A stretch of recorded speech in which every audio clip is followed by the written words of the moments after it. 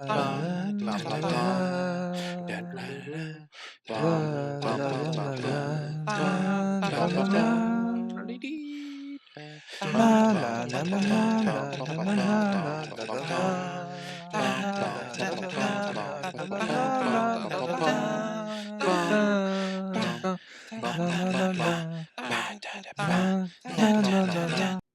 are you two, do you fondue? Fondue is just cheese and bread, my friend. Welcome everyone to this episode of the Cheap Seat Critics podcast, where today we are covering Captain America: The First Avenger, continuing our MCU Phase 1 run that we're doing. With me today we have... Hello, everybody. I'm one of your hosts, Yukiki Ryder. I'm Crimson Maroon. And I'm Sprinks. And hey, if you're listening from, oh boy, I think I said it last time, but if you're still listening from like Tønsberg, Norway, maybe, you can find us over on TikTok, Instagram, Facebook, Twitter X, Blue Sky, Blue Ski, however you pronounce those things, as well as LetterBoxd, where we have our average out numbers and graphs of what we do and what we've recorded. And we also have visual side of things over on YouTube and Rumble, but hey, maybe not the visual end is for you because we got slideshows and PNG tubers there, and you're more of just an audio listener. Well, don't worry, we got tons of audio platforms out there as well, which is probably where you're listening from. Probably. Yes, and if you're listening to us from under the Alps, how is the excavation of the Hydra base ruins going? Yeah, did you build a whole town in that freaking landing strip? Went on for miles. Let's go with our histories, starting with that. Going with Sprinks. Oh boy, the longest one, I'm guessing.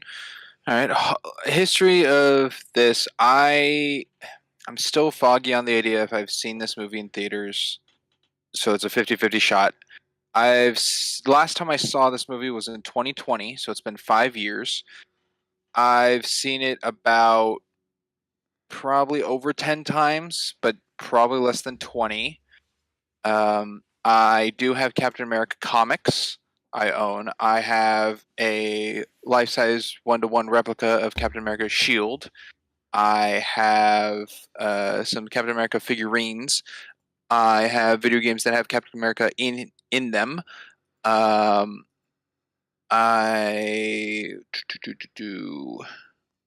seen the other Captain America movies of Winter Soldier and Civil War. I have not seen the 90s version. And I think that's it. Or at least that's all that comes to mind. I got a question. Do you main Cap in Marvel Rivals? In Marvel Rivals, I have played Captain America. He's not necessarily my game style. So no, I do not main him. Follow-up question. Is your replica made out of vibranium? My replica is not made out of vibranium. It's made out of just hard plastic, but the straps on the back are leather. Oh, that's actually cool.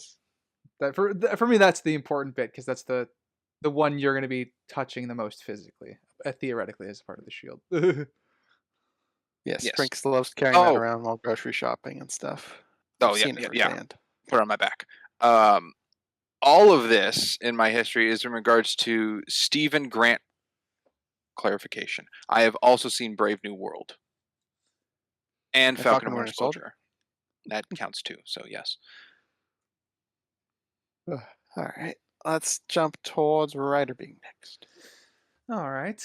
I think I know I saw this in theaters. I think I only saw it the once in theaters. But it's been a stay-at-home name ever since the movie came home, and it's been easier to watch even with streaming. I'm kind of similar to Sprinks in that I think I've seen this somewhere between 10 and 20 times. I'd probably be closer to the higher end of that. It is one I've seen quite a bit of.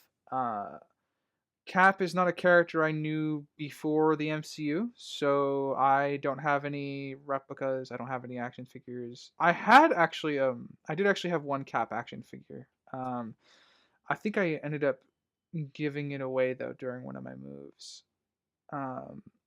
And I was really I'm a sucker for the normal people who have uh I'm a sucker for the normal people, normalish people who get like just the one thing that kind of helps them get over the top. Um, and so I also don't main him in Marvel Rivals, and I have played him in a couple of video games, but by and large, I don't really have a large history with Cap outside of the MCU.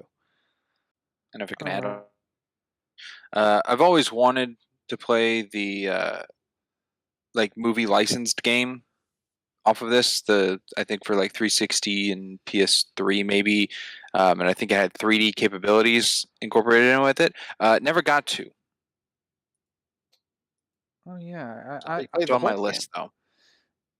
yeah, I Yeah, I remember. did play the whole game.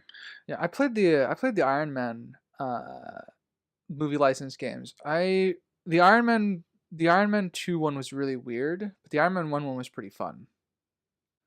game. Neat. Oh, go to my history, which is the thinnest, I would imagine. I've probably seen this 5-ish times in its entirety, maybe a little bit more from just bits and bobs. I did not see this in theaters. I don't really recall the first time I saw this. And I don't really own any Captain America merchandise. I've played Lego Marvel Superheroes, Avengers game, Marvel Rivals. I think I played them maybe 2 times in Rivals. Disney Infinity. Disney. Did I? All Are you right, saying well, that for yourself? that is just another game that has Captain America in it. Oh yeah, Just I not on there. haven't done that. So that's pretty much the bulk of my stuff. Not too deep. And I guess we will jump into the facts section, assuming everyone didn't unlock any new memories. Nope. No, look out for the Instagram though. If you're following over there, I should hopefully get photos of kind of my comic collection of what I have pertained to what hero. Exciting. There's more than one comic in that collection. Oh, and the Captain America one, yes. I just meant in regards to the previous ones we've done. Let's see. So I'll start with the budget as I tend to do. The budget was approximately 140 million, with a box office of around 370 million. So it was profitable. Shocker. Well, I guess it's not too much of a shock. Or like, because Hulk's pretty much broke even or lost money since we covered that one. Didn't make much of a profit. I'm curious how impactful Iron Man 2 was to sales. Like if Phase 1 didn't have Iron Man 2 and it went from Hulk to Thor, how that would have affected Captain America. Well, it really comes down to, and I didn't really get into Marvel until like Phase 2. So I don't really know the whole dichotomy between people that were invested in the MCU and just moviegoers. I don't know if more people are like, oh, Captain America, I'll watch it, or if they're like, oh my gosh, this follows up after Iron Man 2, I have to see this or something. I don't know the percentage of just moviegoers and MCU viewers at this point. Yeah, those Good things point. those things kind of get blended together after the first Avengers movie. But I guess from my understanding, because Iron Man was so successful, Iron Man 2, while it wasn't as well received, it was still a broadly successful movie in the sense that it just gave people more time with the characters. And since that set up Thor like directly in the film as an after credit scene, I think, and it kind of sets up Cap too with like a small little Easter egg. I do think that did impact the stuff going forward. I can't really, obviously, I don't really have any evidence on hand to support that, but it wouldn't surprise me that if it did like help boost these films up a little bit. True. Yeah. And Captain America: First Avenger kind of had the opposite overarching Phase 1 transitional usage of that, of Iron Man 2 referencing directly to Thor, and Captain America here having the whole start connected to Thor. Yes. Yeah, like it's integrating past stuff into it. Type Yeah. deal. Yeah. And then it was the important thing, as much as I criticized the end credit scene for Thor, the important thing about that scene is it shows us the Tesseract, which is the key thing that we're starting out with here. Yes. So people who went into this having seen Thor would be like, "Oh, wow, that's connected." People who only saw Captain America wouldn't really know any connection to anything. That's true. You don't trust Hugo Weaving's dialogue? The Jewel of Odin's I'm a treasure room. huge fan, Captain America. Yeah. Let's see, facts. All right, so I found this one interesting. I didn't know about this. So after Joss Whedon was hired to direct the Avengers film, the 2012 one, he was given a copy of this movie's script and made a few rewrites to tie it more closely to the MCU. Being quoted saying, "I just got to make some character connections. The structure of the thing was really tight and I loved it, but there were a couple of opportunities to find his voice a little bit and some of the other characters and make the connections so that you understood exactly why he wanted to be who he wanted to be and progressing through the script to flesh it out a little bit." I tried to dive more, but I couldn't really get definitive answers on what he changed in the script for the connections he's referencing, but I didn't know Joss Whedon's hands were on the script in this. Interesting. That's probably for the better, because as you're talking, funny enough, the things that stood out the most to me that I think Joss would have wanted to do for Avengers 1 is the stuff he really needed to nail down, being Steve is very observant, and because Steve Rogers is the leader of the Avengers. I'm a huge Iron Man fan, but I'm not going to really push that back on that subject, because I agree Captain America is the leader of the Avengers. And one of those things is that what he's not only is he strong than normal, fast than normal, and a yada yada super soldier, but he also is a strategist. And kind of one of the things I think for me, like with meta knowledge, because there's not really many things in Avengers that would indicate Cap being an intelligent strategist outside of Iron Man telling him to call it Cap, and then he starts giving out the plan. That would feel like it would come out of nowhere if not for this film, I think. A little bit more. I think it also could be going on the leadership capabilities of Cap, that he's actually like a team player rather than the protagonist of the film and everyone's like following him in his lead of just his decisions he's making, but actually him going out of his way, like orchestrating to create the Howling Commandos of his own team choosing, rather than them agreeing to just follow him and he just is accepting it. I think that overarching helps with Avengers. Yeah. So those are, and mind you, this is me giving Joss Whedon the benefit of the doubt, because I completely agree with Sprinks. That's another thing that I think Joss would have wanted. If I were to take a look at the script and I would need something to help set up Cap for the next movie, are those things in particular, because that film doesn't develop those. It treats those as those are already part of the traits of his character that are extremely important to that film. Yeah, but it doesn't come out of the blue that he just expects the Avengers to follow his lead. Yeah. He actually works with them. Yeah, exactly. But like I said, that skill set is developed here, so it's shown to be like, yeah. Yeah, and I'm curious if you had any involvement on making Steve not necessarily one note, but like stern in his beliefs, I guess. We see him waver with the girl, but for the most part, he's pretty loyal and all that jazz, which in Avengers definitely gets used to butt heads with Tony, who's very well established with his traits. So I didn't know if he sharpened that to make that a better conflict in Avengers or not, or if that was already in the script. But yeah, there's some potential things I could see Joss wanting to touch up in this script, and I think all of those are valid ideas. We could all be completely off base, but I think all those are valid ideas of what Josh would have wanted to do to lead into Avengers better. Yeah, Some theory crafting. Let's see. The British Olympic decathlon Daniel Odd, I probably got the last name wrong, was the running double for Chris Evans as Captain America. So they got an neat. Olympic athlete for that scene, or those scenes where he's running. It's probably for the best. Yeah, it's very believable how fast he was going. Another shocking one for me, but I guess Chris Evans wasn't massive yet. He was only paid $300,000 for this film.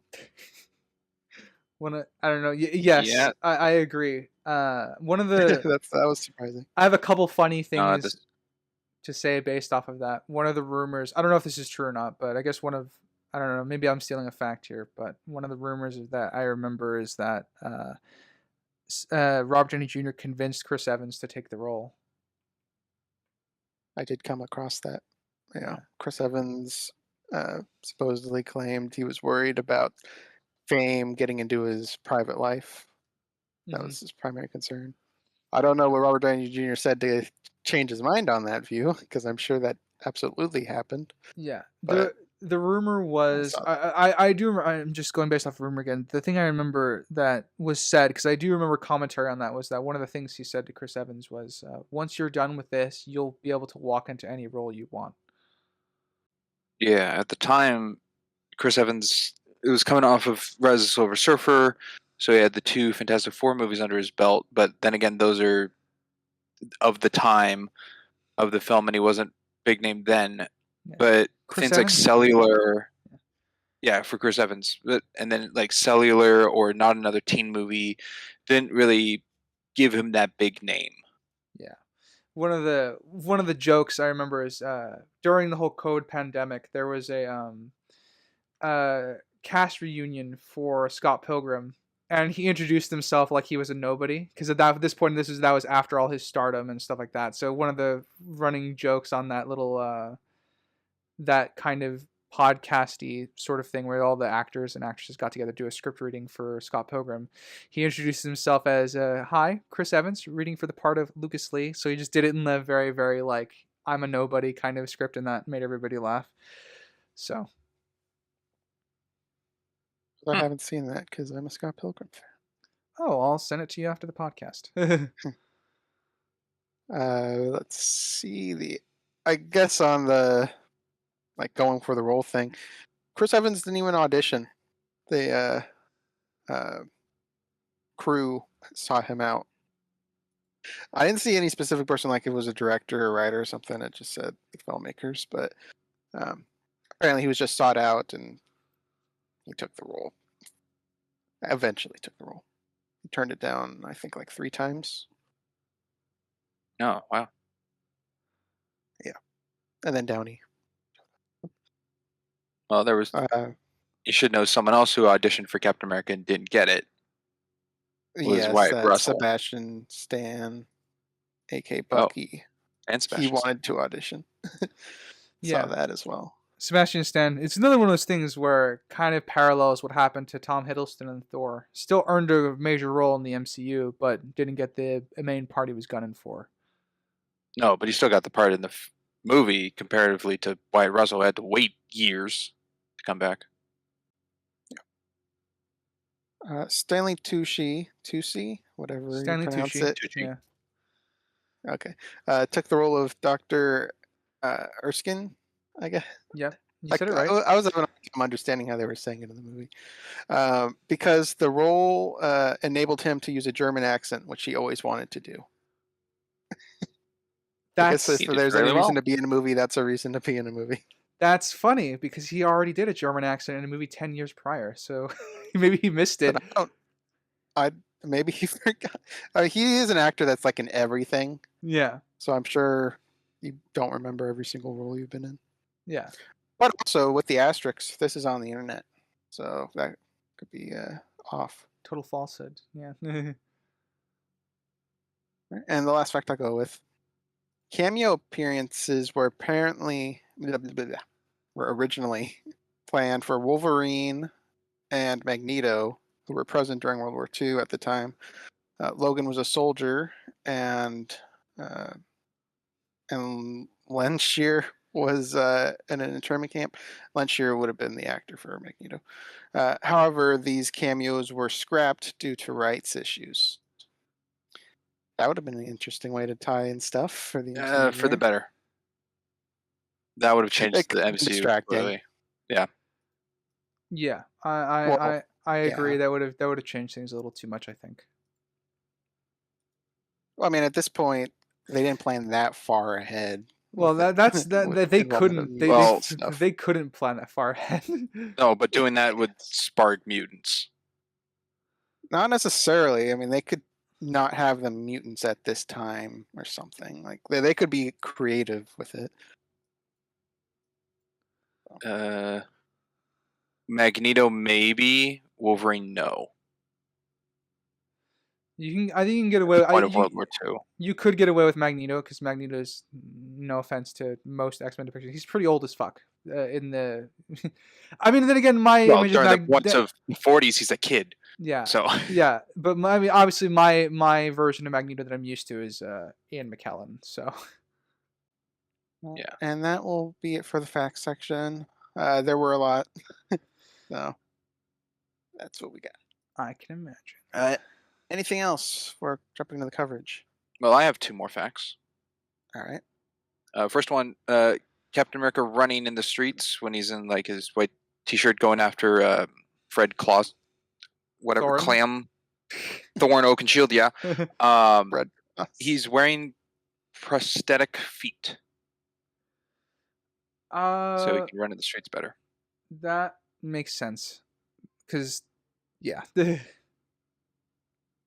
Other fact I have is the director of this film, Joe Johnson, I think, or Johnson's son? Joe Johnston. Joe Johnston. This is not the first film of his that we've covered on the podcast. Shocked. What else? What has he done? The previous one we've done, well, he's done Jumanji, he's done The Page Master, he did Jurassic Park 3, but previously on the pod, we've covered his works of Nutcracker and the Four Realms. Oh. Hmm. All right. Well, there was no Rat King in this. No, there's no Rat King in that either. Kind of. Did you get all right, New York is the rats? That's the joke. Everywhere. We will do a 3-act structure, jump around within the acts. Act 1 is from the beginning to the Hydra agent taking the cyanide tooth. That part will be involved in the act. So. Let's start with Ryder. I'll jump to one of my favorite details in the film that's kind of early on. It's when Steve is reading a newspaper.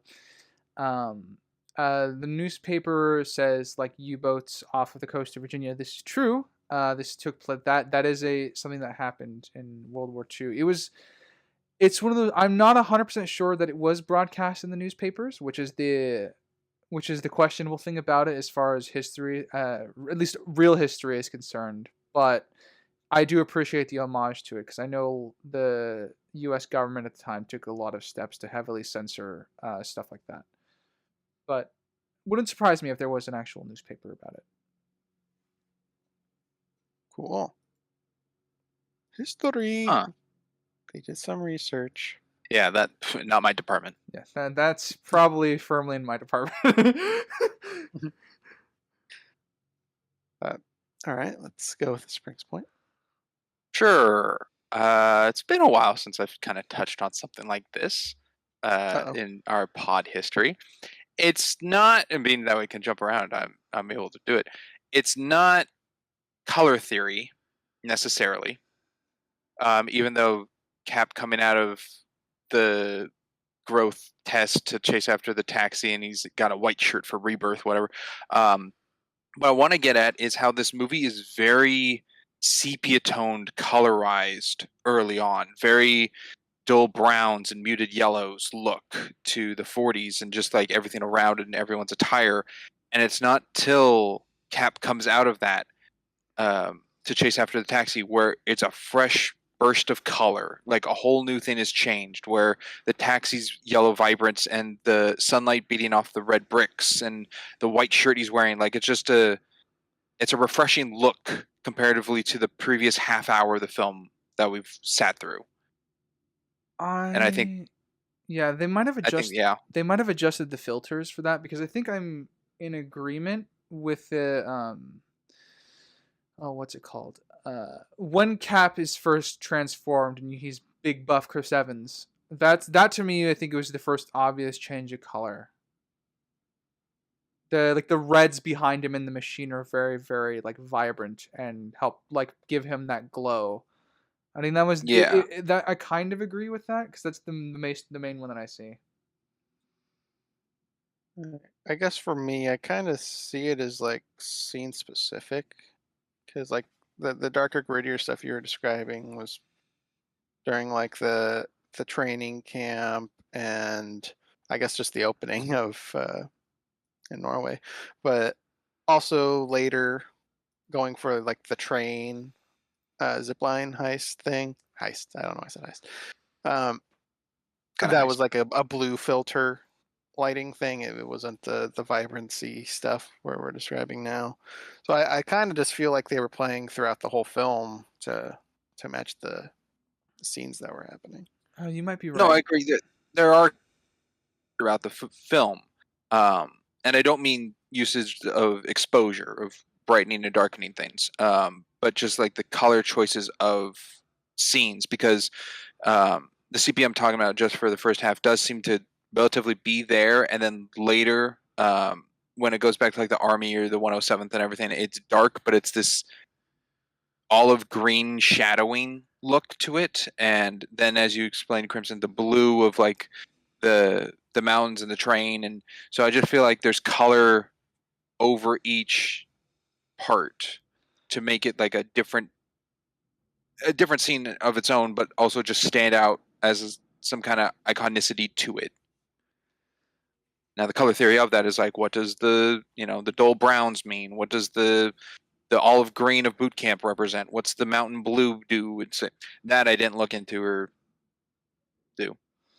Yeah, I guess I guess hearing this one is kind of interesting, because if it's scene specific, I kind of, for me it comes together more like the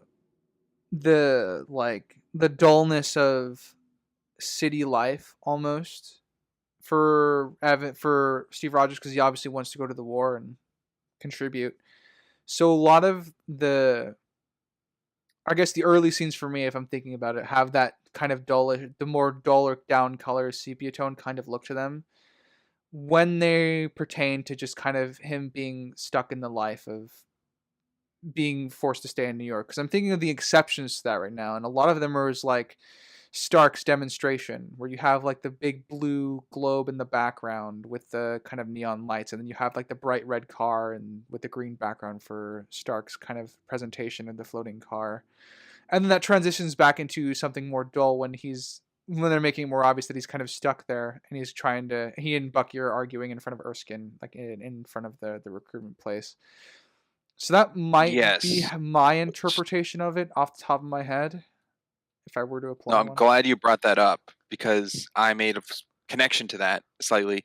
Is the whole Stark showing off World of Tomorrow Expo is titled The World of Tomorrow, and the next use of the word tomorrow in the film is when Erskine's talking to Cap about his experiment that's going to happen tomorrow. So I saw that as tomorrow is the flashy, the bright, the colorful, the change from where the world is currently, and to Cap, connected use of the word is to show off that tomorrow is that change for him.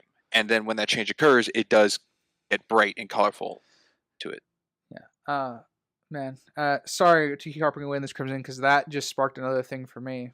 I know you're not a big fan of color theory, but one of the things that just kind of stuck in with me is that, broadly speaking, World War II is looked at as a very most funny, shocking enough, wars in general are often looked at as a very, very dark part of our history. So when you're making like the world of tomorrow, the expo more colorful, the idea that is everybody's fighting for a brighter future, because that's the goal. Everybody wants to make it to the next day and tomorrow, etc.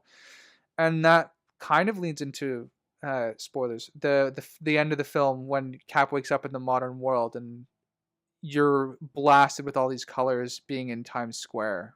Kind of, the world of tomorrow arrived and he was gone. He wasn't there for it in a kind of strange way. Yeah. Yeah, on the World Tomorrow thing, it said 1943 on it. On the Yeah. paper, yeah. Confused me because it was 1945. Where did it show it was 1945? On his recruitment paperwork, whatever, his enlistment paperwork that he just did. Oh, It said it was what's this? June 14th, 1945. Is that when his enlistment period ends, theoretically? Or is that like enlistment No, that start was the date? date Okay. signed by the guy. Yeah, that's a problem. I kind of worked out a timeline for this film based off of just actual events in World War II and kind of corroborating what I see, because we know Cap ends up in Italy in 1943, but I think the film ends in 1945. I'm double checking. Crimson, you're the enlistment form before the expo? Yes. Yeah, it also shows his birthday, but that one could be wrong because he falsified his information. He wrote his birthday is July 4th. That's It's kinda true. funny. No, that's true Well, in the that's just comics. on the nose. Captain America, born on Independence Day. Yeah. Yeah. It's true. Yeah. He shares the birthday with Tom Cruise. Well, that's for that movie. Yeah, that's the joke. All right. No, Steve Rogers' birthday is actually July 4th. So, what are you checking on? I'm checking to find the date of the 1945, you said. 45? The lower-ish left corner. Of the stamp? Like when Bucky is reading it. Oh, when Bucky's reading it. So after the alley? Or during the alley scene? Yeah, the alley scene. Oh, I'm in the wrong part. Yeah. Yeah. Well, I guess while you're searching, I can talk about the alley scene a little bit.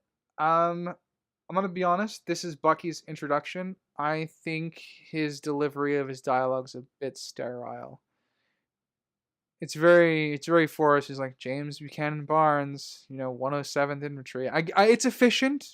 It's not like it's efficient. It gets the audience the important information, but I just tweak the delivery to make it more obvious that they're friends. Because we have very limited times with Bucky in this film, and every moment that we spend with Bucky is extremely important given what happens to him in this film. Yeah, I didn't really think about it like that, but yeah, it was very spelling out everything. Yeah. I said it's efficient, but I just don't get the chemistry, and that's what you really need because this is their first scene together. All that's missing is like son of Martha and Tom Barnes. Yeah. It's the whole bio. Yeah. Okay. I might be devil's advocate here. Okay. I expect a lot of that. It's okay. The 5 could be a 3. It looks like a 5 to me. I can totally see how it looks like a 5. It looks like a lightning bolt. Yeah, but not a lightning bolt in the shape of a 3. I can see how it could be a 3. With your devil's advocate know. here, what's like the percentage likelihood that it's a 3 out of 100? Oh, 75? 75% chance it's a 3, 25% chance it's a 5, or like what's the? Yeah. Like the thing is, like if You it's a think clear more like a 5, 3 then yeah, than a it's an 5? error. It looks like neither. It's a 3, but it's missing the top part. Being Post as a it in whole the group conversation, this is Discord. gonna Yeah, it should go on Instagram. this But I think it's photos. posted in the Discord. Yeah. Sorry, audience. Maybe we'll get this in the visual side of things for you. Yeah, But drop it in the Discord. I can put it up in our OBS. oh, sweet. All right, we're doing this live. Yeah, I mean it'll be up in both, but I can do both if Into I'm given it in Discord. Yeah. nitty gritty here, Yeah. identifying a number. Let's see what we got here. I guess we can tell that it's June 14th. I think that's one of the worst 3s I've ever seen in my life. If we're going with that's a 3. As that, it's just missing the top bit. But if it's a curve and then a curve. All right. Well, I can see how being a 5 is totally an error. I'll label it as a prop issue. However, that's what I'm going to label it as. There's what you can compare it to is that there's a 3 of the local board for 413, and that has a little top, but that 3 still has the same lightning bolt pattern that this 5 quote unquote has. Are there any handwritten 5s? I mean, it's great. Like the 413 at the top, which is now has to be a separate image of comparison, could pull off of being both a look of a that one's more closely of a comparison of a 3 versus a 5 look. Depends if it's leaning left for 3 there. If it's leaning left, it's a 3. If it's leaning right, it's a 5. So because it goes contrary to the timeline, I'm going to assume it's a 3, but I'm going to say it's bad on the prop department for not defining it. That you can go looks with. more. It looks more like a 5 than a 3. I can agree with that. A rare prop hit for me. That usually doesn't get a nick. Not in the MCU anyway. I mean, just in general, I don't think we really bring up prop errors that much. No, I don't think so. No. All right. That was mine. Writer did some alleyway talk. So Sprinks, you can go. No boy. Very beginning when they're in. It's not Alaska. No, just like the Arctic. Antarctic. I think it's the North Pole. That I've had to, because the ending. This is one of my issues with the ending. Is I think the plan from Red Skull was to fly the jet stealth plane over the North Pole and strike at New York from that area. So I think it's the North Pole. The long way. Yeah. Okay, I thought Kat brought it up that he put it down in Switzerland. Taking it down. Well, that's not where Switzerland would have been then. No. Yeah. Well, see, it wouldn't be Switzerland just based off the maps that we see on the plane. Yeah. Correct me if I'm wrong, but Switzerland's landlocked, isn't it? Yeah. Yeah, there's no water around Switzerland that isn't like a lake or anything. No, my mistake. Switzerland was where Zola was going. Oops. Okay. That makes sense. Snowy mountain area. That's what I was thinking. No, but the how they get into the Valkyrie with the laser grid. Would a hole not be being made at the base of it too for the laser? Most likely. Yeah. I would say if they calibrated it to a depth, but they don't know how far it goes. So yeah, I mean they could theoretically figure out how deep it goes. I just doubt it would be a quick throwaway line that they would need to do to fix that. See the problem appears to be a hollow cavity 8 feet down, sir. The problem with lasers in the MCU, you see, is that we don't really see how they're cut off and how they end, if that makes sense. They could calibrate the depth, which would solve the problem, but yeah, if it's an like intensity Iron Man 2 Tony's type, like one-off laser, like how far can that go? Yeah, well, the one through the wall. Yeah. Well, there's the one that he uses at the end of Iron Man 2. There's the one that's when he's trying to make the new element for his new arc reactor, and then we have this one. So lasers exist. It's just a matter of I wish we had a little bit more to work with them as a. Yeah, what is their drop-off point? Yeah. Yeah. because it makes not the really fucking established. comic of just Obi-Wan just dropping his lightsaber turned on in the Death Star to blow it up. And that's a whole episode of Rick and Morty. Yeah, exactly. I haven't heard of that. That's A funny. vertical lightsaber. Yep.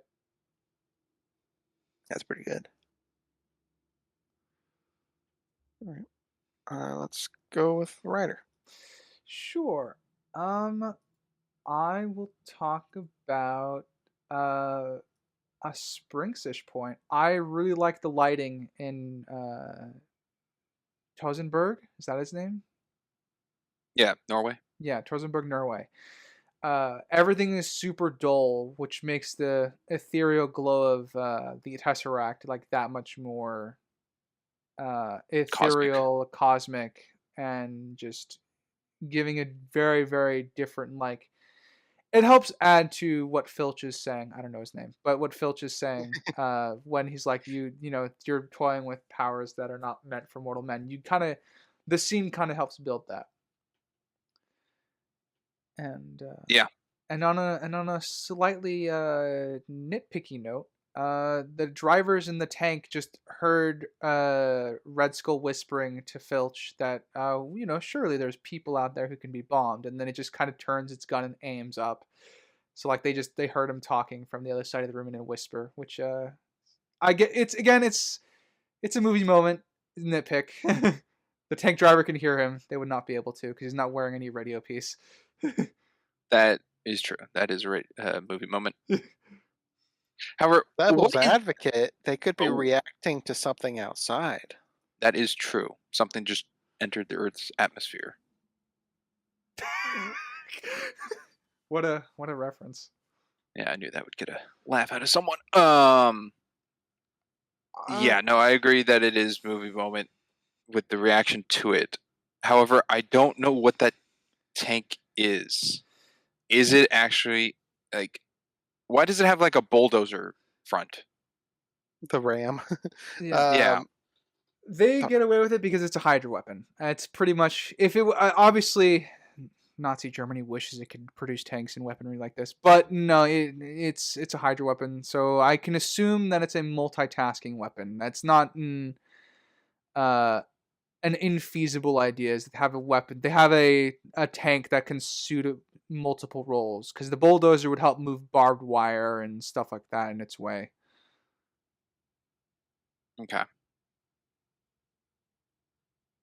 And on the topic of the writers, filmmakers, whatever, doing research, they did use some like old Nazi concepts for the planes.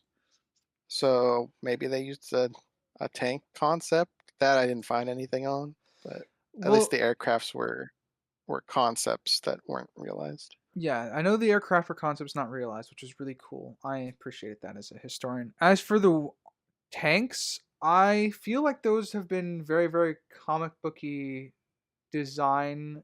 They do look like it. They've been I feel like I've seen the oversized tank design before, even before this movie.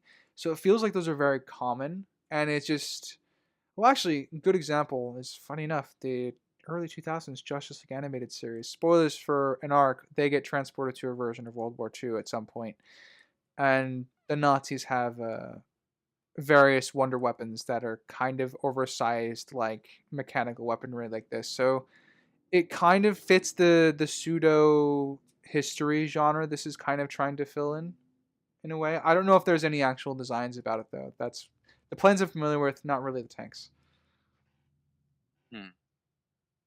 Totally not a Marvel question. You just have made me curious if Jake Garrick was in World War II. Can't recall. Fit the timeline. I don't know. I'm not an expert on I Jake know Garrick or Flash stuff. I know another Steve that's a pilot in World War II from DC. Yeah, but- no. Not that one.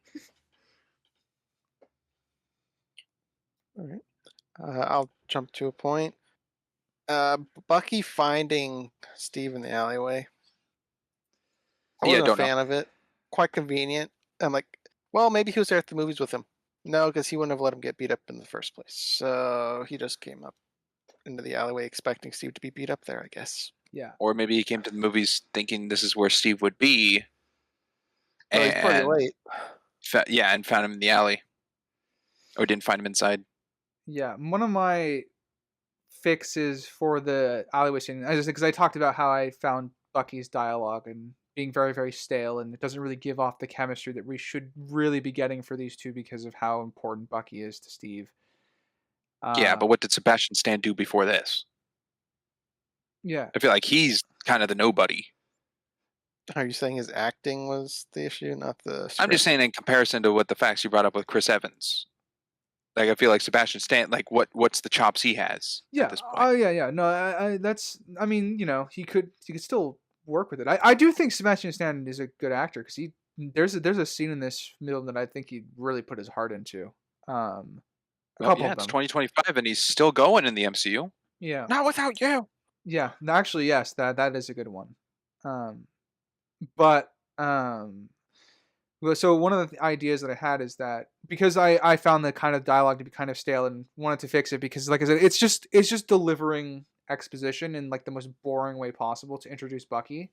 One of the ideas that I came up with for potentially wanting to rework the scene is have Steve comment that he's like, "You were late again." He's like, "Yeah, well, I had to get my orders," and shada, and it kind of proceeds in a somewhat normal way in that fashion, and they can poke fun at each other. But yeah, that was my idea is at least my fix of that is just have Steve comment on him being late to the movies again, to show that he was supposed to be there, he just didn't get there until now. That would fix the him just popping up thing. Yeah. Yeah. And obviously setting up Steve with a shield, and that could do this all day. One of Back the to back. one of references here. the good lines of the MCU, way better than no. No. No. That's what Falcon says to Flag Smasher when she's asking him to stay down. Oh. No. Oh. God, I'm like, you're gonna have to jog my memory. Yeah, I mean, listen, it's a very forgettable show outside of the scars it left with us. So I don't blame you for forgetting that. It's not a very memorable moment. I think Red Skull's a fan. There's no flags in the future. Don't remind me. That's what Don't remind me that the Nazis won. Alrighty, let's go with Springs. All right, small nitpick, totally fine, passable. I get it. But when two Norwegian men are speaking Norwegian to each other, and the Germans invade, Schmidt starts talking English and they respond in English. It's just a little nitpick. It makes it easy for audience to understand, but you could do it in subtitles, or maybe it's just easier for the dialogue for the actors. But I'm okay with the due to the audience aspect because we don't know if Schmidt can speak Norwegian or anything. But the part that bugged me the most with any sort of language stuff in this is kind of towards the end, which, yeah, I guess I'll just talk about it in Act 3. But there's language stuff that bugged me later. Well, language doesn't get brought up in the MCU till Ultron, right? Yes, I know the joke I've you're only making. seen Ultron I appreciate that. Thank you. Once or twice. Don't worry, Ultron was Gosh, one of darn my it. favorite Watch your MCU movies for a while. Oh, right. That's not going away anytime soon. Let's go with the writer point. Sure. We kind of touched on the iconic line real quick of "I can do this all day." Just want to give a thumbs up. Good shit. It's a micromazza man who will never give up until the fight is won, and he's always ready to move on to the next one because it's a part of what makes Steve a great character. Someone who doesn't give up the fight. You just don't give up now, do you? Yeah. This is set up for way in the future for something that's gonna really bug the shit out of me. Oh, wow. But for now, great line, love it. Very key part of Steve's character, and it's one of those things that I think just how do you make someone an iconic character within a sentence? This is it. This is one of those sentences that can just define who Steve Rogers is. It does do that. Yeah. All right. I'll jump to a part that bugs me because it's completely like plot driven, and that's the fact that they use all the serum vials except one, so that the Hydra guy could take it. And if they wanted reserves, they should have enough for the entire thing. Like if they used 6, they should have 12. Why is there just one? Well, Well, it's I because the Hydra agent needs remember to there's take it, 8 and they because can't have any more. well, you have to remember I there's didn't know what 8 the number because was. there's one in the Hulk. So Well, they did have an even mhm. number. So they had 2 No, spares. no. Yeah. There were 7 So serums. I don't know why there's a spare one. That didn't it's make for the sense to me. plot, And so he could take it.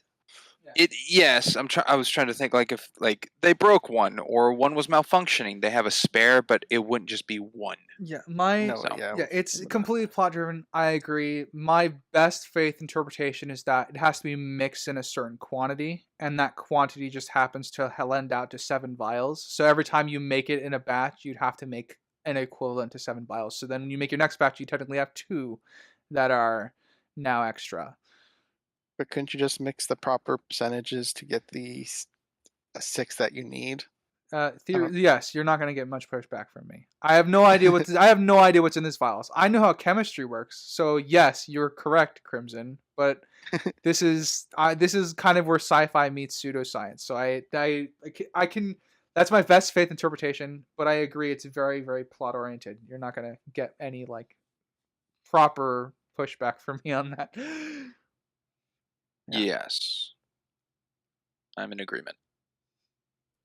And on the topic of Incredible Hulk, let's just bring it up. Uh, we kind of acted like it was a huge thing in Incredible Hulk. Was it? Okay, well, I this guess maybe we topic should is just talk about it. So, Spriggs, you can talk yeah, about it first. it is kind of for Act 2 where it gets brought up, but after saving or after the Fred, I'm just gonna call him Fred. His name's Fred or false name, whatever. Thorne dies. It goes back to Steve and Peggy talking about without Doctor Erskine, Erskine, it would take years to develop the serum again, which makes me go with that it's still being tested. That's why they took Steve's blood for the genetic code to be found to try to solve it.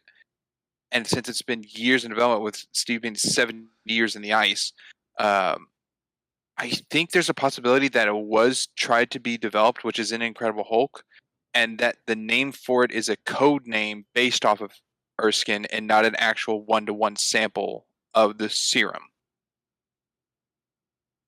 That's That why line it of behaves logic, differently with Blonsky than it does with Steve. with that concept, well, also the serum exemplifies your personality. So that's the whole thing with that. But the I don't know why whatever scientist that would have synthesized a new one would have not had his own name on there. Because why wouldn't it? Why would it say the dead doctor's name if he didn't make this new serum? Well, the only thing around that is like a code name to it. That's why it's not a one-to-one name. It's not Erskine. It's whatever Incredible Hulk was, but it's the same doctor. Hmm. So I feel like it's But it's kind of the same maybe it's, thing, though. but it may not have been one doctor who made it. The new one could have been like a lab group. That's why it was under a code name. Then again, could be. Yeah, I was like, that gets into assuming we don't know that stuff. All right, Ryder, your thoughts on it? I'm still gonna label it as a world building issue. It's not a major one. It's still because I obviously I think the intention in the Incredible Hulk is just have it be a cameo / Easter egg for like eagle-eyed Captain America fans to spot.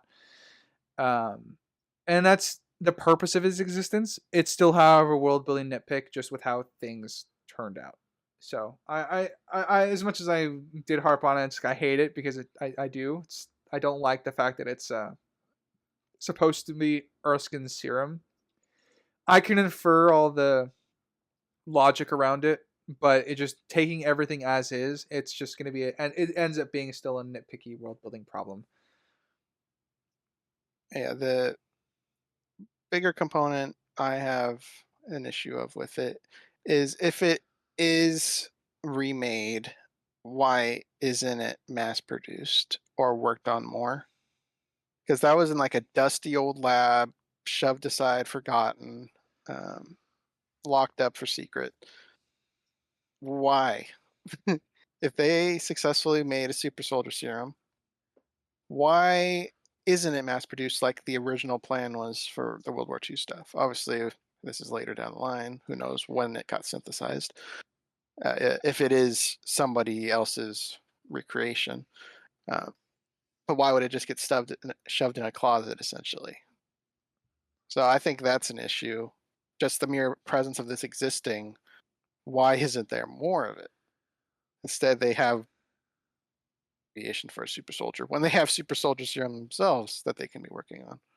That's the problem with Incredible Hulk is the connection trying to make it to the Eric Bana movie, whether it was a reboot or anything of like the gamma radiation for that, of being the testing on Bruce, of how they did that Incredible Hulk rather than just going with the failed attempt at super serum soldier or superhero soldier serum, where Bruce got in contact with the over gamma radiation effect. So I don't know. All I can think of is that it was a failed test or experiment with it, which kind of goes with the connection of in Civil War of all the other super soldier serums with Bucky and like the other ones that got in cryosleep and how they kind of went mad and crazy. They still kind of technically worked, but not to the effect they wanted, and that could have been with this new batch. So they just shelved it until to be worked on, but then technology or other aspects, or maybe it got defunded or canceled by the government or whatever.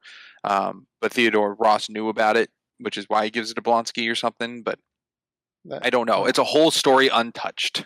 Yeah, that gets into assuming, and that was a Hydra project, right? The Bucky soldiers. Yeah. The Hydra project. Yeah, not and connected. That's also unless you go through adding Shield. future. That's after. That's also adding future stuff to now this movie, which we can't do. Yeah. So I see it as an issue. I don't see it as monumental as I thought it was going to be because of this line, but I still do see it as an issue. Right. Anything else on that topic before jumping to something else? I guess I still see it as a muddy mess for Incredible Hulk to include it. But not Captain America's not in this. I guess why not in this? Well, as I started off with the saying that the line that it'll take years to develop, and they don't have anything, but they have Cap's blood, and they have the test to get to the genetic code to try to find something. They could find something, but the 1-to-1, I think, is pretty much stated that it's not, or that's where I lean. All right. I think let's go with a Sprig's point. Okay. Just a little funny. Again, this is back when the MCU didn't like throw comedy in your face to the point where you choked on it. Just a little subtle humor, and Tommy Lee Jones is so good at the stoic sass that comes across as dry humor. But first introduction to Steve is next to all these guys reading the paper, and the one next to him is this huge guy with a tiny paper, and Steve has this huge paper for a tiny guy. Oh yeah, this is when the MCU could do humor. Most of my quotes are Tommy Lee Jones, Captain Phillips quotes. If you have something to say right now, then now is the perfect time to keep it to yourself. Yeah, keep it to you. Let's go Cut find one 10 head, more. two. Let's go find 2 more. Yeah. Well, I'm not going to kiss you. Oh yeah, Good stuff. Because we have the best men. And they'll get better. and they're gonna get Much better. better, yeah. But yes, I wish we had more of them in the MCU, actually, but it's not the time frame. yeah. I'm glad we got him at all. So. Oh yeah, you perfect for this role here. Yeah, That's how he portrayed it. Yeah, one of the things we talked about off the podcast was going from Thunderbolt Ross to this. So much nicer. Oh yes, I did question the writer off if the Colonel Phillips met more of his rank than Theodore Ross did. Yeah. Oh yeah, Ross is just a child. pretending to be. just tactically too. It's like, where's my air support? Why isn't A-Team firing? The Thunderbolt Ross is so lost at his job. I'm on front lines and I'm just gonna stand here and stare. Yeah, you know what Colonel does? Charges in with his men with a shotgun and says, "Let's go find 10 more." He's pretty awesome. So yeah, I mean, if I were to get really nitpicky, my only issue is that he is charging into the front line with his men. But I still I love that subjectively because he leads by example. And even in the scenes where, okay, that might be getting to Act 2 bit. Let's talk about that later, I guess. But I like how the connection of the Stark Expo and Iron Man 2 and the presentation of Howard Stark in that seemed very 50s Disney feel to it, and like Epcot. I think they still held it pretty well with the World of Tomorrow Stark example of what he's doing. It felt kind of like Tomorrowland or that retro futurism. He hasn't taken it over and turned it into Stark Expo yet. Yeah. Yes, I agree. I think that was kind of the angle they were going for with the depiction of it. Yeah, it's. However, I guess they didn't greenlight flying cars. Guess not. I guess that was a forgotten project. Yeah, he spent too much of his life looking for Steve and toying with the Tesseract afterwards. I think one of the things that you can tell the MCU started to like they tried to start really connecting the dots between things is probably between Iron Man, Thor, and this movie. Is I think when they really start laying out the heavy groundwork of an interconnected world, because it's not just Easter eggs to be found in like in the Hulk or Iron Man 1. It's a lot of actual like substantive groundwork with Coulson leaving in the middle of Iron Man 2 to go off on his adventure in the desert, and that obviously leads to the end credit scene there, which leads into the Thor movie, and then we have Tesseract leading into this movie. So they do a very good, and then obviously the Stark Expo stuff being connected here a little bit too. They do their best, I think, within the last 3 movies of Phase 1 to really start to try and interconnect the world more. Yeah, I think they took a lot of opportunities to do just that. I agree.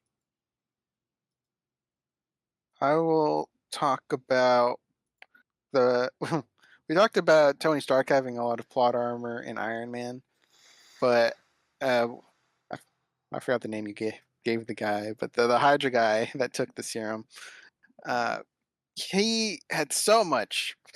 He was a superhero in of himself.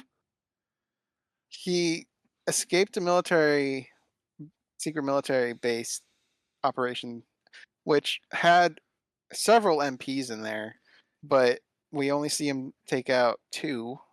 Yeah. And then he took out the front lady who just topped the ceiling. And then Peggy could shoot a driver from a mile away, but then misses every shot at him when he's getting even closer to her than the far shot. Yeah. A lot going on. Yeah. Adding just a couple notes onto this, there were MPs in the room with him before he even escaped up the stairs already. So Peggy, I listen, I love Peggy, but she would not have been the only one taking shots at him. Yeah, it's and then you have a lot of plot undercover guys outside. You have the Hydra ones shooting back at like just 2 civilian-looking dudes with handguns. That's true. Yeah, you had a couple undercover groups outside. Yeah. So not great for, I guess, the military. One guy did all that, essentially. Yeah. I think there's some plot armor for Steve too in this scene. Primarily though, it's when he's just holding on to the top of the cab roof, because he could not. He's dodging bullets he can't see coming at him. Oh yeah. That's just all blind luck. Yeah. So that I would consider that some plot armor for him. I think everything else plays out mostly fine, though the sub moves away pretty slowly if even Steve can catch up to him. Because I would imagine, even though he's a super soldier, he'd still have some trouble catching up to a submarine. It does take a little bit of time. Yeah. But he is faster than it. Yeah. So I think Yeah, that's I can buy it. okay. It does look We like don't know the something out of a limit. Schumacher Batman movie, though. Yeah, that's kind of what I was saying. It has a look of like a speedy design, which is probably why I initially want to label that as some plot armory luck for Thorin, or I mean for Steve for being able to catch him. But it's not a big thing. I'm fine with Steve being able to catch him. It makes sense. I do like the subversion though with the kid. He's like, go get him. I can swim. That's nice. I love that detail. Yeah, it's a I nice love that subversion. Cap's priority is to make sure the kid's okay before going after the bad guy. Yeah, that too tells you a lot about Steve's character. But I subversion I think is kind of what draws my attention to it. Like if Steve had to save the kid and the bad guy got away, totally fine. That works with Steve. That's who Steve is. If he threw the kid and Steve just kept going after the bad guy, I would have nitpicked it. Yeah, it would have been better if Steve saved the kid and the bad guy got away, because it would explain some super serum things that happen later. Don't know what you're talking about. I would. I don't know. Part of me is like, would he have stood and checked, or would he have just dove? Part of me is leaning he would have just dove in to save the kid before the kid said anything, like just instinctively dove in. No, I think because he stopped running and looked at him. And if he couldn't see the kid, I think he would. Yeah, if he couldn't see the kid, he would have dove in. I think that would be it. The kid was swimming on the surface, and I think that's fine. Yeah, if the kid was underwater, then I think split-second decision that the kid could be drowning would get Steve to jump in. And then that could go into after saving the kid, if he's going to go after the sub and catches up to the sub, then that might be a bigger issue. Yes. Yes, it would. It's going to be really, really fast. I will say another shot. Oh, never nothing mind. And let Sprinks talk. Well, you're not going to do nothing. But I really like the shot of Steve at the employment area of the photo op, and he's short in the image. Good visual. It is. That was a good choice on their part. Slightly. Also, the CGI usage of just small Steve, I think, holds up pretty damn well. Oh yeah, there's only one part that I noticed it was pretty egregious. I don't know if either of you picked up on anything out of the ordinary. There may be a little, but I wouldn't call any of it egregious. Maybe when I tell you, you'll go back like, holy cow, how'd I miss this? But you tell me, I'll go back. In the car with Peggy, talking about where he gets beat up in the alleyways and the parking lots, his head changes sizes like every single shot. It was pretty funny. I agree. I think that's the only issue. That's the only bit that I took particular issue with this, because I think they do a good job keeping it stable for most of the rest of the film. Like whenever it's small Steve, they do a decent job of like compositing Chris Evans' head on his double. Yeah, I agree. I mean, it still looks smooth, but the cutting between shots, you can see the sizing is different. But it still looks like it doesn't look like someone's head's pasted on a torso. You see what I'm saying? I see exactly what you're saying. I never picked it up. I've never picked it. That is. You're gonna forever see that now. I will. Wow. Like I said, that's pretty egregious. Yeah. I do think that it's the worst. That is probably the worst bit, because I think everything else is smooth and good I don't know enough. what to call it. I guess it's a VFX issue. It's VFX or the shots, and then they tried to work with it. So yeah, they tried to do it with the camera to get him, when he's closer or farther away from frame, but it's not. It's too much. Yeah. Huh. Oh. I pretty much laughed internally, because I don't usually laugh out loud while watching stuff by myself. But even that was pretty funny. Even for that, him just as himself still looks good. He looks like a normal person. Like you wouldn't be like, oh, that's someone's head pasted on. So that looks good. Just the inconsistency with the sizing was the issue. I think when this movie came out, a lot of people questioned how they did it. I'm sure they did. Like if it was like the Castaway situation. If you two know what that is. No, I was going to reference something else. What's the Castaway thing? In Castaway, have you both seen Castaway? Okay, sorry for spoilers of Castaway to anyone out there.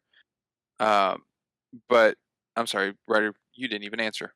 I was gonna say no, but I was gonna let you go tell Oh, anyway. shoot. Okay, No, I'll don't do it. spoil anything for I'll do it me. without spoilers.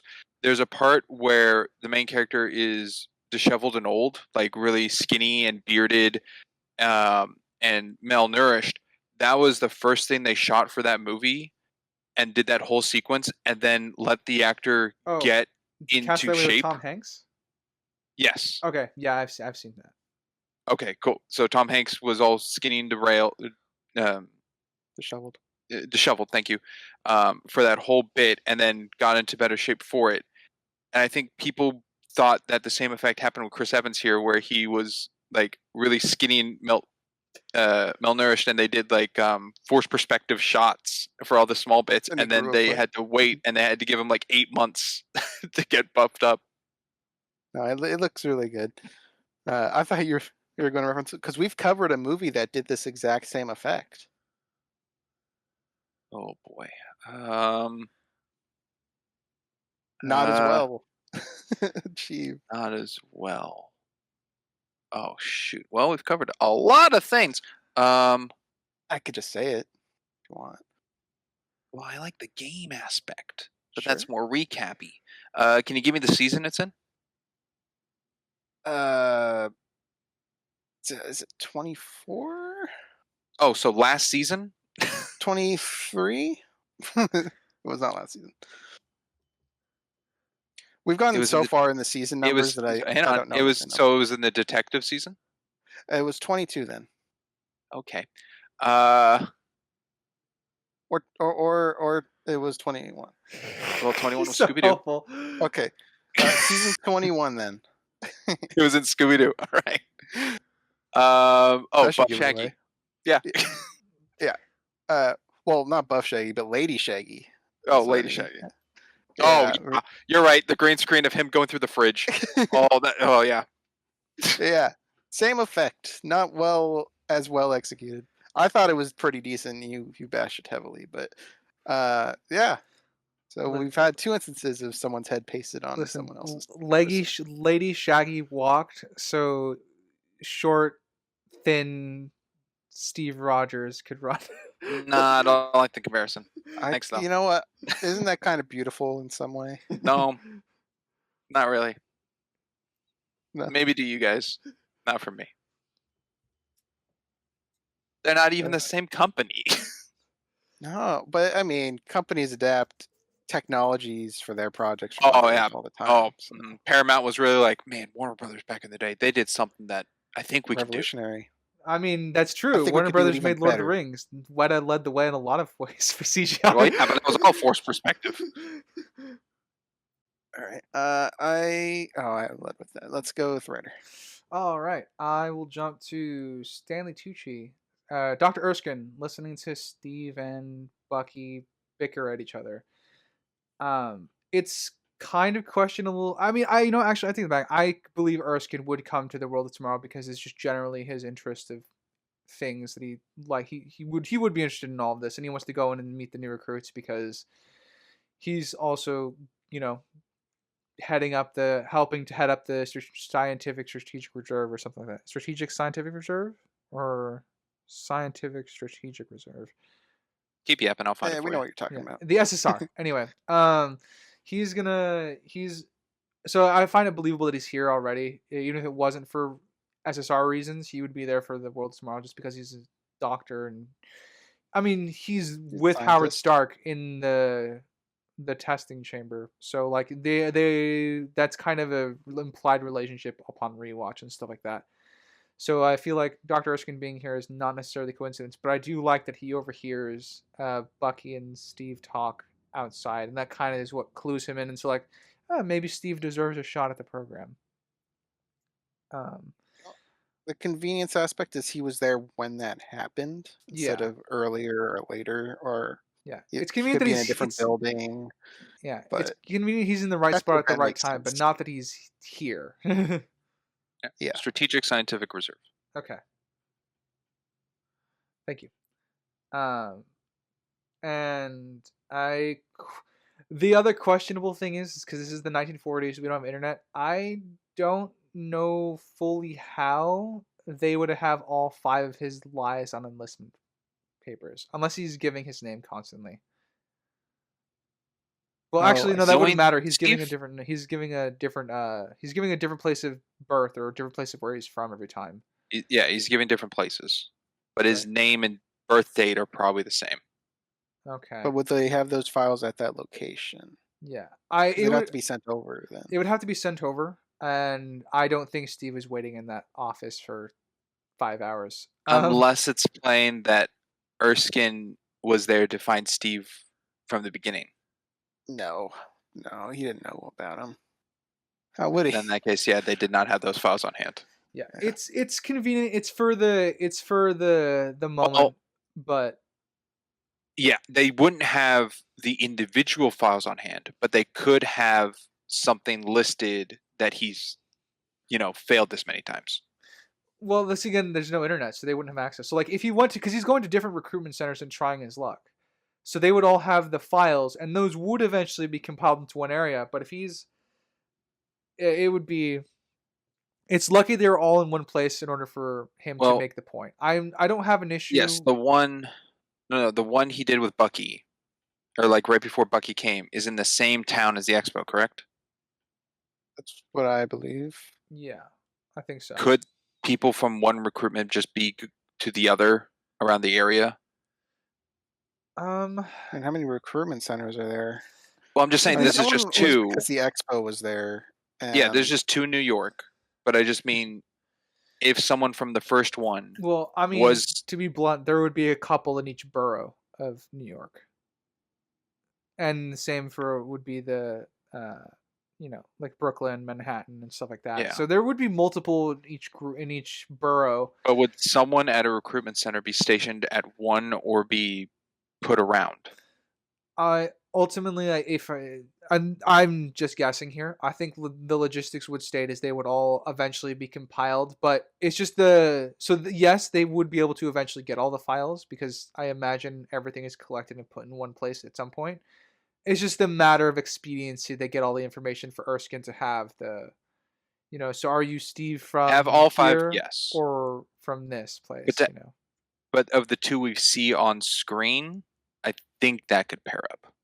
And would to they be have caught. localized to this location and not some other like government filing location? No, that's again the all five. I'm in agreement that doesn't fully play out. That doesn't make sense unless they're tracking Steve this whole time. But a false between two to be able to be identified from the two of previous being in the same town, I think could be made that he was found.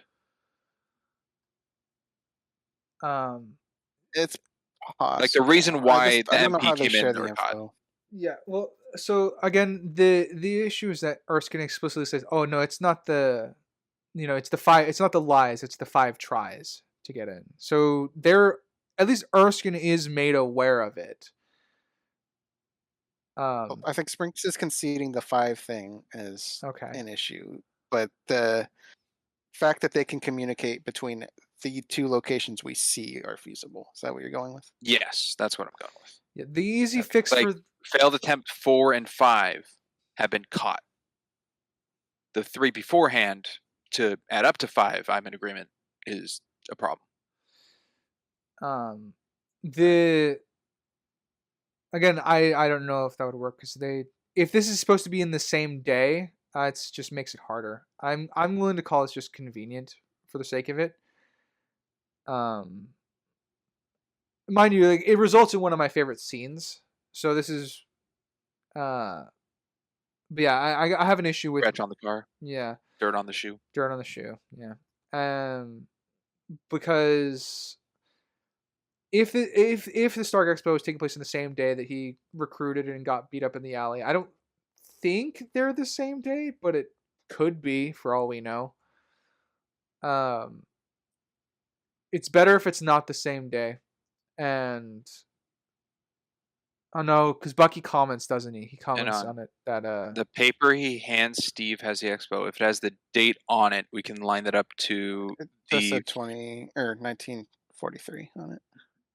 in the big letters at the bottom, but if in like the top center of the paper for the day's date, if it's on it, it could line up to the enlistment papers Steve lied on. And if they match, then it's the same day. So I will check that. All right. Well, while that's happening, I can bring up a little nitpick thing. So we have Steve screaming in pain in the pod. Peggy's like, "Turn it off!" And the doctor was going to. And then Steve said, "No, I can do it." And then he proceeds to not scream anymore, even though presumably he's going to be in more pain as it reaches 100. Obviously, it's for the scene where you're supposed to be taken in awe at the imagery of the lights and everyone's reactions, but his screaming shouldn't really go away unless he gets knocked out, which he isn't knocked out by the time it opens. He could be. I But don't know. Uh, The main pain could have been that scream, and then it wasn't as painful. Why would 70% be less painful than 100%? Breaking point of the nerve system or something? Oh, so he just doesn't feel anything anymore? No, it just could not be inducing more pain. It could be the same. Okay, then he would still be yelling at that pain then. Not if he's strong-willed to tolerate it. You don't get that numb that quickly. It's not Even numb. If you're a super soldier. We've had things like this before. I think this is just numb. different of the human condition. I think, but I'm not leaning yes or no. I'm maybe is where I stand.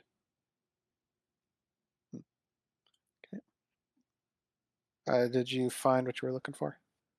Yes. The paper is not a front page article, so there is no date on it other than the expo occurring in the year. So it can't line up if it's the same day. All right.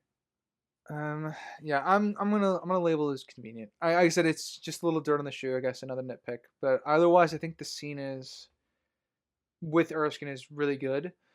He gets the information very quick to say it's the 5 tries, so to know that it's Steve Rogers who, lied on the enlistment forms and stuff like that. But ultimately, I think this scene also does a really good job of building Steve's character. Doesn't want to kill anybody, but doesn't like bullies.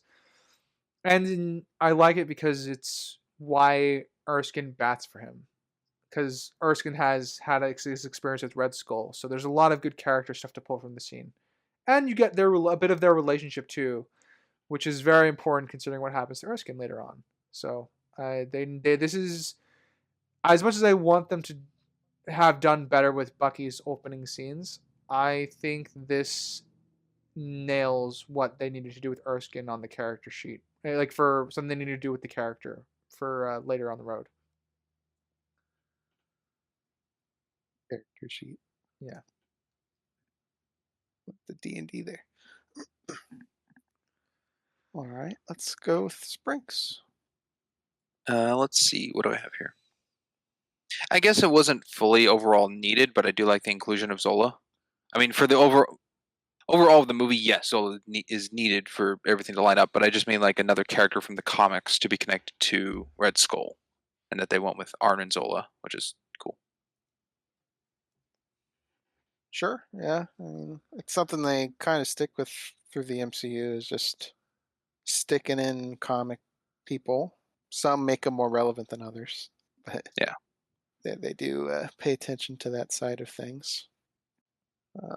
Let's go. Oh, actually, so I had a little blurb on here where I was wondering why the experiment was in Brooklyn. That and if that was just coincidence or what. He gave the reason that he needed the power grid. I guess is that sufficient enough of why it just happens to be in Steve's neighborhood? It lines up the need of Howard for the power control, everything. It lines up the corporal, or no, not corporal, colonel to be present because it's in home turf and close to DC, I guess. Lines up where the boot camp is kind of located. I think it's just like the point of all these things to line up. I think Howard's at the bottom of need. He could just travel anywhere. I mean, he goes to London with them, but I think for the sake of keeping things close to DC, it lines up. What do you think, Ryder? It works. I don't have any issue with it. I better Brooklyn than Manhattan. Is kind of how I Better than Chicago. Yeah, like I say, Brooklyn's smaller than Manhattan and Chicago, so you're disrupting theoretically less people for a few minutes on that particular power grid. Because the idea is not that it's going to short out everybody's lights for the next. But the idea is that, like Howard Stark says, we may dim all the lights in Brooklyn, but it's not going to crash the power grid. It's just going to dim everybody's lights for a few seconds. You know. Okay. So I'm fine with it where it is. I don't really have an issue with both its proximity and everything else. It's a bit of a movie moment that's connected directly to Steve Rogers, but it's not. I don't have that much of an issue with it. Just keeping everything close to home.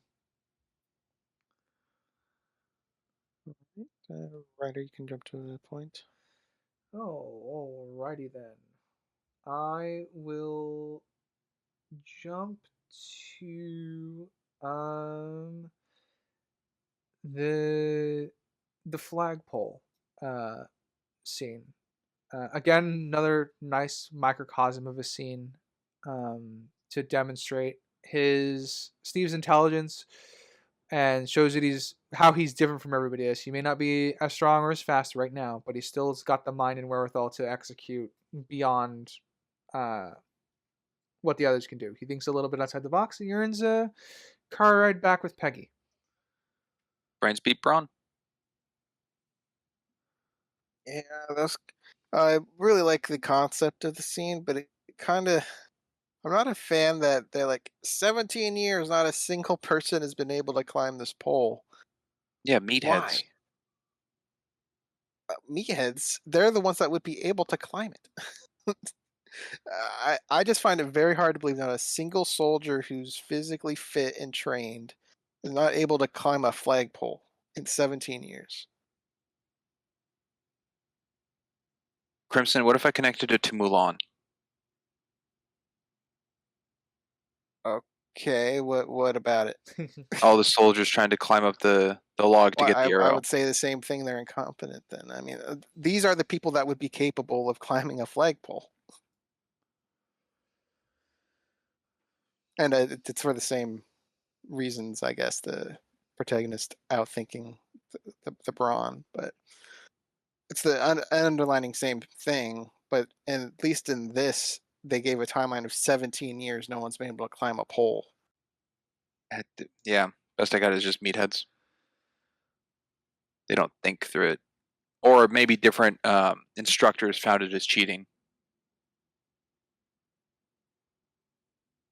I think that gets into reading into things that isn't stated. He kind of treats it as it's like a tradition thing.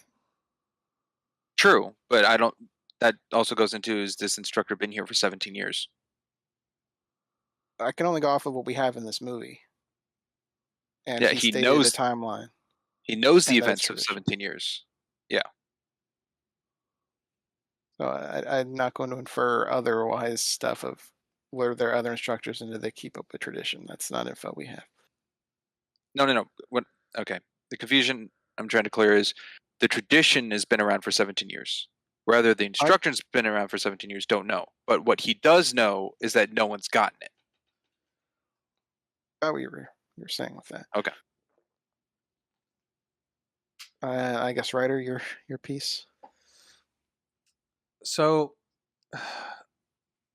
I'm trying to think if I've ever met any military men who climbed a flagpole. Just because I know I've met a lot of military personnel in my life. So I've been going. I guess anecdotal. Trying to think if I can think of an example. It's not. I don't think it's a typical thing that they would ask of their trainees overall. Obviously, this is relevant information to what we're talking about. But I was just trying to think if I had any like familiar stories, because in my head, a flagpole is not easy to climb without your gear and stuff like that, because your gear was what would allow you to have friction when you try to climb it up. Because otherwise, you're just gonna slide down with your skin and stuff like that. So by the nature of the test, I think a lot of it you have to think unorthodoxly around it. As for everything else that's been brought up, my thoughts are it's convenient that no one else thought of the solution, because as much as I love Steve Rogers, this is a fairly simple solution. I think there would have been others in those 17 years to have figured it out. That's probably where I draw my sake of convenience from, more so than the quote unquote meatheads who can't climb it. All right then. Yeah, I guess at the end of that, I'm still at my position. Let's go with a Springs point. I guess right after the pole scene, you got the grenade sacrifice scene. I think is also very good. Yes. One of my Yes. favorite bits about this scene that I noticed on a rewatch a while ago, not in my rewatch for the podcast, but in a rewatch a while ago, is that the only other person that goes for the grenade to jump on it is Peggy. So Yeah. She doesn't go towards it. yeah, so one of those things that I really appreciated on I guess their watches, that kind of shows one of the reasons why they're connecting with each other so much is the sacrifices that they're both willing to make. And Peggy would have jumped on that grenade if Steve wasn't there. So I agree. Yeah. This is also the second line delivery of "Is this a test?" which I just want to point out. Mm-hmm. Boy, would He's still the skinny. demonstration not be as good if no one else jumped or someone else did jump. Like a no-named guy who also has heart. Yeah. But they all ran Again, away. it's a convenient thing to show off how Steve is different from everybody else. Mhm. Yeah. Yeah, it certainly wouldn't be Hodge jumping on the grenade. Hodge is hiding behind He a was jeep. old. Yeah. All right. Yeah, and I believe how's Hodge is actually from the comics. I wouldn't be surprised. Character. He probably turns into a villain or something. That seems to be a path that a lot of comic characters take, is they turn into something at some point in some version. I was thinking about Maybe I kind of wanted to Hodge to come back. I kind of in a way I wanted him to come back, but I also I wanted him to die saving Steve Rogers at some point in the movie. If I were to give this movie a couple tweaks, that would be one of the changes I make. So because he kind of just disappears from the film at a certain point. I think is his last appearance just Steve walking up saving the 107th? I think so. Is that his last scene? Yeah. Of him in the tent. Yeah.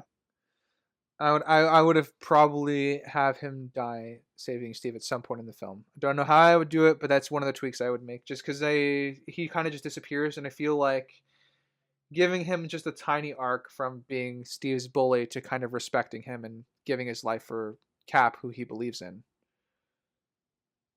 would be If a he was nice on little the thing. Hydra base raid or something. Yeah, a Hydra base raid. Yeah, that'd be nice. There was opportunity to throw him into something. All right, how are your Act 1 notes looking? Still a few left? We'll few. start skimming. But looking low. All right, Sprinks, you can go. Let's see. The backstory of Johann Schmidt, of the retelling that Erskine's telling Steve. There's a part of it where, towards the end, he says, where do I have it? That the serum wasn't ready. And that's the line of Erskine saying that line right after the kind of like shakes that Schmidt's having on the table and the fire round. But after the line, it like for a split second cuts back to Schmidt still screaming, and I just feel like I think that's not needed. Huh. I mean, I guess not. I thought your complaint about it was it's kind of cheesy with how the rest of the movie is kind of depicted. Because that's kind of my vibes off of it. It's kind of like a cheesy little montage. All the It's not that flashy it's colors yeah, and it's stuff. not that it's unprompted because I do think it's naturally prompted as terms of Erskine explaining to Steve who Schmidt was, but yeah, it's definitely an oddly filmed bit of the movie. Yes, but it does fit more with the tone of this film comparatively to the odd, I guess, I don't even know, montage, but whatever the heck that dream walking test editing Sam Raimi vibe thing in Multiverse of Madness was. Oh yeah, you're not gonna hear me push back on anything that's gonna bring down Multiverse of Madness. Oh, with Mordo. Yeah, I agree. Yeah, I guess if you're comparing stuff, but in It's isolation, I don't think it really fits this movie's tone very well. yeah. If I had a coin of something with Hugo Weaving that's oddly filmed, where he's at the forefront of the camera with really faded and moving backgrounds, I'd have 2 coins. Still weird that it happened twice. 2 coins. Uh, all right. Right? Did you find anything in? I've got plenty.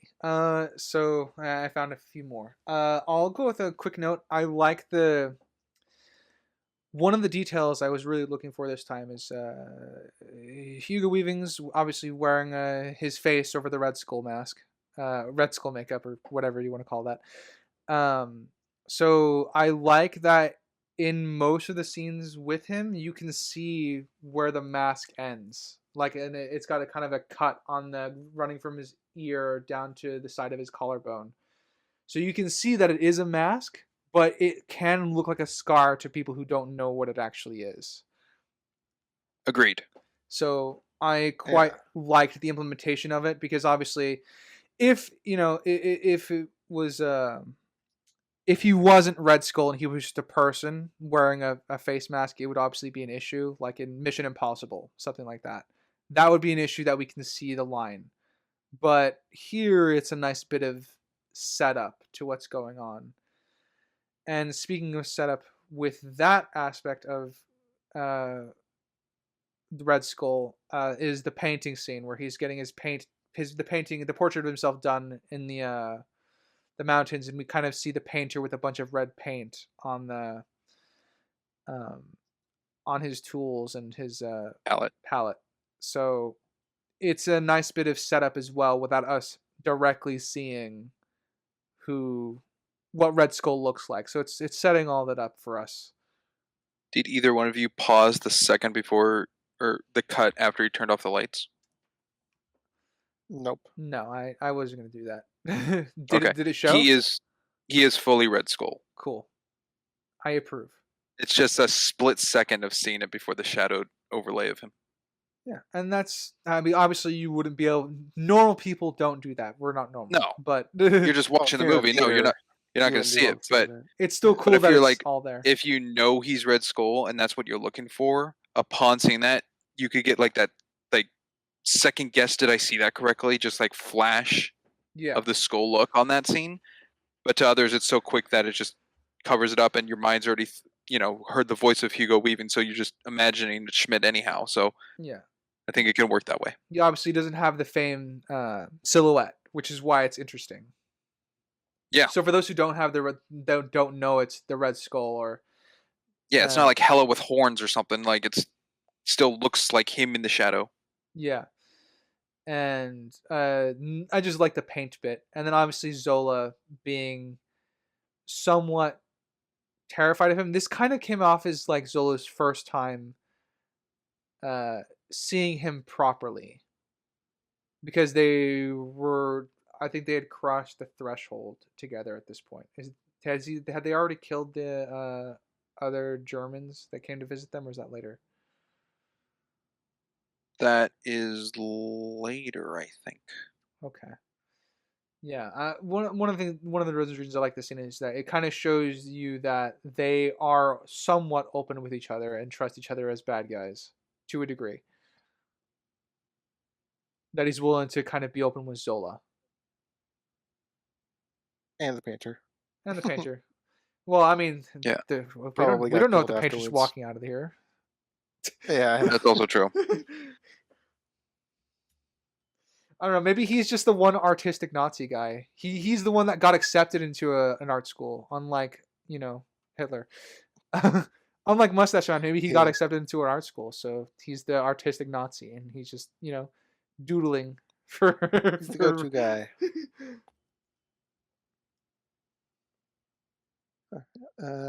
Sprinks. Yes. I had something. Hang on. I really do like the transformation scene of small Steve turning into big Steve, of the tense excitement of all the actors in the scene awaiting something, much like the audience awaiting the transformation to see. So everyone's curious on the finalization, I guess, the conclusion of what it's going to be. The engaging music, wonderfully done by Alan Silvestri. I think he did very well with this whole score in the movie. Building it up to it, the whole retrofuturism of the 1940s playing into it, of the Howard Stark and the things that they think are possible for the sci-fi elements of the time. And then upon the reveal, the theme of Captain America play into like the what's the word, Gravas, or the Gravitas? hopeful gravitas, yeah, the celebration part of awe to occur. I think it just all flowed very well with the bass. Yeah, I mean, yeah, I think that's an act 2 thing. I'll see that for later.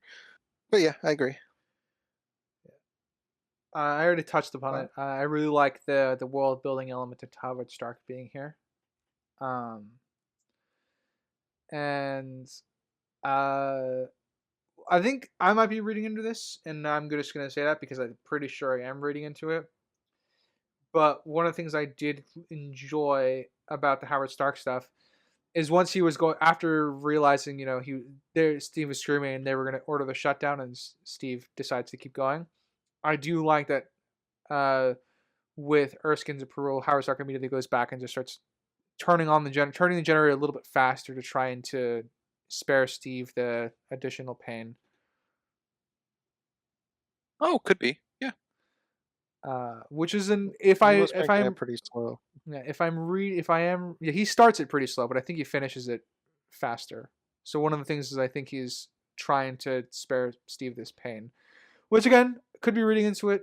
Don't know. I fully accept that I might be reading into that one. Possibly. It's yeah, but again, good character bits. With Peggy coming out to tell them to stop because she's worried. She probably found him cute during the car ride over. It's kind of implied that with him not being able to talk to girls at all, and she probably respects him after the grenade incident quite a bit. Yeah, I definitely think something's happening at this point. Yeah. I agree. So with the spy guy, did he have 3 lighters or 1 all-purpose lighter? Because that lighter triggered 2 separate bombs and turned on the sub or opened the door, whatever. I think one all-purpose.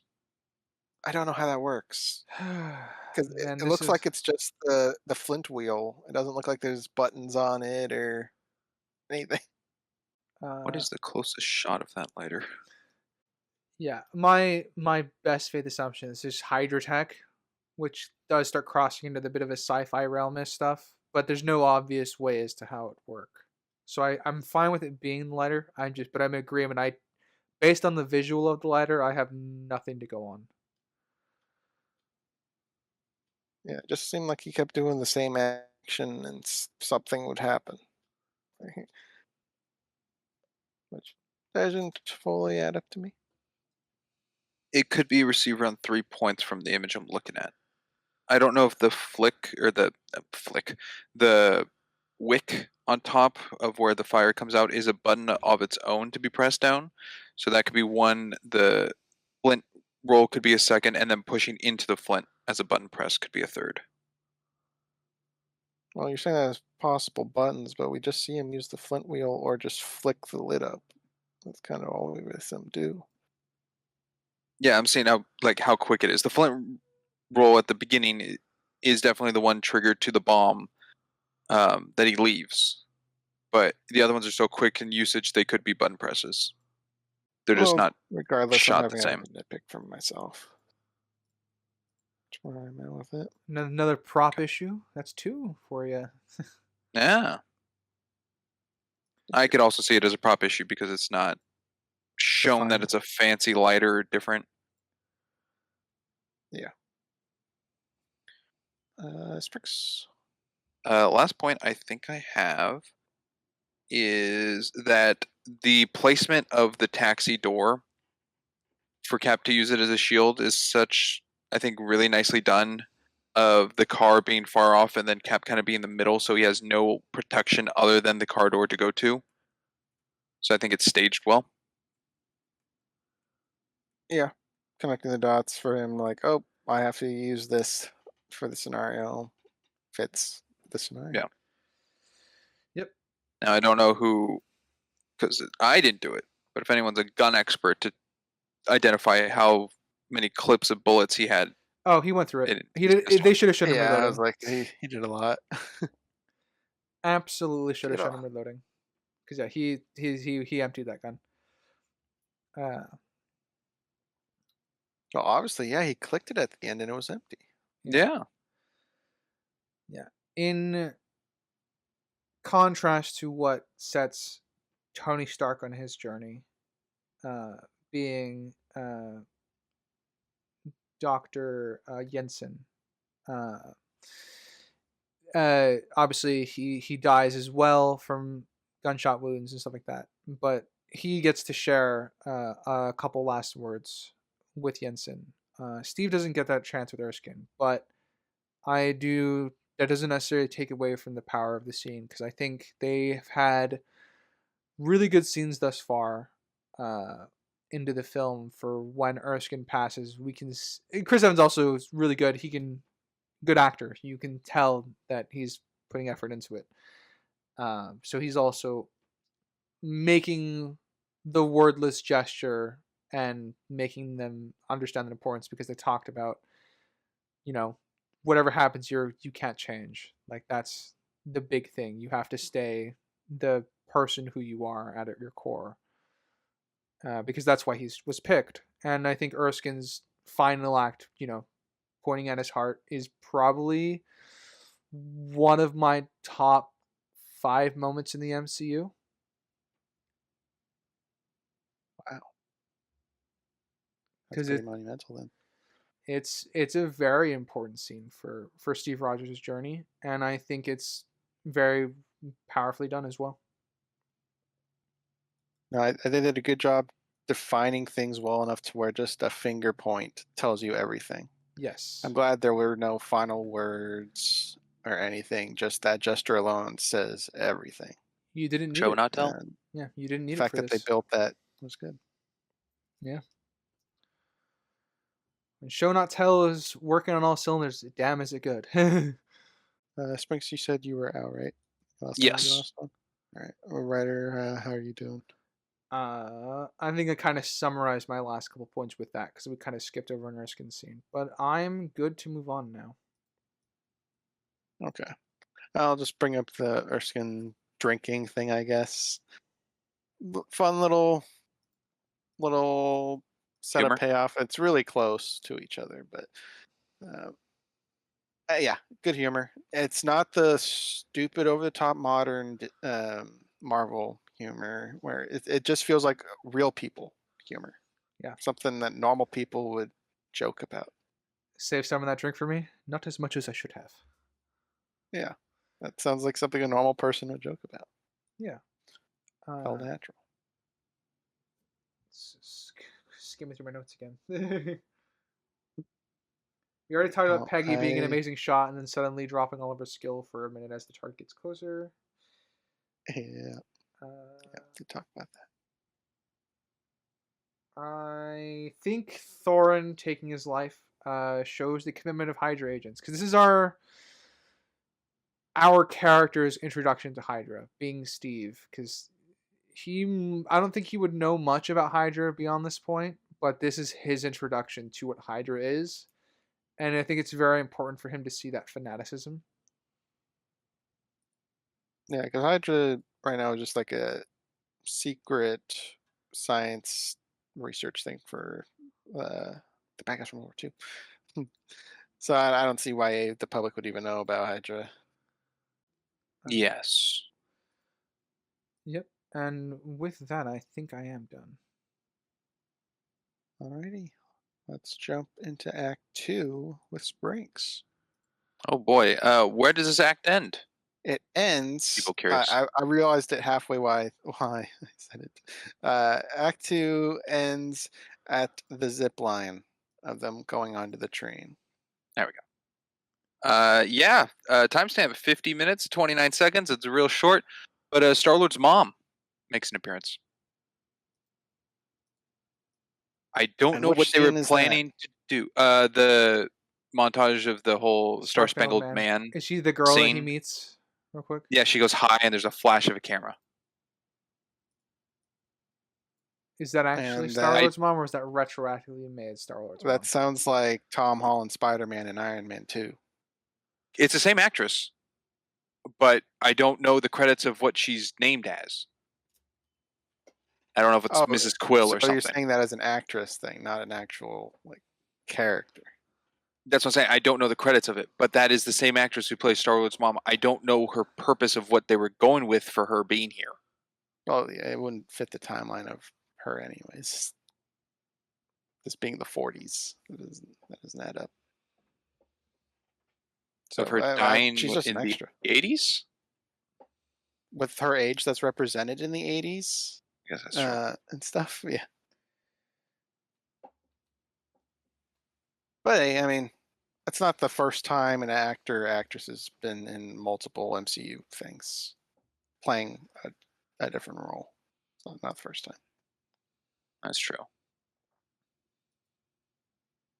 Rudder. One of the details I like when Schmidt is greeting the villains from World War II sent by the Mustache Man to rein in Schmidt because he hasn't been delivering any rifles. We get a bit of world building into how he's kind of fallen out of favor with Mustache Man and how his deployment into the Alps is exile from his point of view. And that's kind of in a microcosm with a lot of what that particular fascist government did, is that Hitler it doesn't matter. Hitler pitted a lot of his top brass against one another to play off each other, and whoever's left is going to be the most loyal kind of idea. And I think it's kind of interesting that he took exile rather than take part of that, which obviously he's had his own brand of insanity, but it's interesting that while he is feuding with the Nazi hierarchy, he is determined to remain removed from it. Because he's obviously, I think he wants to focus on his scientific / world-ending endeavors. Well, he did just say that in the eyes of the Fuhrer, he isn't the perfect Aryan or whatever. I forgot the exact lines he said. But he doesn't fix Hitler's perfect version of an Aryan future or something like that. Yeah. That could just be a one-off statement just to get the guys off his back, or if it's something he really means, don't know. But yeah, but it's a nice little bit of world building. The other part of the scene I really like is when Schmidt is going to quote unquote give them a demonstration. Zola picks up on what's going on. You can see that there's a shot of Zola looking really uncomfortable as Schmidt's turning on all the weaponry and stuff to power it up. Because Zola, I think, figured out immediately what Schmidt was going to do. Yeah, and once Schmidt's counting them, it's funny how oblivious these guys are. Yeah. In the demonstration, there's no target. There's nothing else to shoot at. Yeah. It's fine that Zola picked it up so quick. Well, he starts powering the weapon up, and that's when Zola starts getting uncomfortable because he doesn't know what's going on. But as he's listening to Schmidt talk, he probably figured it out. Oh yeah.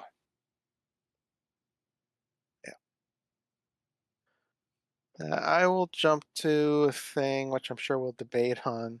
Is Carter getting Howard involved in flying over the enemy lines for Steve?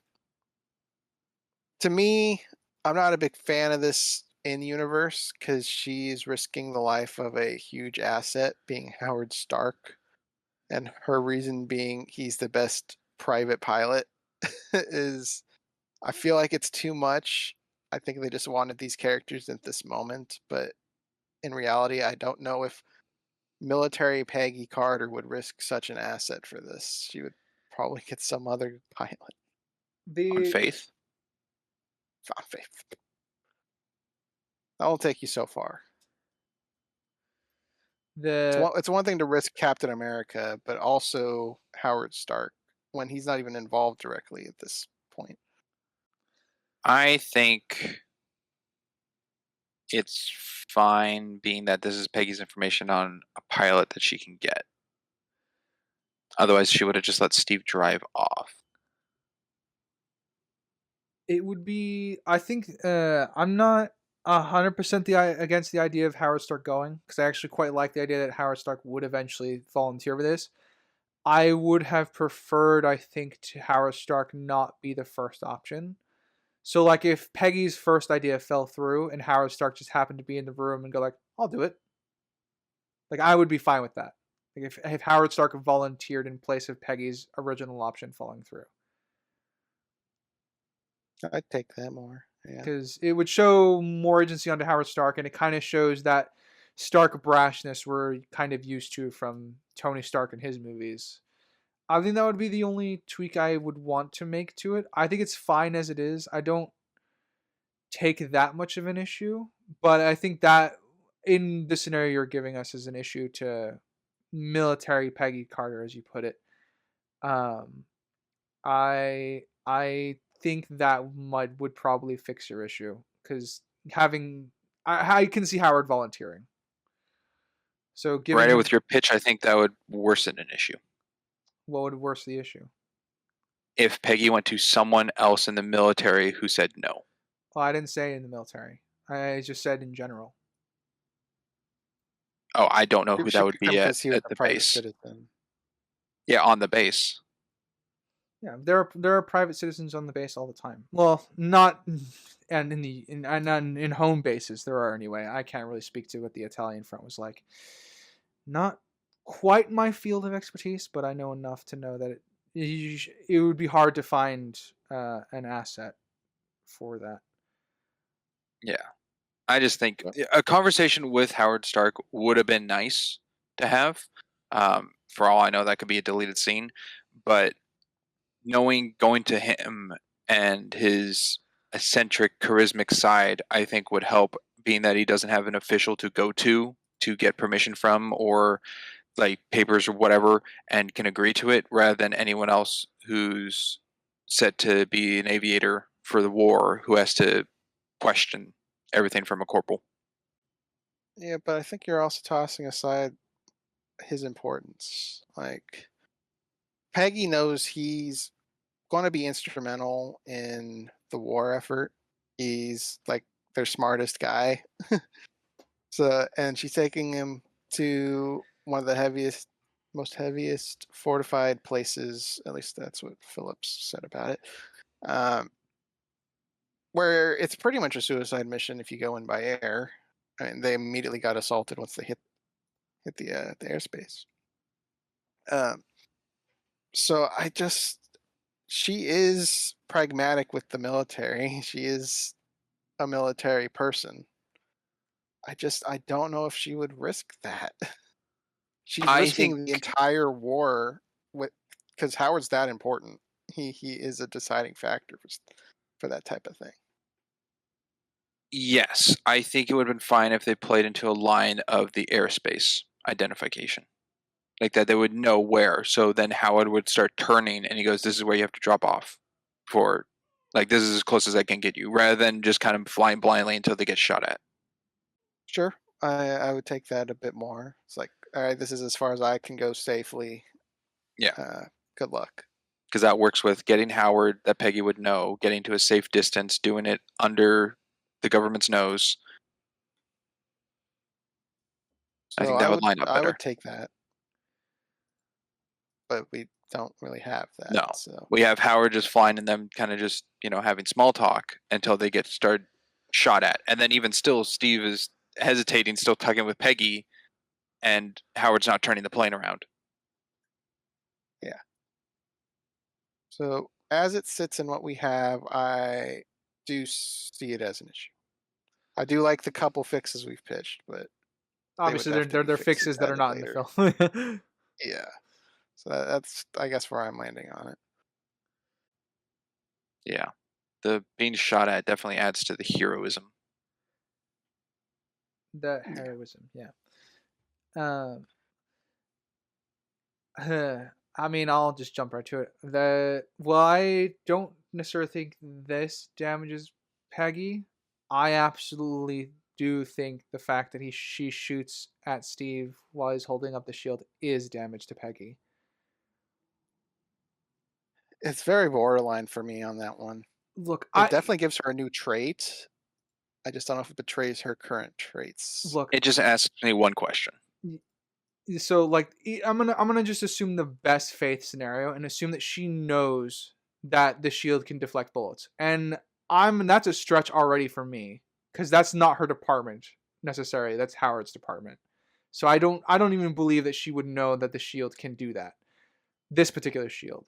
That being said, even if she did do that, this is a blatant disregard for military protocol inside of a Fire weapon bunker. in there. Yeah. And she wouldn't. So I take this to me is the most damaging thing that Peggy Carter does in the film. And don't get me wrong, I still subjectively love the scene because I quite like. Shockingly enough, I am a fan of the femme fatale kind of bit, and this does add a little bit of that into her character. But I really think it hurts her intelligence. She's emotionally I think compromised. we're jumping. My one question is if she knows what the shield is, which could be played into her and Howard would have, a talk on the way back to base to land the plane, which conversation could be there or anywhere else. Like I said, one of my potential fixes is also related to that. Is that she finds out that Peggy knew the shield was bulletproof, and they kind of tease each other about it. So it'd be a quick passing flirt at later on in the film. Yes, I think that works totally better, and that's where I'm leaning, that she knows the shield, knowing that Steve would be safe from it, but give him a scare with how the reaction to he got sexually assaulted with, versus if she did know and took the 50-50 gamble that the bullet could hit Steve, that being super serum, he'll live through it, he'll just be injured, but that seems a little more risk of like, oh, you kissed another woman and we're not official, and out of jealousy, I'm going to shoot you. Yeah, like I said, there's a lot here at work that I don't like for Peggy, because Peggy never struck me as petty, and that's kind of, you said it adds on a character trait, Crimson. That's kind of what it comes across to me as a little bit. She's petty because she had this view of Steve being like this perfect gentleman guy, and then it didn't pan out in that instance. Unlucky timing. Oh yeah, it was instant. It's definitely a movie moment. And mind you, I find it hard for anybody to turn down Natalie Dormer, but it's just very convenient how that played out. So I don't even like the setup to this all that much. And yeah, I did enjoy the joke, but I feel it damages Peggy too much. That's where I'm at with it. We don't know that she knows it's bulletproof. We're just kind of assuming that. I mean, it was under a table and described as a prototype. So I don't really know why she would necessarily know without it being explicitly stated or a line stated, anything like that. It's just, I don't see the evidence to put that in there. Yeah, like I said, it's definitely my best faith interpretation of Reed. The problem is I have nothing to go on for that, with it, because obviously it makes it better that she knows that the shield can protect him. That's like integrally important to Peggy's intelligence. And given that if that were true, they would need to fix this somehow with a quick line between either her or Howard, or Steve realizing, oh, is that why you were okay with shooting me? Yeah, you kissed another woman in front of me. Make some kind of like teasing flirt that passes between them over that later on, which is kind of what I would do with it, I guess.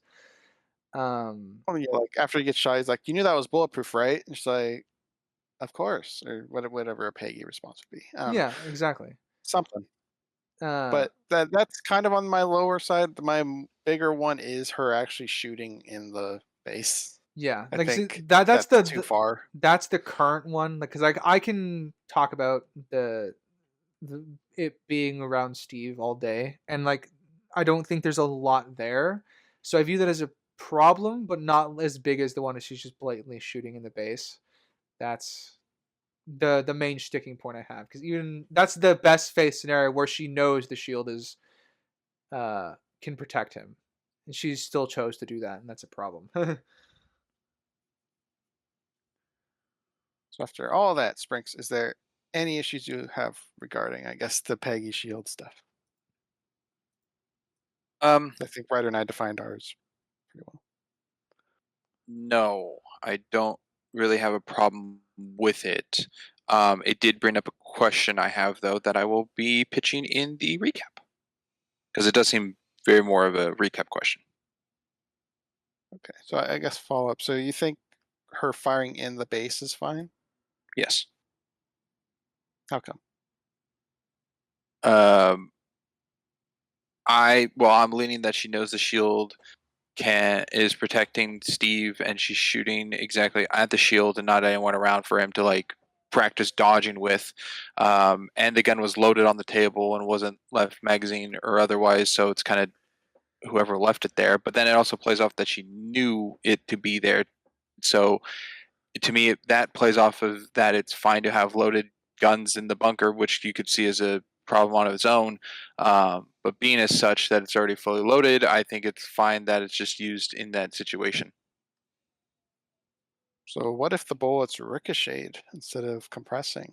Because the shield eats up energy, so the bullets wouldn't just flatten on its surface, it would follow the flow of the shield, theoretically. So it would have directed to the left and right of the shield and not just drop flat because it's not a flat surface. And then it's actually risk to others. And we already know the Cap shield's inconsistent as a whole in the MCU, anyways. And it kind All of right. comes into play No, later in this that I'll talk about. no, you just answered that. It's a problem now. Okay. Those Which aspect did that? those bullets would have ricocheted. The shield is not like Superman; they don't just stop. Mhm. I guess with that, Sprinks, you have a point to jump to. Well, yes, I did go and check. The Laura Haddock, who plays Meredith Quill in Guardians, in this film is credited as autograph seeker, so not connected of name wise of the film. But So hey, she was at least credited. Not an true. uncredited role. I don't. Again, I just don't know the purpose of what they were going for in this film of their own. If it was hinting at something that I'm unfamiliar with of Captain America, of another love interest, and that's the hint towards kind of like if having like a Black Cat cameo in a Spider-Man movie, or Gwen Stacy when he's in a relationship with Mary Jane, something like that. But just coming back to recast Laura Haddock for Meredith Quill for the Guardians later, I think it could be a connection they're making with the future choice, which then turns this character into Meredith Quill. It doesn't fit like the age thing. Unless it's he or she's probably in her yeah, 20s. unless they're doing the thing which they did with again the Howling Commando guy, I forget, but his grandson is the principal of Peter That would Parker's have to be set school. up like that. Yeah, something like that, where this isn't Meredith Quill, this is her mom, and that's why That'd they have to look be set similar. up. We'd have to see a photo just like we did with the Spider-Man one. It's just one of those things, the choice of Marvel to recast this person for such a small role. Like, it's not like, oh, you did a lot here, we want to come you back, you to come back and do this. It's such a small thing. I don't know. It just seems like an interesting Marvel decision. Or casting choice, I guess. Was that your point, just going back to that, or did you want to go to an Act 2 thing? I can go another. Well, that was an Act 2 thing, but I'll go another thing. Somebody topic we talked about. It's interesting because I see the use of it for the propaganda usage and like the World War II aspect, but Captain America having his own comics in world is like a meta line that they crossed. For you? Yes. Doesn't break anything. But it's just very interesting that the comics the character is made off of has the comics in the world of the characters in. Well, yeah. Going forward, I remember there being Iron Man comics because of Stark in this world at some point, but I don't remember the situation that those came up in. Yes, that could be possibly different. If the comic is based off of the event of the movie, then that like just goes with the in-world like comics thing of like a little joke nod. But the comic in this one is an actual legitimate Captain America comic in our world. Yeah, I'm. So with I think their usage with that in terms of the meta works for me in the sense of what Steve Rogers is actually doing right now, because he's touring the States and making the military bonds go up for people to buy bullets for the military. So for me, it kind of tracks in the sense that that's part of the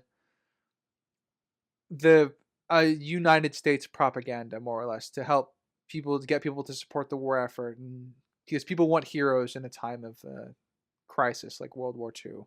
So for me, it kind of just slotted in with that. I never really saw it as an overly meta thing personally. So I cannot. But that also falls into our world's depiction of Captain America being made in the first place, because he was created in 1941 for the comics of the World War II to go along with that. Mm-hmm. Well, we don't know if the comics in this were made in 1941. This is it would be 1943 or later. World, so... Actually, it would be 1943. Yeah. So they are different in this universe because it wasn't made at that time. So maybe. They didn't get made before Captain America as a person was made. That's not how that works. But. No, my confusion here is the comic shown in the movie might not be the first issue comic of 1941, but one made in 1943. As a reissue, or what do you mean? Well, reissue would be still based on the character. Yeah. I'm just saying the one shown in the world isn't the 1941 comic, maybe. I don't know when that one was made. Mm-hmm. Yeah. I don't know. It's just a very meta whole thing, which is interesting. Mm-hmm. What do I want to go to? So we have a montage of Cap, the Howling Commandos, going around destroying Hydra bases left and right. And there's a scene of them through a forest, and Cap just turns around and hits a guy in a tree. I think that was too much. He's not established to have like super hearing or super smell to be like, oh, there's a guy up there. He wasn't even looking at the tree. I would want to keep it because I like the fact that he's leading by the front and he's taking care of his men, and there was a sniper in their back. So I want to keep something similar to this in the film, but I'm not sure what I would want to do to change it. To make like a twig break or something up there. Oh yeah, instead of it being complete silent. Yeah, it's just there's no way of giving his position away. Even when he chucks the shield, as an audience, you can't see him until he's hit. Yeah. He's well hidden. Okay. So they need simple to better show his heightened senses. Because right now we have like speed, strength, and metabolism. We don't have smell, hearing, sight. anything else. Yeah, I think it would be fine with a twig breaking. That would be more than adequate for him to fucking lob his shield up there, But considering it just focuses display back the to him. display the twig breaking that he can only hear it. I mean, if you want to keep it as a super sense, I mean, he still has super reflexes, so I could buy him Okay. being the first to react to it. Here's how I would edit the scene. So it'd be hard to do because they're all moving through the snow, but the kind of general idea I had is like he hears the twig break over like some of the Howling Commandos bickering with each other. So like have them talking and you can have their conversation fade out to him hearing the twig break as in terms of audio editing.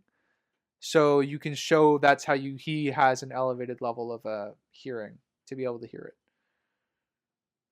I would like that if we had this scene in isolation, but it is kind of during like a montage with music and Yeah. stuff. Yeah. That, like I said, that would work in isolation. It would not work within this montage.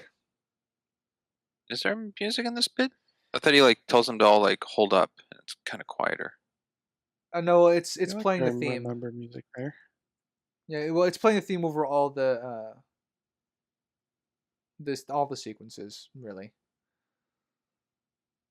I'm not 100% to claim, but I seem to remember. I mean, I remember music, but I'm not 100% confident that there's music. But regardless of music or not, that's what the whole fix thing. As it is now, I do think there needs to be a way for Cap to know the guy's there, that us as the audience can understand of him figuring something out.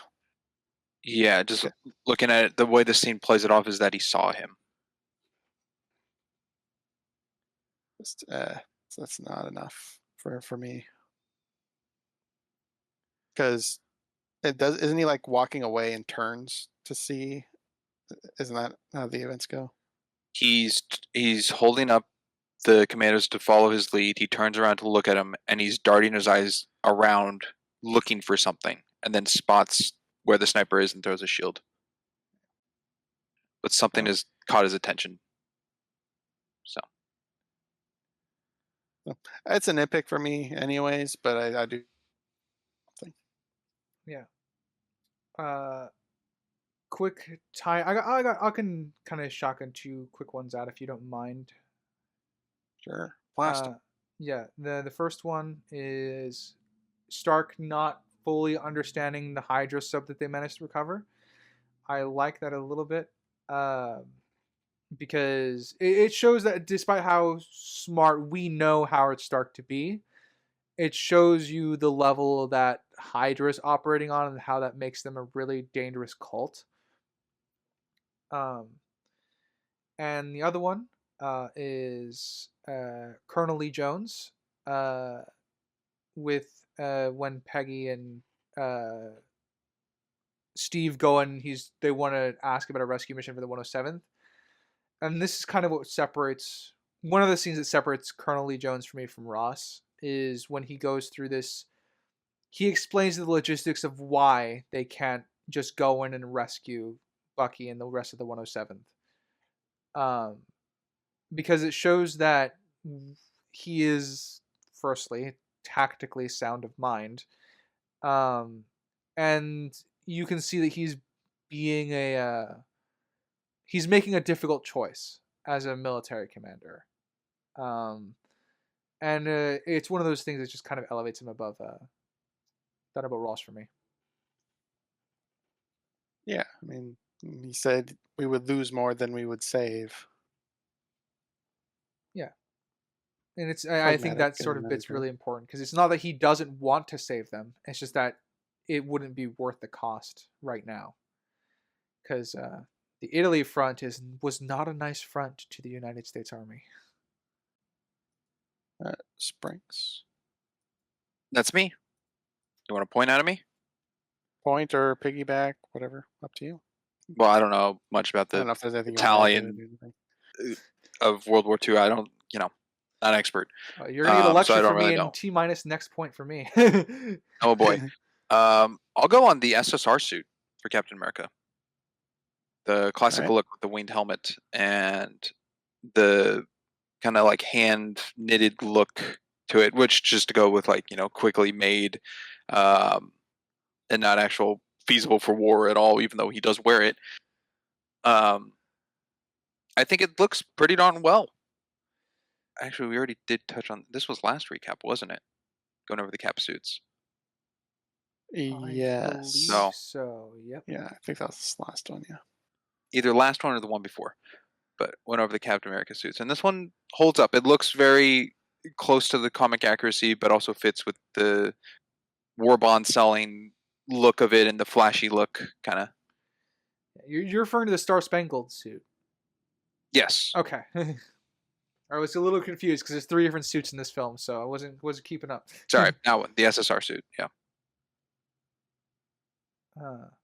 Well, yeah, because when you said SSR, I took Strategic Scientific Reserve. That's where I went. Sorry, the best one in this movie is the first Avenger suit. Yeah. Which is the one he asked Howard to make for him. Yeah, SSR which I is also don't know why he asked Howard. He's not a tailor, but yeah. Okay. Well, Steve doesn't know a tailor. He only knows a Howard. So. Yeah. Hey, Howard could tailor in his spare time. In the Marvel Avengers game, which I'm sorry to bring up for those who are like, that game sucks. I get it. I usually flip between the first Avenger suit and the Endgame suit for Cap. Nice. I don't recall what, if anything, I had equipped to Cap. Like I never finished the story you played in that game. You were Black Widow. Yeah. You probably just had Avengers 1 Black Widow. Yeah, the few times that we all played together, we kind of assigned our roles. You weren't the Hulk. Was it Sinister that was the Hulk?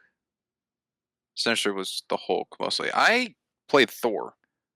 Oh. Because I liked his gameplay a lot. Yeah. Shock. I played Iron Man. Iron Man. Yeah. All right, Ryder. I'm ready for some history. Alrighty then. So it's a little throwaway line that it's gonna allow me to talk about some of my niche fun stuff about the Italian front. There's a Japanese man that one of the Howling Commandos like, do we need to rescue everybody? And he just goes, I'm from Fresno, Ace. He is probably an homage to an all Japanese American division that was deployed to Italy, and they became known as the Purple Heart Division because of all the losses they took. But they also were like the integral problem solvers. So wherever the front was the worst on the Italian front, and it would be so again for when they landed on Normandy and helped with the European front too. They were always sent to where the fighting was the worst, and the problems were where the fighting was the worst because they were the group that solved the problem.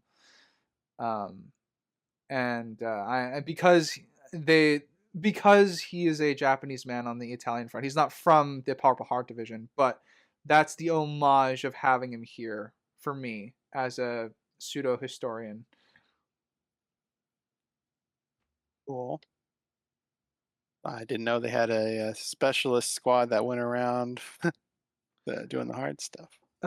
Yeah. Well, it's not that they became that by virtue of just how good that group was, because a lot of Japanese Americans face discrimination here in the States. We put them in internment camps, for God's sakes. But one of the things that they became famous for is they eventually got their own division and became known as the Purple Heart Division, and they were just very good at what they did, and so they became the specialists. That they didn't start out as that. So there you go, a little bit of history lecture. I do not know if I will retain this information. That's totally fine. I probably will. In the broad strokes, I'll probably forget the names. I'll retain the info. Spriggs, you're up. Oh boy. Let's see.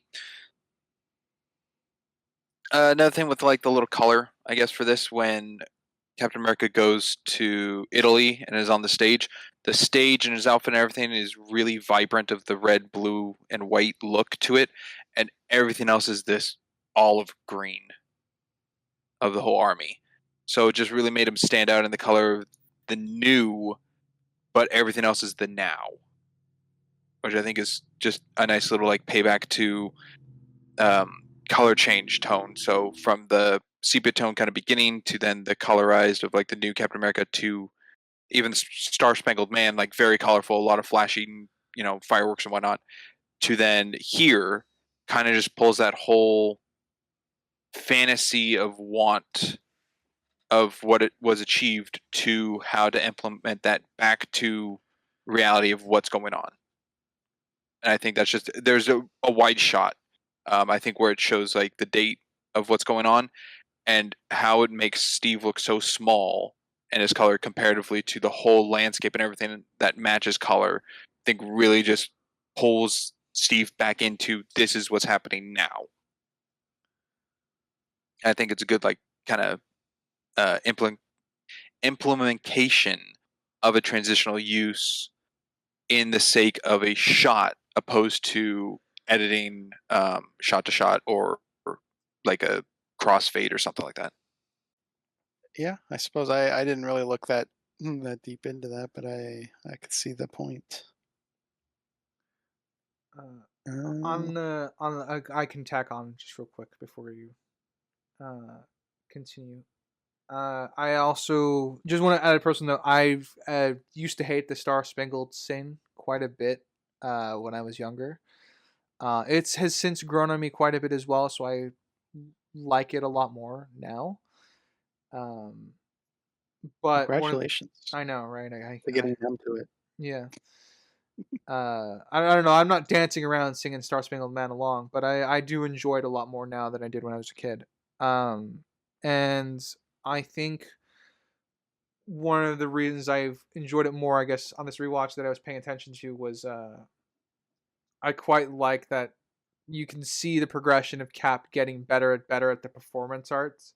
Because obviously, when he starts out very awkward, just reading from the shield, and then obviously he's just confidently stating the lines at a certain point because obviously he's done the show so many times, enough to punch Adolf Hitler 200 times. Yeah. Well, he even gets a bit proud of himself watching his commercial or movie or whatever it was. His movie. Looks good, yeah. Yeah, the newsreel isn't until he's actually out and about doing stuff. Yeah. But I interrupted you.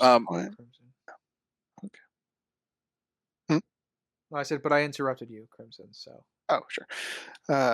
So, kind of something that bugged me, and it's just a Captain America issue in general, is he's just a guy, you just have to shoot him type deal. And when Schmidt was saying, our forces are outmatched, I'm just like, it literally just takes one goon to shoot him. And it's not even like a headshot. They're using disintegration weapons. They just have to hit him once. That is not outmatched by Steve Rogers. Now, they're all incompetent because they can't do that, but just the saying shield just gets in the outmatched way. bugged me. Because they're not really outmatched. It's just the movie's making it look that way. Yeah, I feel like a better line to say is that, all their prisoners are escaped and have weapons. That would be more than enough reason to start self-destructing than just seeing a video of one dude carving his way through like 5 people that were running up to him holding guns. Yeah. We're losing control of the facility or something. But no, Steve Rogers, we've lost control. He's taken out everybody. Okay, you and I have interpreted that scene differently then. Not the first time. For the line delivery. I see it as a kind of more tongue-in-cheek that we're outmatched situation with the camera being on Captain America's there, but it's also with the whole jailbreak of everyone going around and the whole chaos and the factories being attacked and everything. And Captain America is just the leading man for it, which is Red Skull showing Zola that.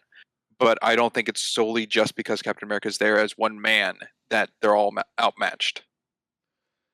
Then I would pin this on the editing because the way he looks at Cap and then delivers the line. Yes.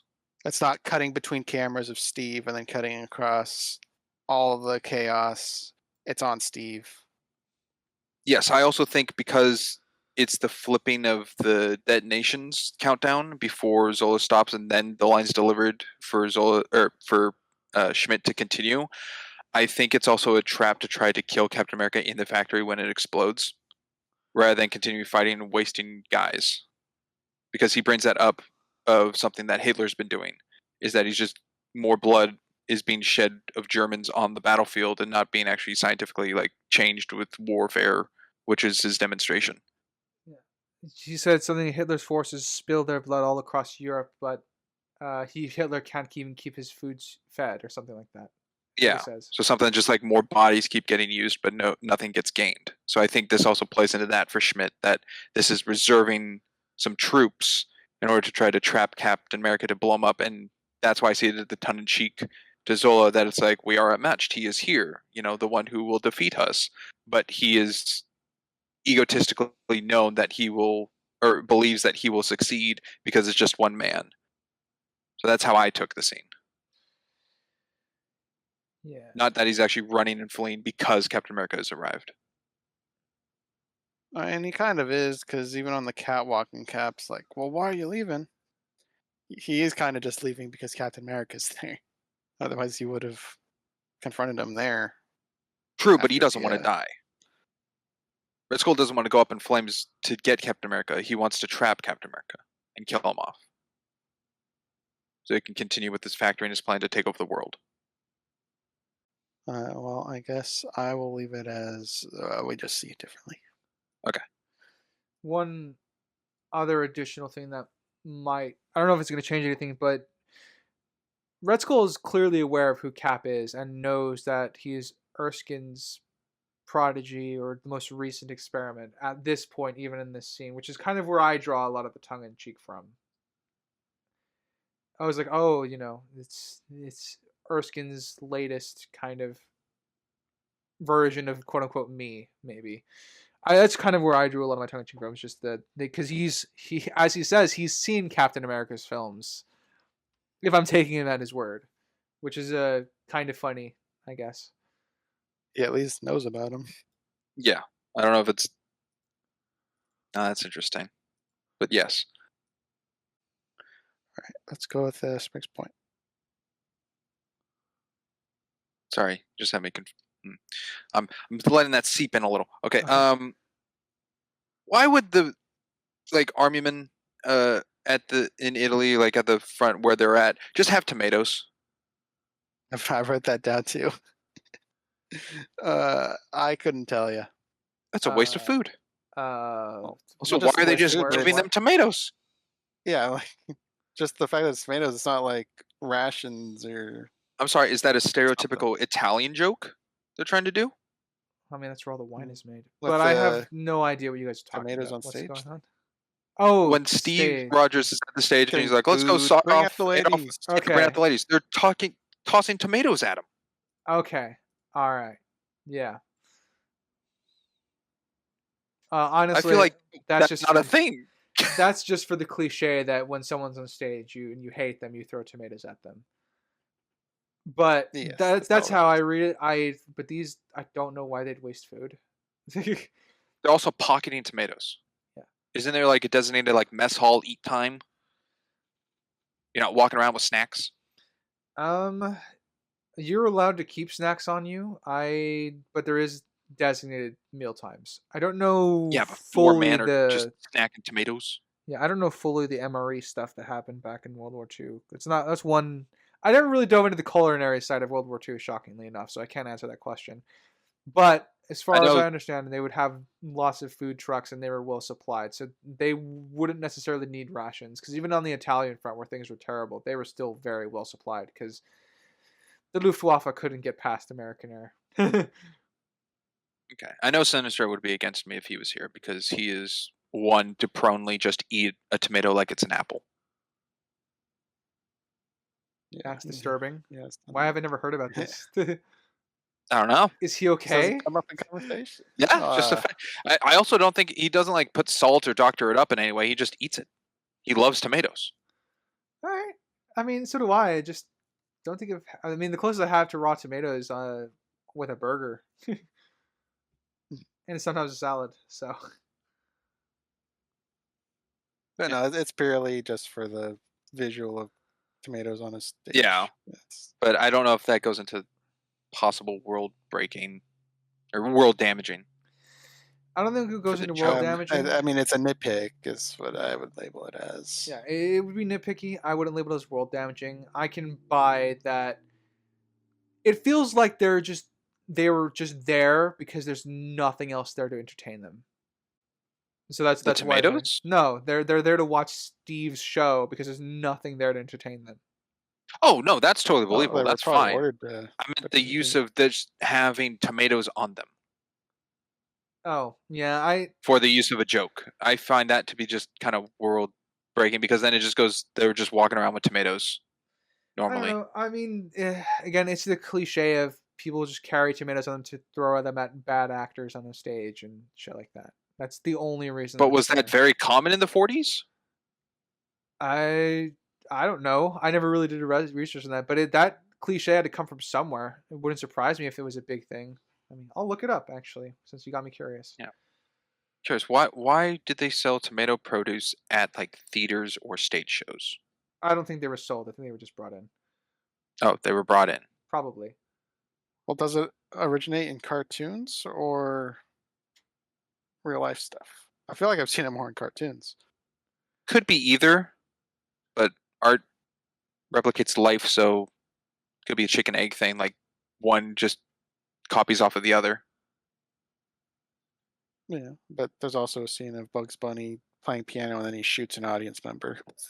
So, Well, I think that was more Wild West times, yeah, where they just opened fire with guns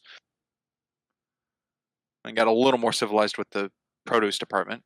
But Yeah, Rotten Tomatoes were typically used to demonstrate audience disapproval with performances. Let's see. oh, a Rotten Tomatoes history, Joe. Yeah, Interesting. funny. Is well, that? I guess It looks like it started in medieval ages, is what I'm getting from this. like throwing it at jesters and stuff. Yeah, That I would think that's make when it sense. started, which makes sense. Yeah. Didn't that happen in the Seventh Seal? Did they throw stuff at They the did stage? throw food. They did throw Yeah. food. I don't know if it was tomatoes specifically, but throwing rotten food in theater, yeah, that started in the Middle Ages. And then tomatoes just became the big thing because they're messy and soft and stink when they're rotten. And good to lob. Softball size. Yeah, exactly. Okay. All right. Yeah, I'm not. Guess it's been around for a while. Overall, I'll just have it as a nitpick. So I will talk about the shield a little bit more. And it will kind of follow the statement Ultron made about using it as a frisbee type deal. The most versatile Yeah, that's a known line. to man, and they made it use it to make a frisbee. Yeah, that's a line that's never explained in this movie. Why is the vibranium that they have turned into a shield? That is what I'm talking about. I think they failed. That needed to be explained. One of the most rare resources on the planet, according to them, even though we know there's more of it out there, is turned into a shield for Captain America that he wasn't going to give him because it was a prototype. Yeah. So I don't understand. Don't know what that would have been used for. I'm going to say I nothing. I don't know what it would be used for because I mean they're pretty light on Howard's inventions, and so I don't really necessarily. Granted, they wouldn't know about the immense versatile properties because a certain country has decided not to share the resource and knowledge of the resource or help out in any way with the fascists taking over the world because they're such a wonderful country. So I don't think they would know what to do with it, but it's strange that they have it all in one place really quickly to be a shield. Yeah, and if he's like, oh, it's a repurposed heat shield for an experimental like rocket or something. I don't know. It's not space age yet, so they couldn't even really use that. But if it was something repurposed to be a shield, it would be a little bit better. But it has the straps for him and everything. It's actually a shield.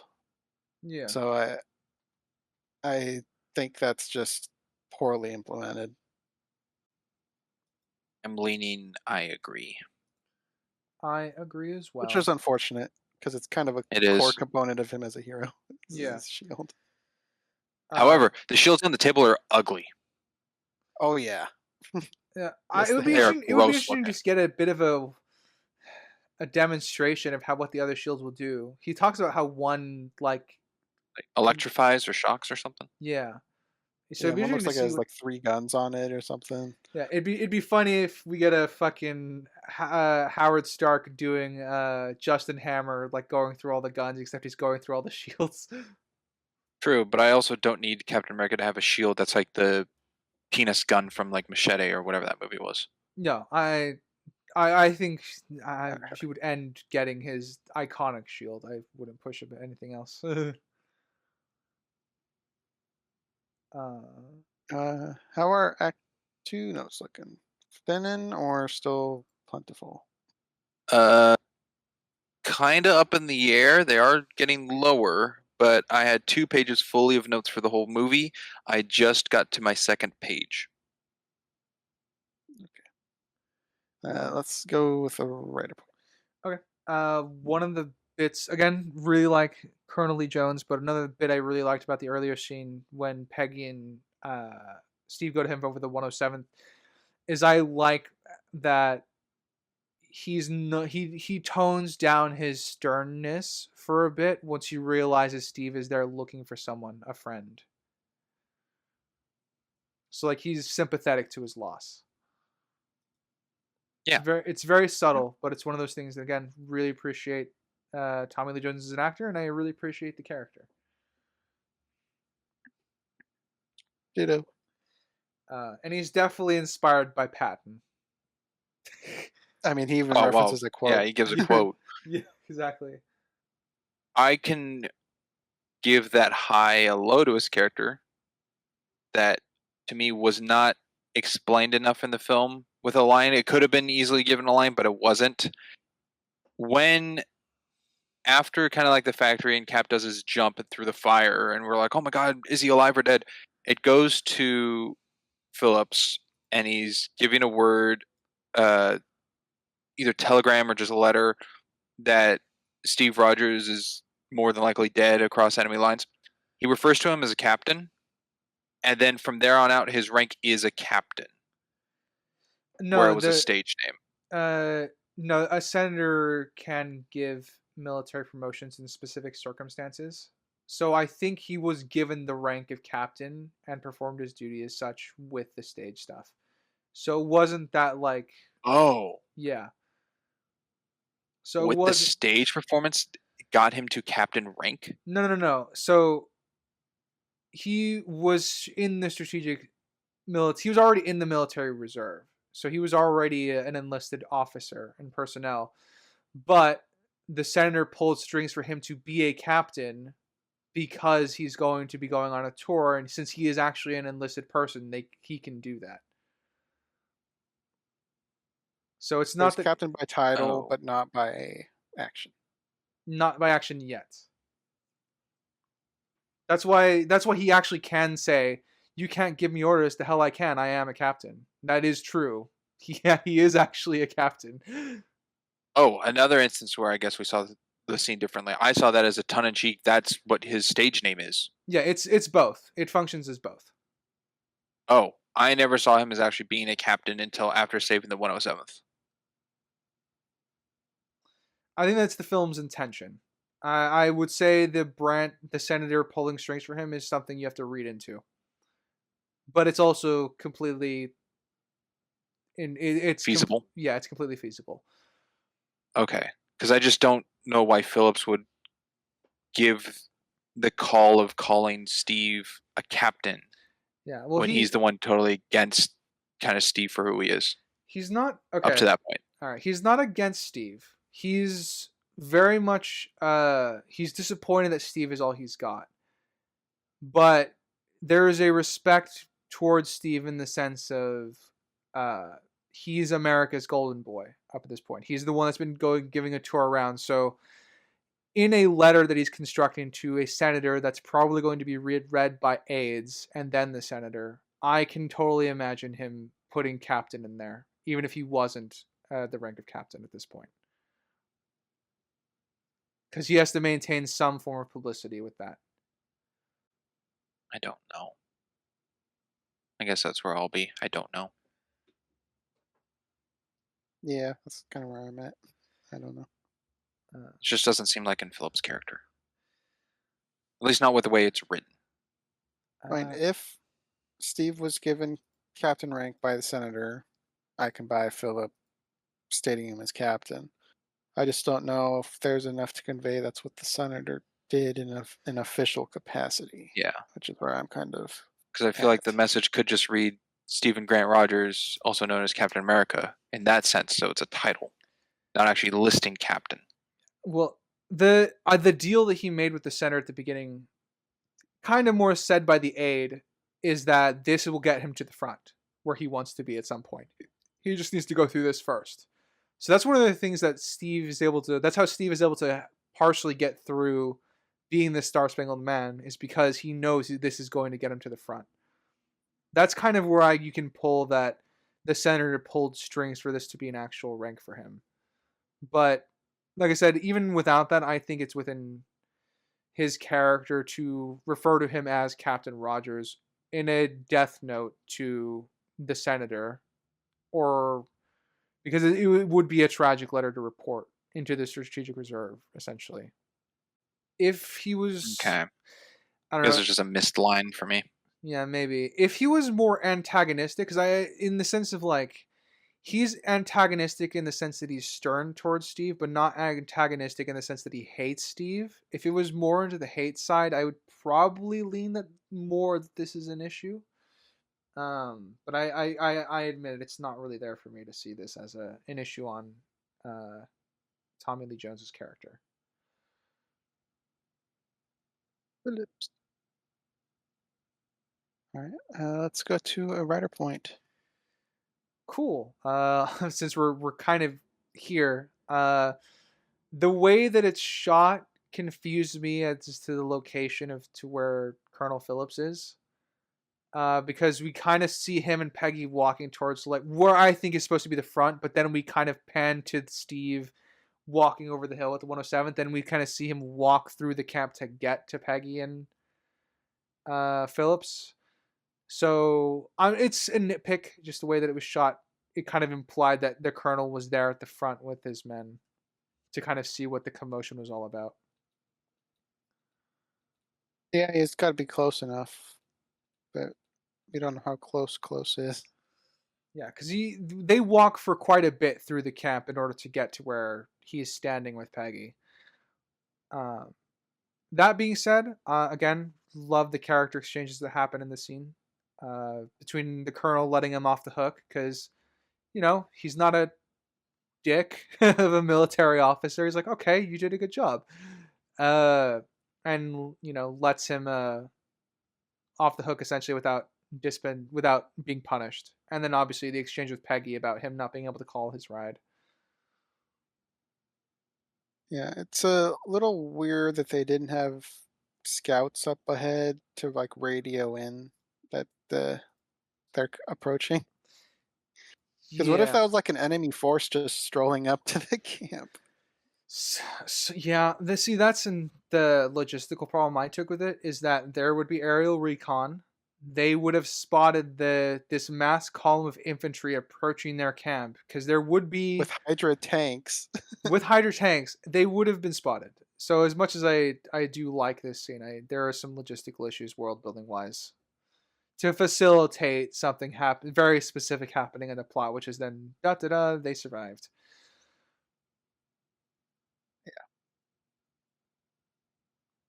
I guess anything on any of those talking points, Sprinks? You've been a little quiet. No, yeah, I'm in agreement. I don't know why they wouldn't have surveillance that far out of the base camp. Then anyone could walk in. Yeah, it's kind of a security issue. I said I do love the moment still, but I wish. Yeah, but it's a movie moment. Yeah, it's definitely a movie moment. Certainly. They could easily fix it too. Just give someone binoculars. and then call it in, and then just cut to everyone arriving to the gate, and they're at the gate already. Maybe it's a little like jumpy that they arrive so fast, but if you're playing with where their tent is to the front gate, you can play it off probably easier that way. you can play with the tension too. Like they can call out in English, "Are you friendlies?" And then they could say, yes without an accent, and they can ask, "Where are you from?" 107th. Rogers got us, and then they can walk up. Something simple like that, just because I don't imagine they would be on the same radio signals, but they could figure out their identity fairly quickly without theoretically spoiling the movie movement. Yeah, it's like it Maybe gets cutting. tricky. Yeah, cutting anything involve Cap would cut the tension of coming over the hill of the reveal. Yeah, it would be difficult to do. It dilute it. I agree. Because if they did know ahead of time, like, I don't know, half a mile up the road or something, and radioed in, then Phillips would have heard about it. And then it wouldn't be the whole walkout surprise. Oh, he's there. So they did kind of ruin the grounded reality of the situation for the moment. It's a great moment. We can all acknowledge that, but it does come at a sacrifice. Well, doesn't someone come and say to the tent, like, "Sir, come here"? Well, no, he sees all the people running, and he's like, "What's going on out there?" And then they walk out. Oh, okay. That could have been easily solved then with someone coming to the tent saying, "Sir, yeah, Colonel Phillips, come with me, please," or "Sir, you're going to want to see this." That way, that person's been informed by probably radio command that they got something. It would be better than what we have. Yeah.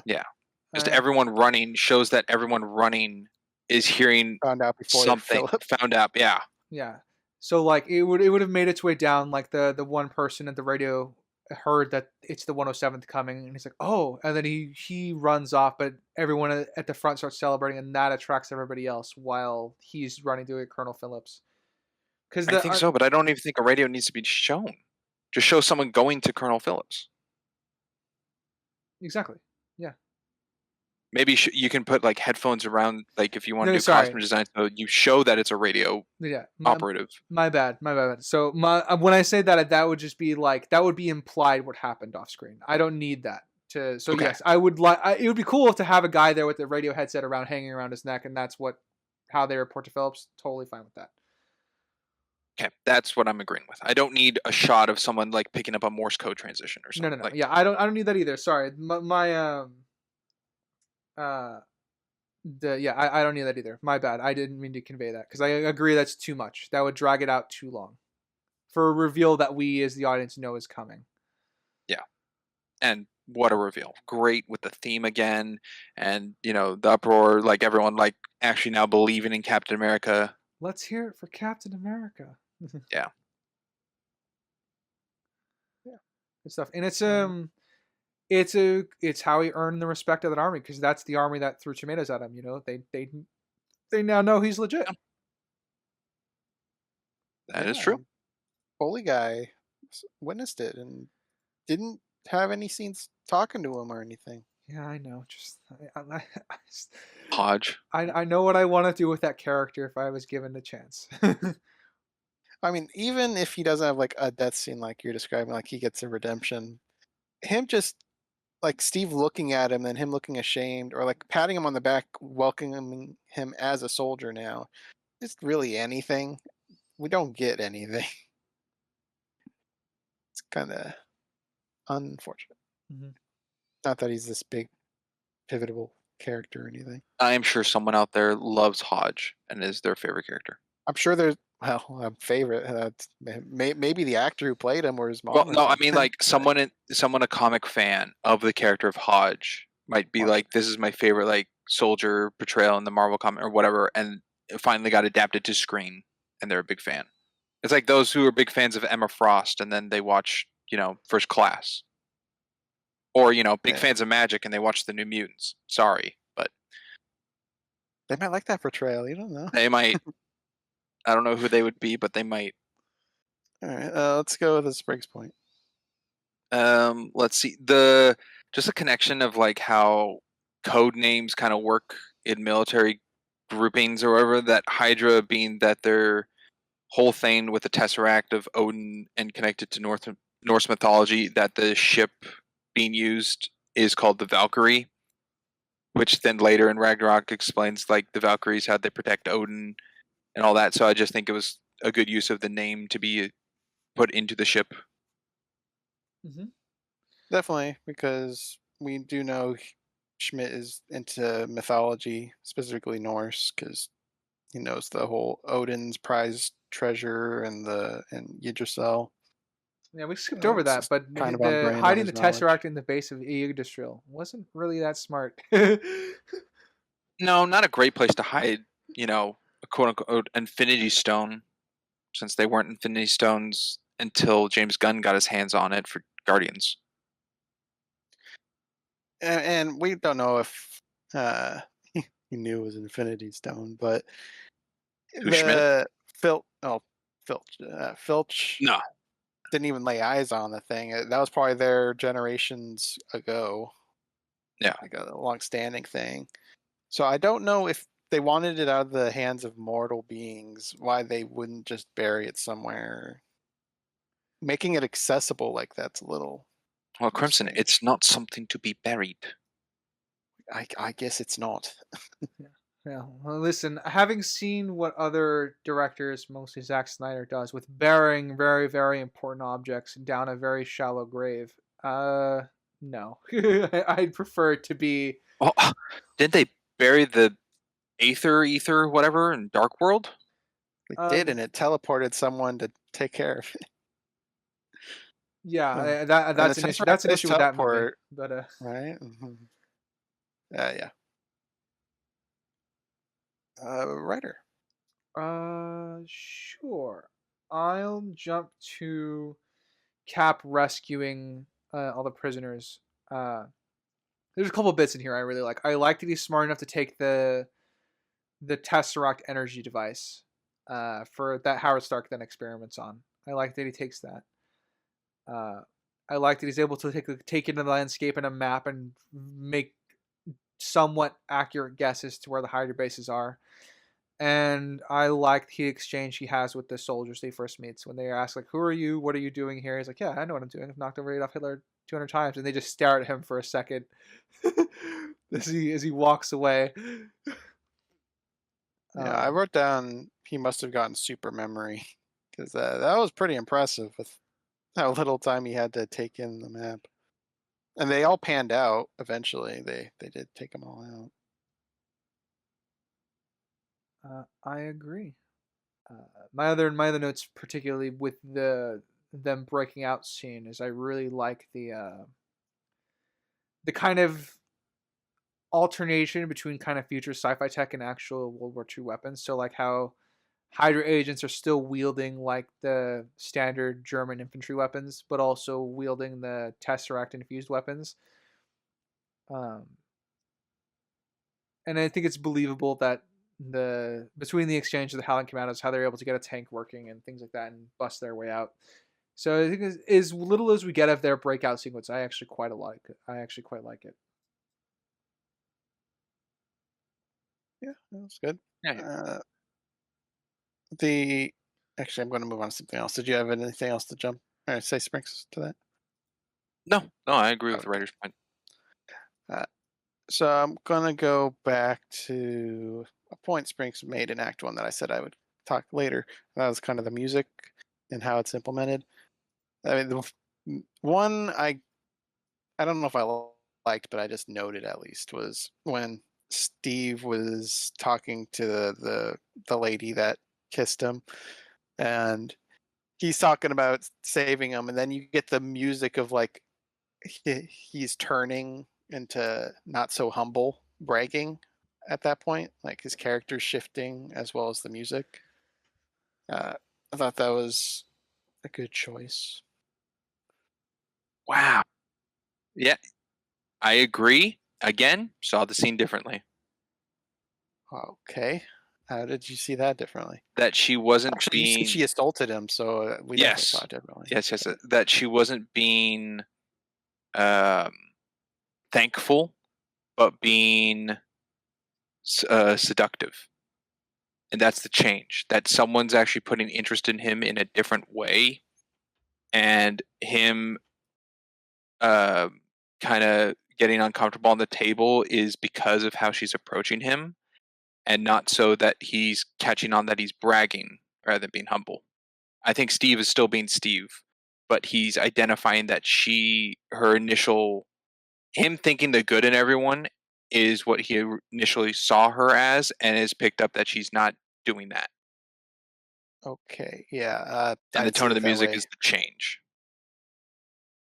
No, I definitely saw it as it was mutual. I think he got into the concept of having someone interested in him there. And Ryder. What I think of.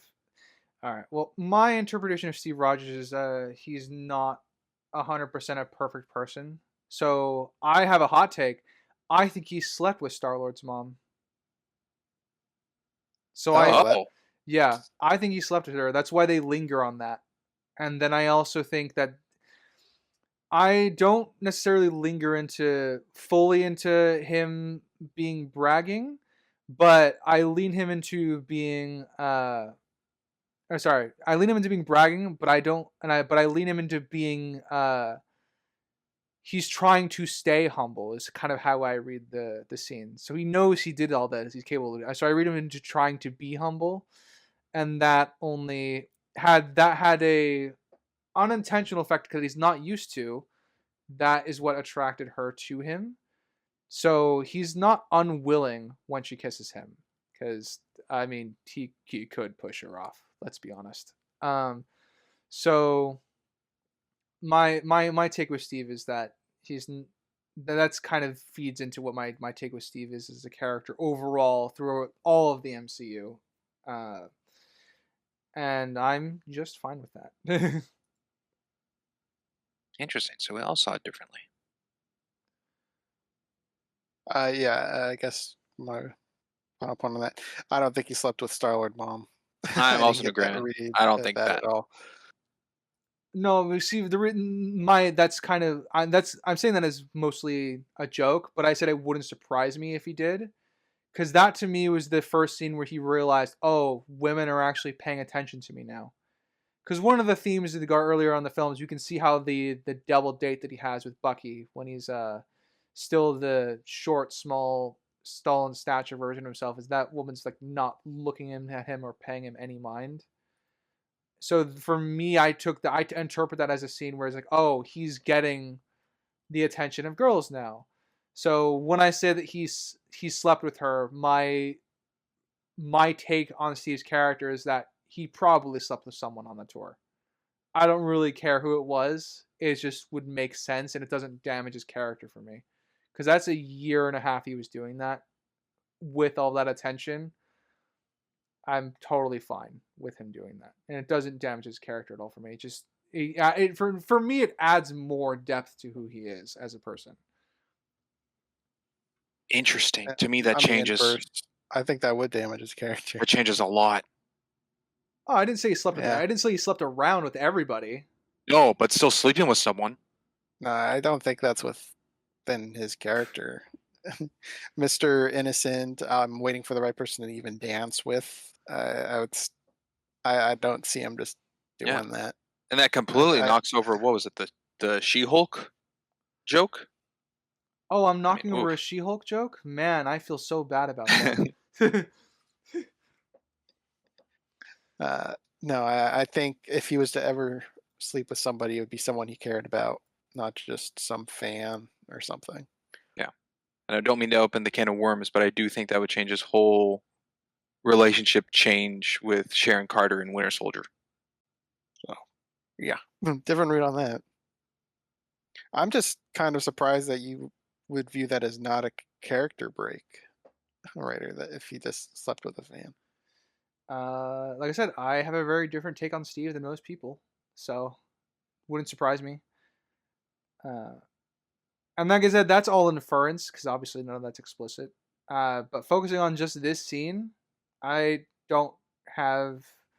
I lean towards him still getting used to women being into him, so I don't read it as I read that he gave into it. He wanted it at the end. That's why he was kind of trying not to be humble still, but realized that was not the tactic to push her away. I women's attention. I think I agree with that. All right, jump into a new topic. Ryder, where do you want to take us? Sure. Let's see. I will jump to the again. This is a quick moment. It's definitely a movie moment, but the kind of causeway that Red Skull and Steve exchange their first punches with each other on. But you get the distinct impression of, or Steve understands that he's also a super soldier with, the denting in the shield, and Zola separating them with the break. Just very movie moment, but I am a sucker. I think it looks really cool with the causeway separating them and them looking like they're still ready to go at each other's throats for a moment. And yeah, I think the fist dent in the shield is my favorite shot of the movie. It's like the way it's shot and everything, and the impact. Mm-hmm. And then obviously gotta give credit to Sebastian Stan's acting, because while I did complain about him a lot in the start, I do like him here when he's not willing to leave Steve behind. And this is more character. This might be more of a character writing thing than it is Sebastian Stan's acting, though I think he just does it fine. I do like that Bucky, even in the haggard state he isn't willing to leave his friend behind, which shows you the level of friendship that they have and stuff like that. Yes, I agree. All right, Sprinks, how's your notes looking? Getting smaller and smaller. Getting close, or you're not close yet? It's still a little hard to tell because of being popcorn. There's things been touched on, but other things that haven't. I can probably skip anything that had like a joke to it, I guess. All right, well, you can go next. Some of the Hydra guns are reused sound effects of repulsor blasts of Iron Man. It did sound like that. Yeah, especially the one asked, like, do you know how to work that thing? As it charges up a fire rather than just firing normally like the other ones. That sounds on to a Iron Man 1 repulsor blast. Does sound very accurate to it. Yeah. So I'm curious if it is a reused sound effect. Not saying the technology is the same, because they're not. It's just the editing floor sound effect added in afterwards if it's the same. Yeah, I can definitely see that it's close. I don't know definitively if it is. Right. Ryder. Sure. I wish we had more characters, more time with the Howling Commandos. Because I think as they are, most of them are just caricatures. And I realized if I were going to add 10 minutes to this film, a lot of it would be dedicated to them. I might even. Don't we only get the name of one of them? Is Dugan the only one that has a name? I think. Or do they all give their names around the table? I don't feel like they did. It was just like, "Are you in?" Yeah, it was just, "Are you in?" I mean, I feel like Hogan from Thor is more of a character than some of these commandos, which is saying a lot. That's yeah, it is. Yeah. I mean, I would agree. Yeah, I don't want more of the Warriors 3 and Sif. I do want more Howling Commandos. Yeah. I mean, comparatively, the Warriors 3 and Sif got they got more screen time than the Howling Commandos, but I'm a sucker for. They didn't use it well. They didn't use it well, but I feel like it's the same thing as like I want more I want meaningful time with the Warriors 3 and Sif, in the same way that I want more time with this, because I think the time we get with them is meaningful, but not really enough to convey them beyond just like archetypes, you know? Not meaningful in a character sense. Yeah. Yeah.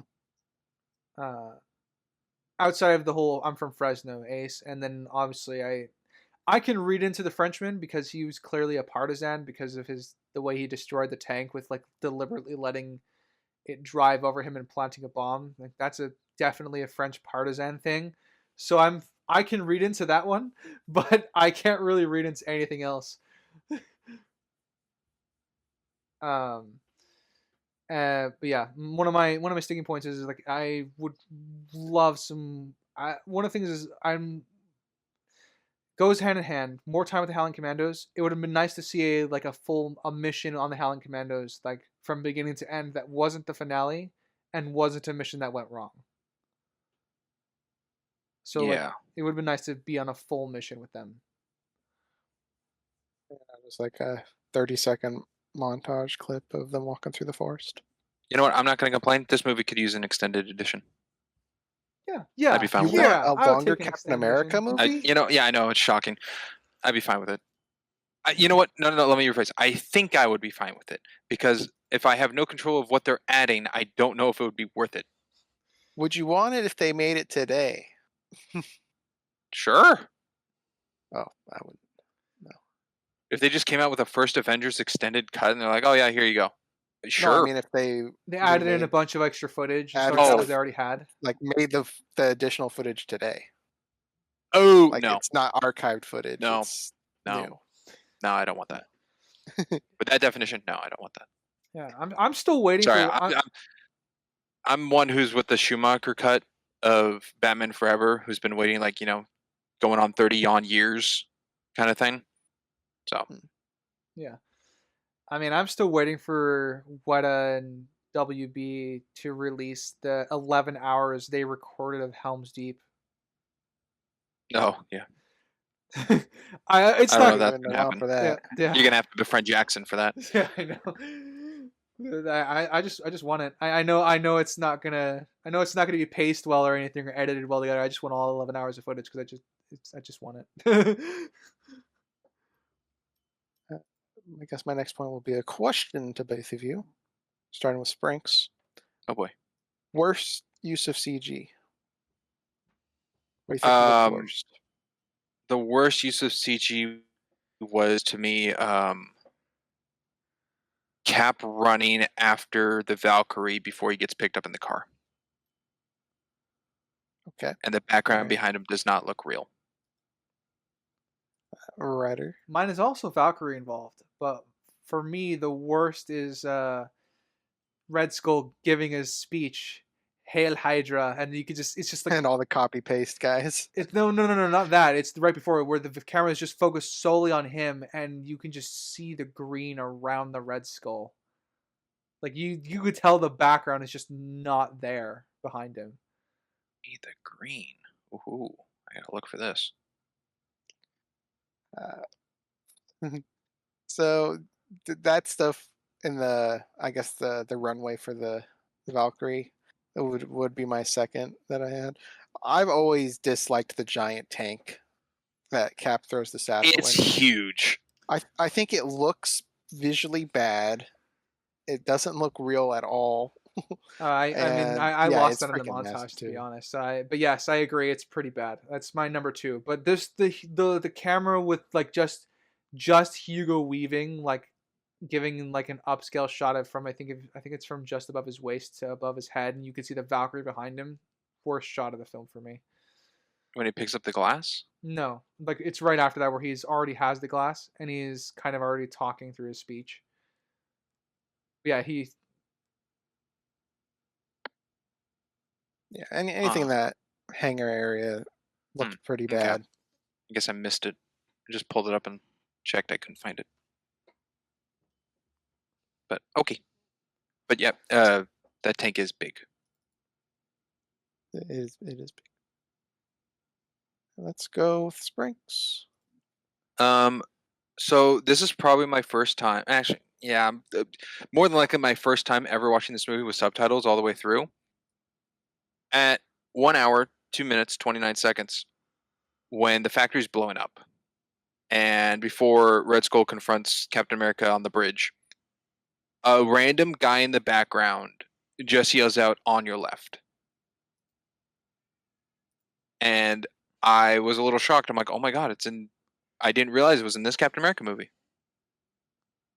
That's where Steve got it from. I don't. Maybe it's just a thrown away background line, but it's made it into the final cut of the film.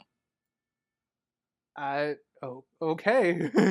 I didn't hear it, so I'll just accept that. Yeah, I mean, it's there. I'm not going to put power behind it. Like, I don't think Steve took that and used it or anything. And I don't think it was set up for anything, but it is kind of funny seeing that there. Do you want to do another one, Spring? Since you said you got a few left. I do have a couple. Well, one is writer just showed the image of he's talking about the worst For me, looking effect. To me, that looks okay. Okay. Like I said, I think anything in this like hangar area looks horrible. So I can agree the hangar is way too fucking big. I don't understand how big, why it's so big. it feels The like they mount, we hollowed see out the the whole outside of the mountain. mountain and everything. It's huge. It feels like they hollowed out the whole goddamn mountain for that, and it's Yeah. yes, I don't care if they have Hydra tech. it's That would really- still take years. No. It would take forever. It really makes me believe that this whole thing is underneath a church. okay. But Cut. That's What a reference for any Resident Evil 6 fans who yeah, pay attention to me playing out of nowhere. Anyways, yeah. No one's gonna pay attention to us. What are you playing talking on about? our own.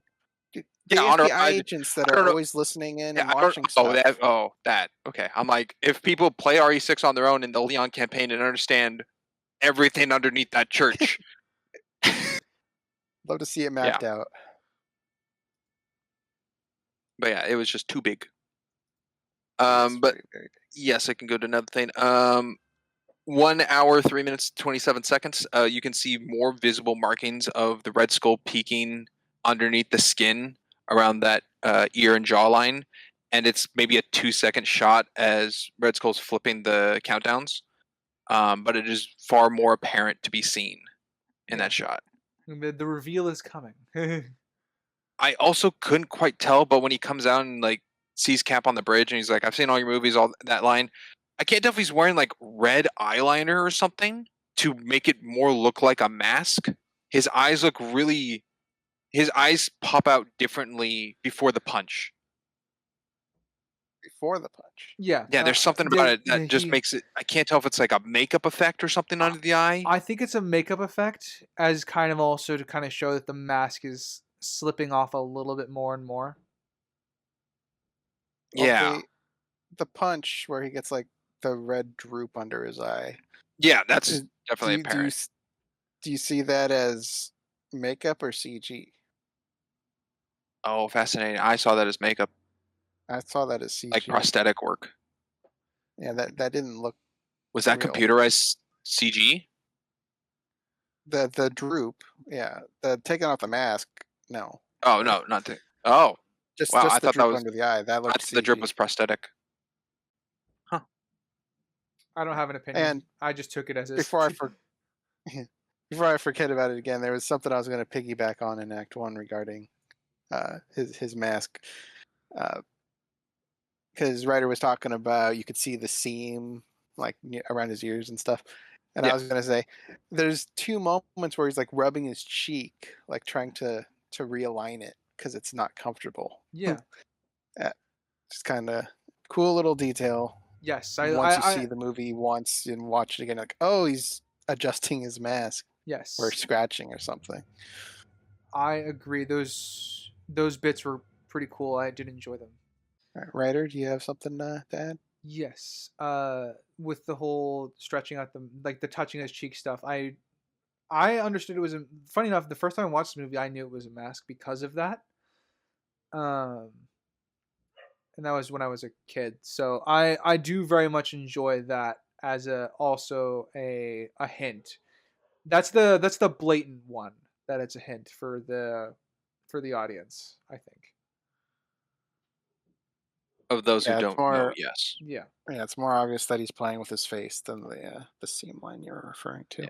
Yes. Unfortunately for me being a comic book guy, I picked it up from his uniform in his first scene.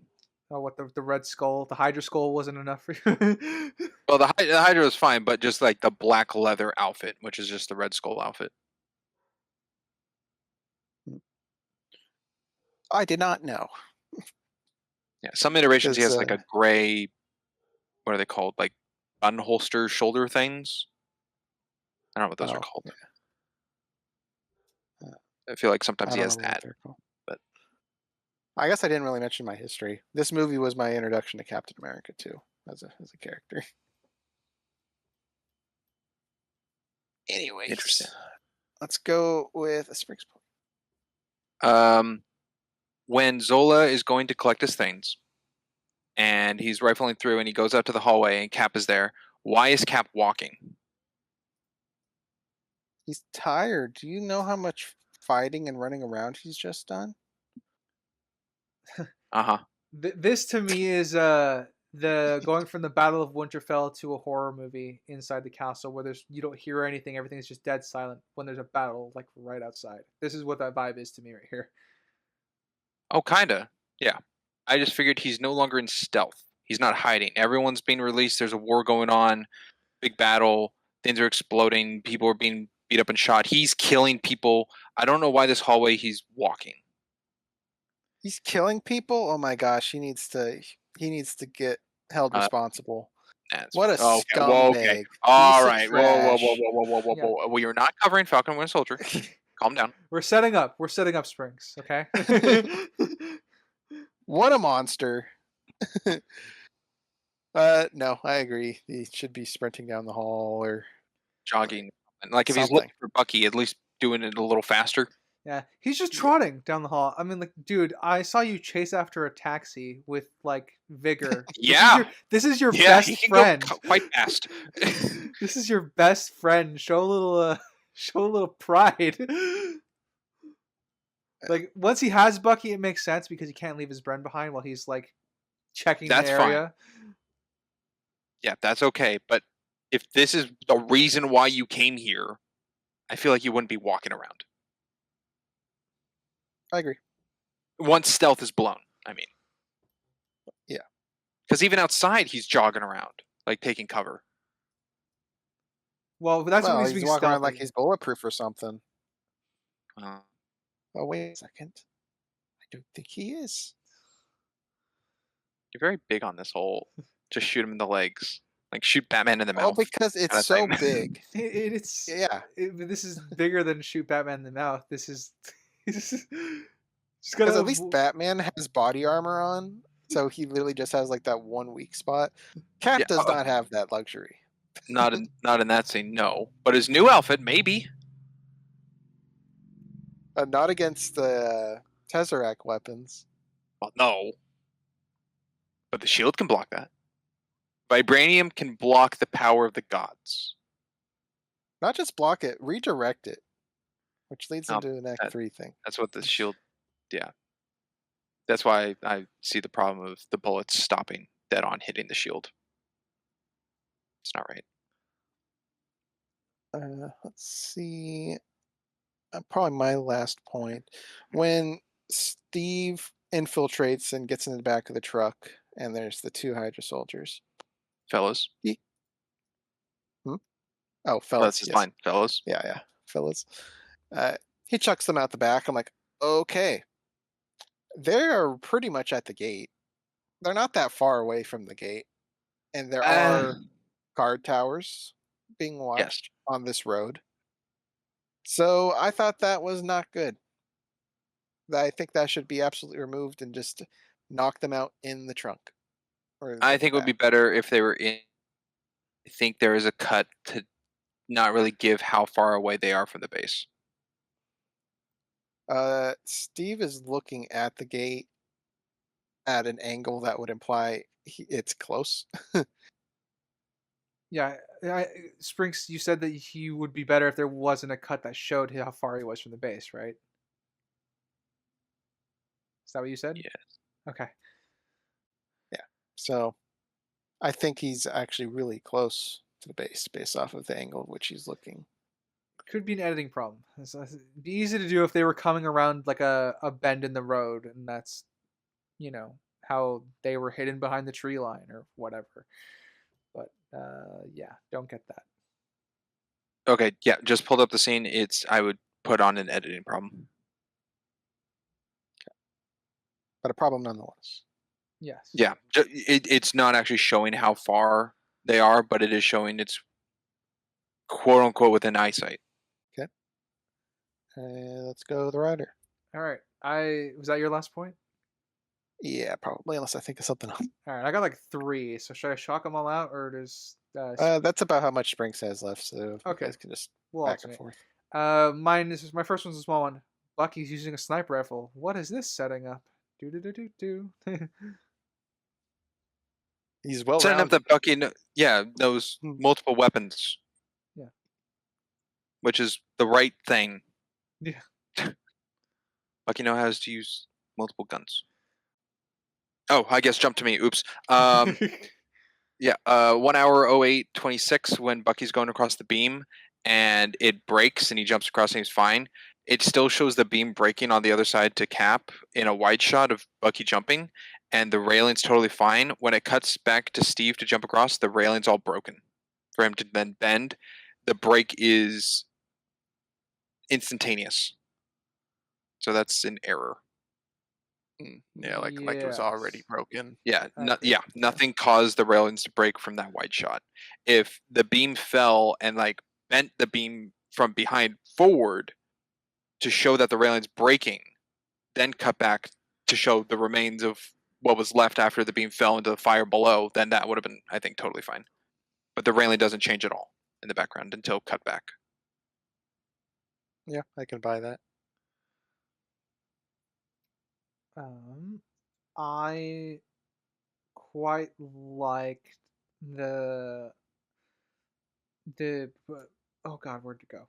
Damn it. Okay, no. So I was gonna say it would have been some of these do take place in proper Western Europe, because obviously the last mission of this film occurs around 1945, kind of indicating towards the end of the war.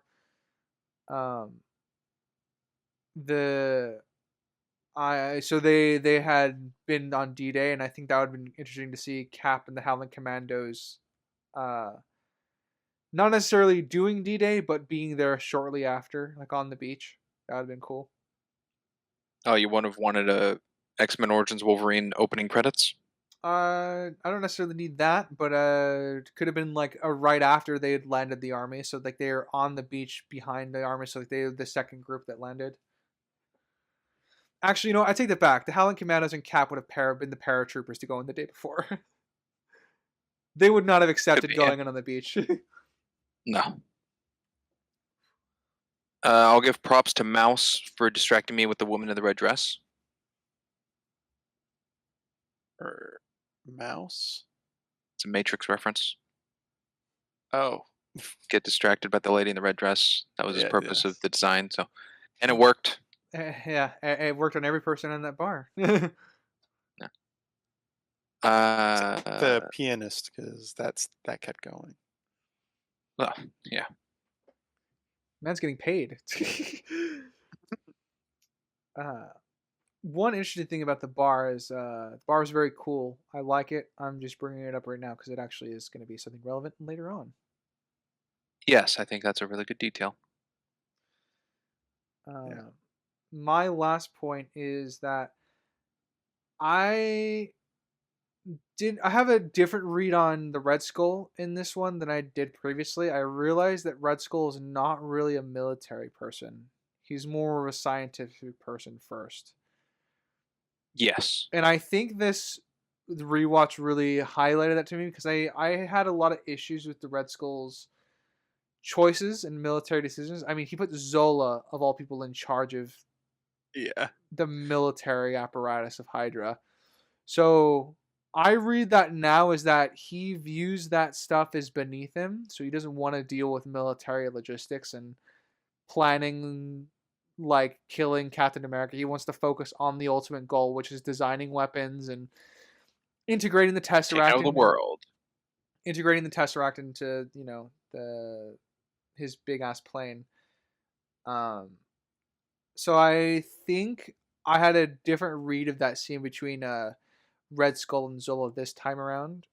It's obviously it's just baddies getting their butts kicked, but there's a layer in there now for me where he pushed all this stuff onto Zola because he just doesn't want to do it or deal with it, but he's still dealing with the fallout of what Cap's doing. And there's also the aspect of his character where he sees himself as better than everybody. And if he kept failing, then he is lesser. So putting it onto someone else allows him to blame someone else other than himself. That's also true. But again, I don't think he was in charge of it to begin with, because I feel like he would have, if he were a military focused person, he would have done some extra military tactics.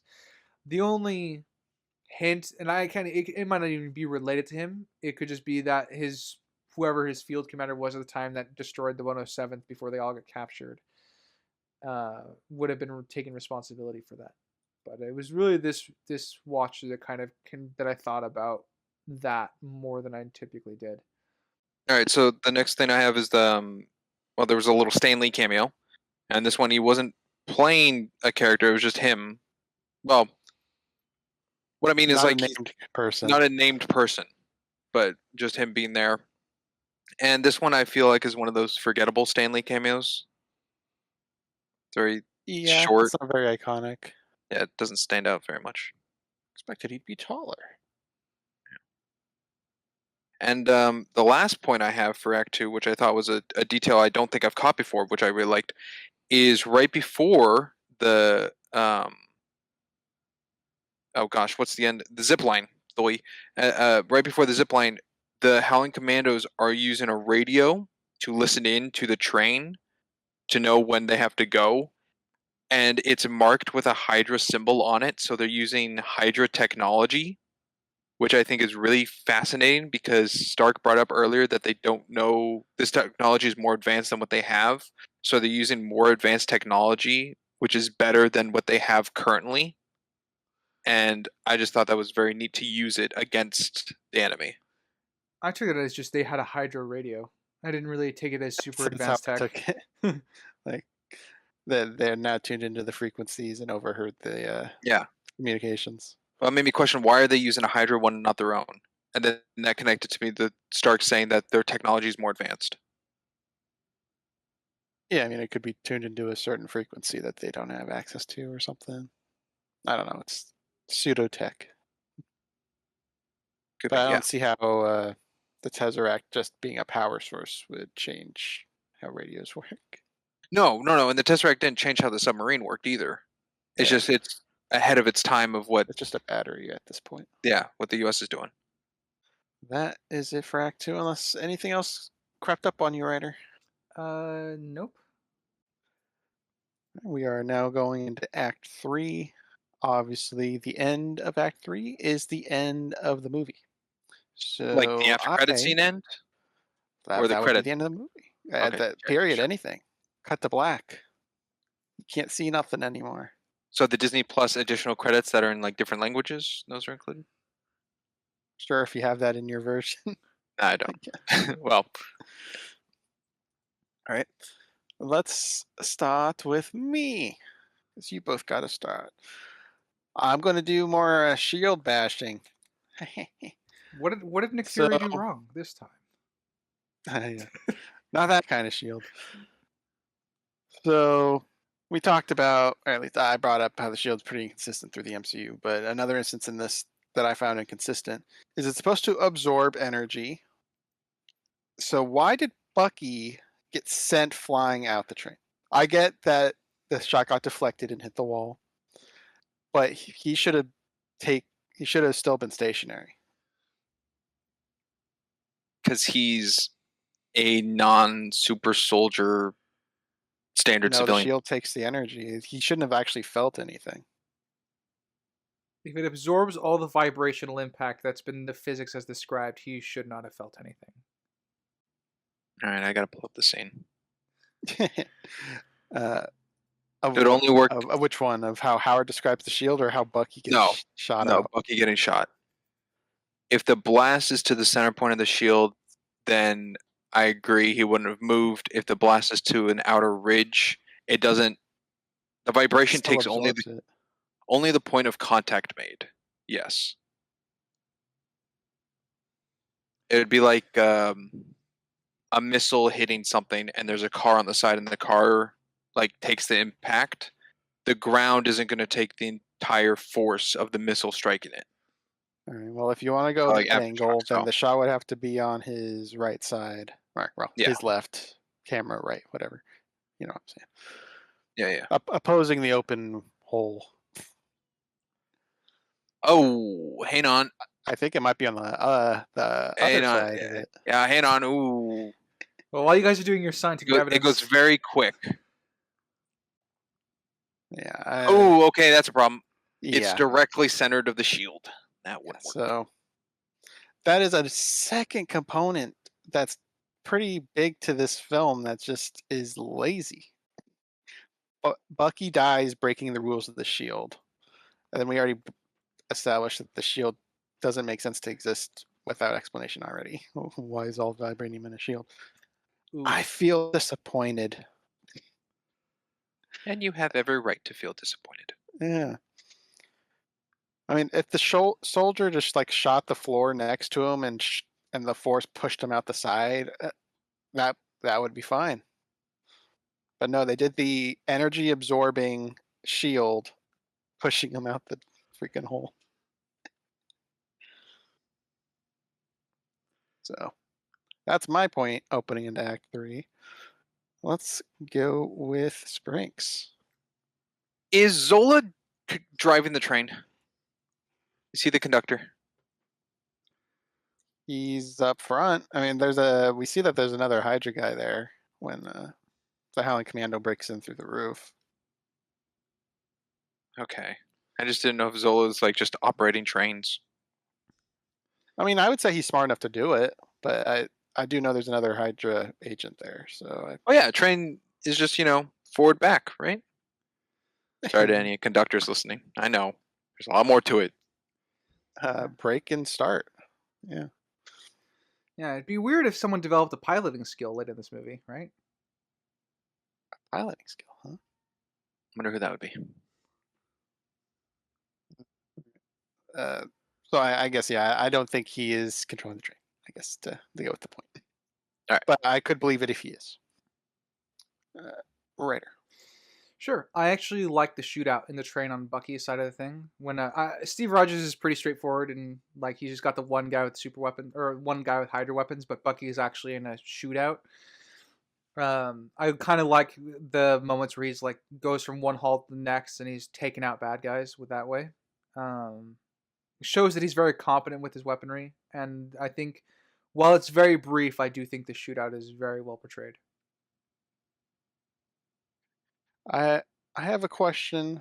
I might be in the Sprinks shoes this time around. Pretty big shoes. Yeah. So, was this a Zola trap, or was this them actually getting an upper hand on him? Ooh.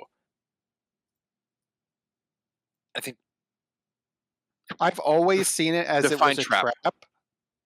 Like he expected them to be here, which is why they get split in half Okay. to take care of. I always viewed it as a trap, but watching it for the podcast, I'm like, I don't actually think it was a trap. I don't think it was. I think upon them getting on the train can indicate like detection that something's on the roof or something, which is shown to the front. So then when they break in, I mean, right when they're split, the doors close exactly when they need. So they're on surveillance. Maybe not actually indicated by like a heat or a weight thing I just brought up, but by camera, if they're identifying it that way. So that's why when the doors close, it's like a great timing to cut off Cap to Bucky. So, but I don't think it was orchestrated, planned for them to get on the train to get Zola.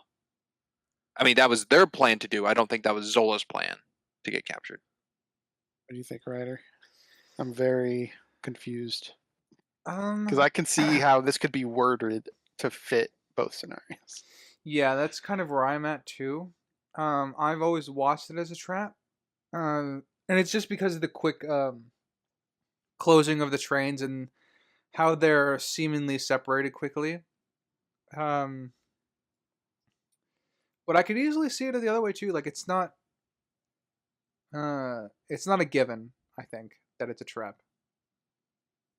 Because the way I've always seen it is like you have the scene of Schmidt telling Zoloff to do better with taking care of the Captain America issue.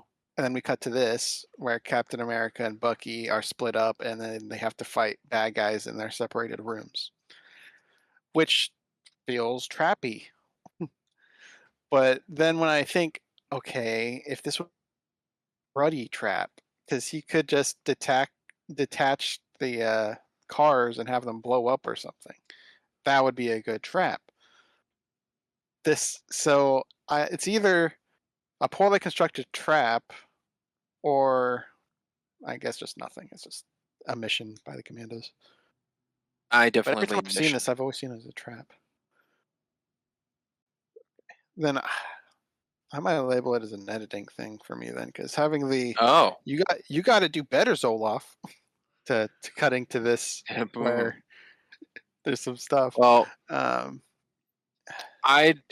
to me, to make it more of a trap, I feel like there would need to be more on the radio broadcast or picked up to identify from Zola that it is a design trap, or maybe a monologue that Zola is telling over the train fight, or something like is his reasonings prior to the event of the mission to classify that it was a trap, or maybe if it needs to be after to be explained, or could be explained after, it's through the conversation of the quote unquote interrogation with Phillips. But it seems like there's nothing other than Schmidt say, like, do better at what I've asked you to do. It doesn't seem much of Zola has actually done that with this train. well, I mean, like they get leaked that he's on this train, and then they got the confirmation about stuff while they're on the radio. Yes, but I feel like we should cut to Zola like purposely showing that he's doing that. Then it's like, oh, it's a I'm sure trap. if we were making it, but trying to read what's being displayed, it's very blurry, and I don't know why it's blurry. Oh, I feel like this should be a very clear cut thing, but it is not. huh. Yeah, I don't see that. Yeah. Well, know. I don't see it as the 50-50 split you do. I'll say that. I can understand what you're saying of seeing it as a trap. Yeah. So I don't know how I'm going to critique this part. Part of me says it's bad because it's blurry. I don't know. Well, then, I'll have to think more on it. like it falls on interpretation. Does it explain any more into aiding for or against with the capture of Zola with him and Phillips? So the aftermath of the train and the conversation, does that help for or against your idea of either way? Because I see it as kind of neutral because they don't really address him getting taken. It's just tell us about Schmidt. There's no debriefing of how we captured him, or he's like, "This is what I wanted all along, to be out of his hands," or I don't know. There's nothing So really for, addressing his capture. okay, So being blurry then, opposed to one scene, the rest of the story of Zola after the train, do you see fits more with it being a trap or not?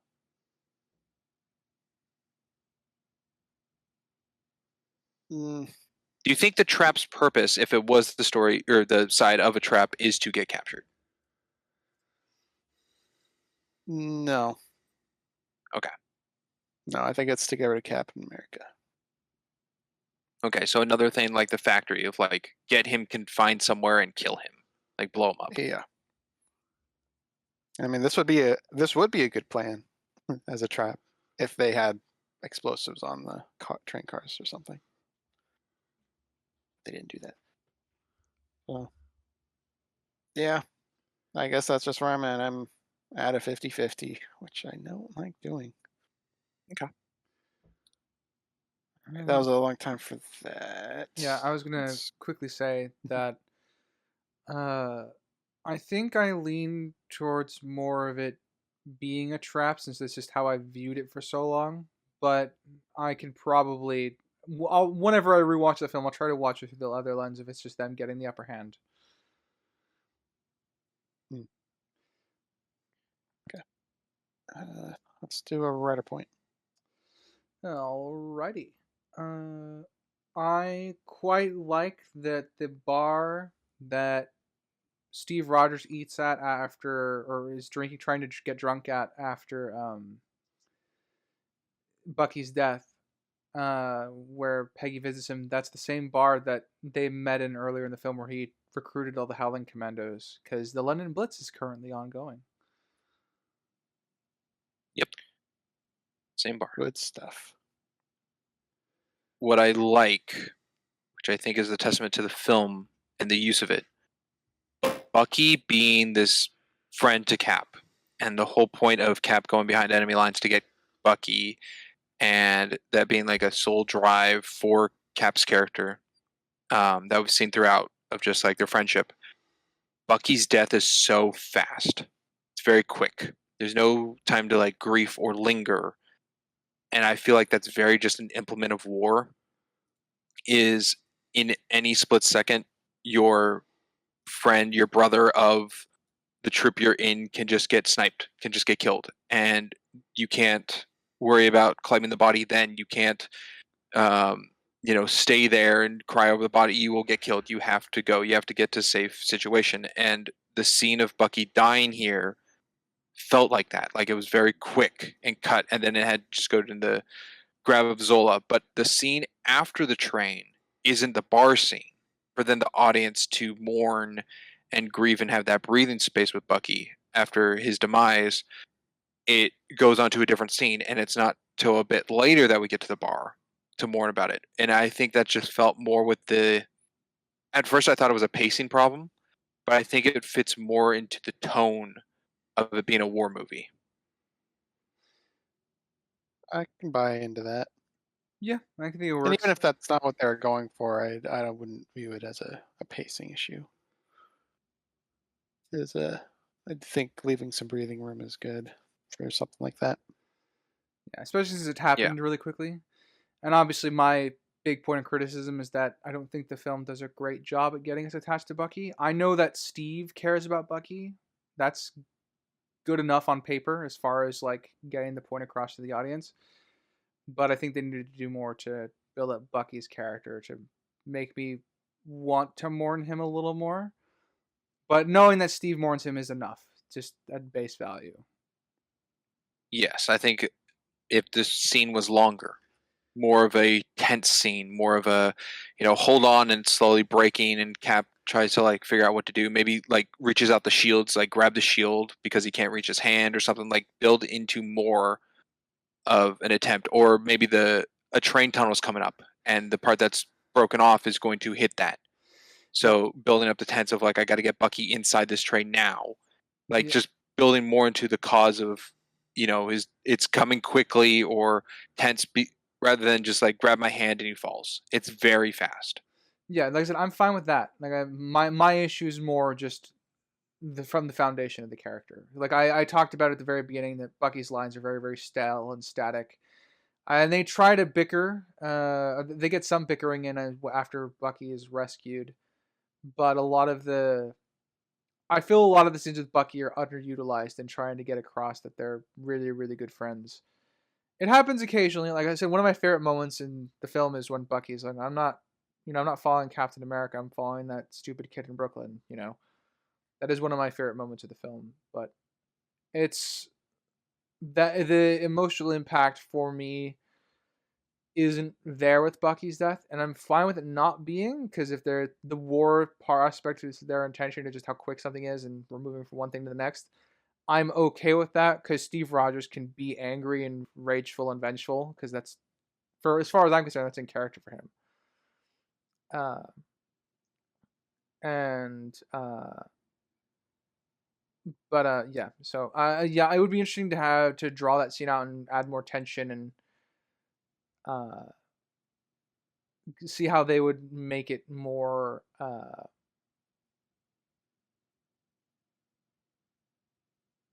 important, I guess, to more impactful. But as it stands, I think I am in agreement with your perspective on that particular instance, Springs, where it's like it feels very much in the aspect of war. It's just like everything could be going right, and then suddenly something didn't go right. You know? Yeah, but it's not just it's for the overall take of the film, which I think is cool.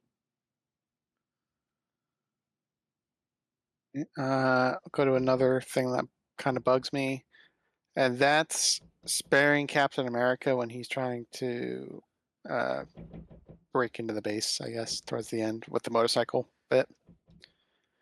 Why aren't the flamethrower guys cooking him? Why do they all just circle him and then take him captive when they were actively trying to kill him? Even the guys on the motorcycles were trying to kill him. They were shooting at him. Well, what is with this order of save Captain America so I can monologue and shoot him myself? We don't get that. Oh, he's wanted Cap dead this whole time. We needed a scene of Red Skull saying, "Keep him alive for me" or something.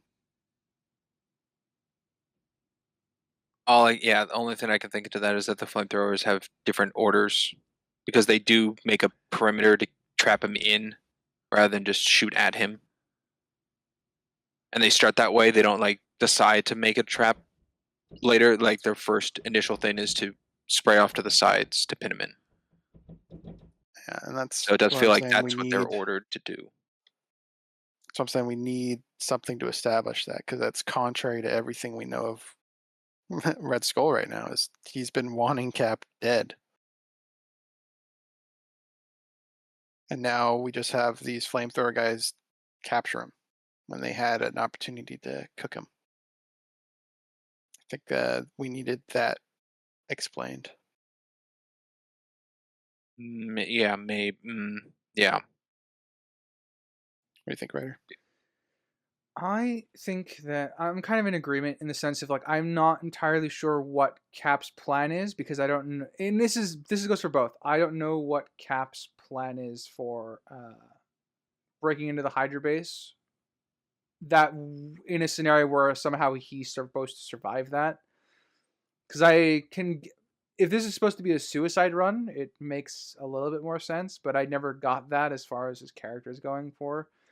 But on the flip side of that as well, I don't know what Red Skull's orders were to his troops and stuff like that to facilitate all of them trying to kill him to just all of them surrounding him. And so I have some general confusion for both. Now I'm fine with them I'm fine with Captain America deciding like, okay, you know what? I've met the Red Skull. He's arrogant enough. He'll want to capture me. This will get attention on me. I can break the gate down. I can pull all the attention inside and stuff like that. I can see that being a part of his plan, but the problem is that I don't think he's interacted with the Red Skull enough. I also don't think that as to like why they've spared him. I don't get that either because I don't think Hydra has any reason to spare him.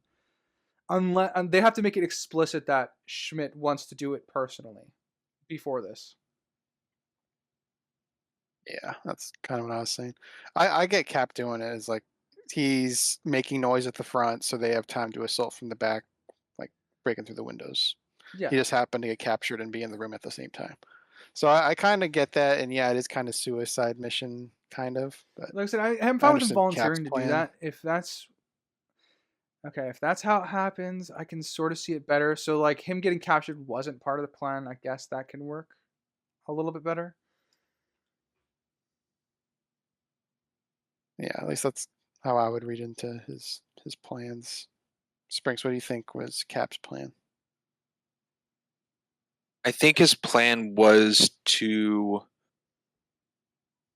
get as close as he could to Red Skull. And whether that was on his own or to be captured to be brought face to face. Because if he was to be captured, I think he initially went with his gut instinct that if he was to be captured, he would be brought to Red Skull face to face and not just like thrown in a cell or killed. So whether on his own doing or theirs, I think it was to get to Red Skull.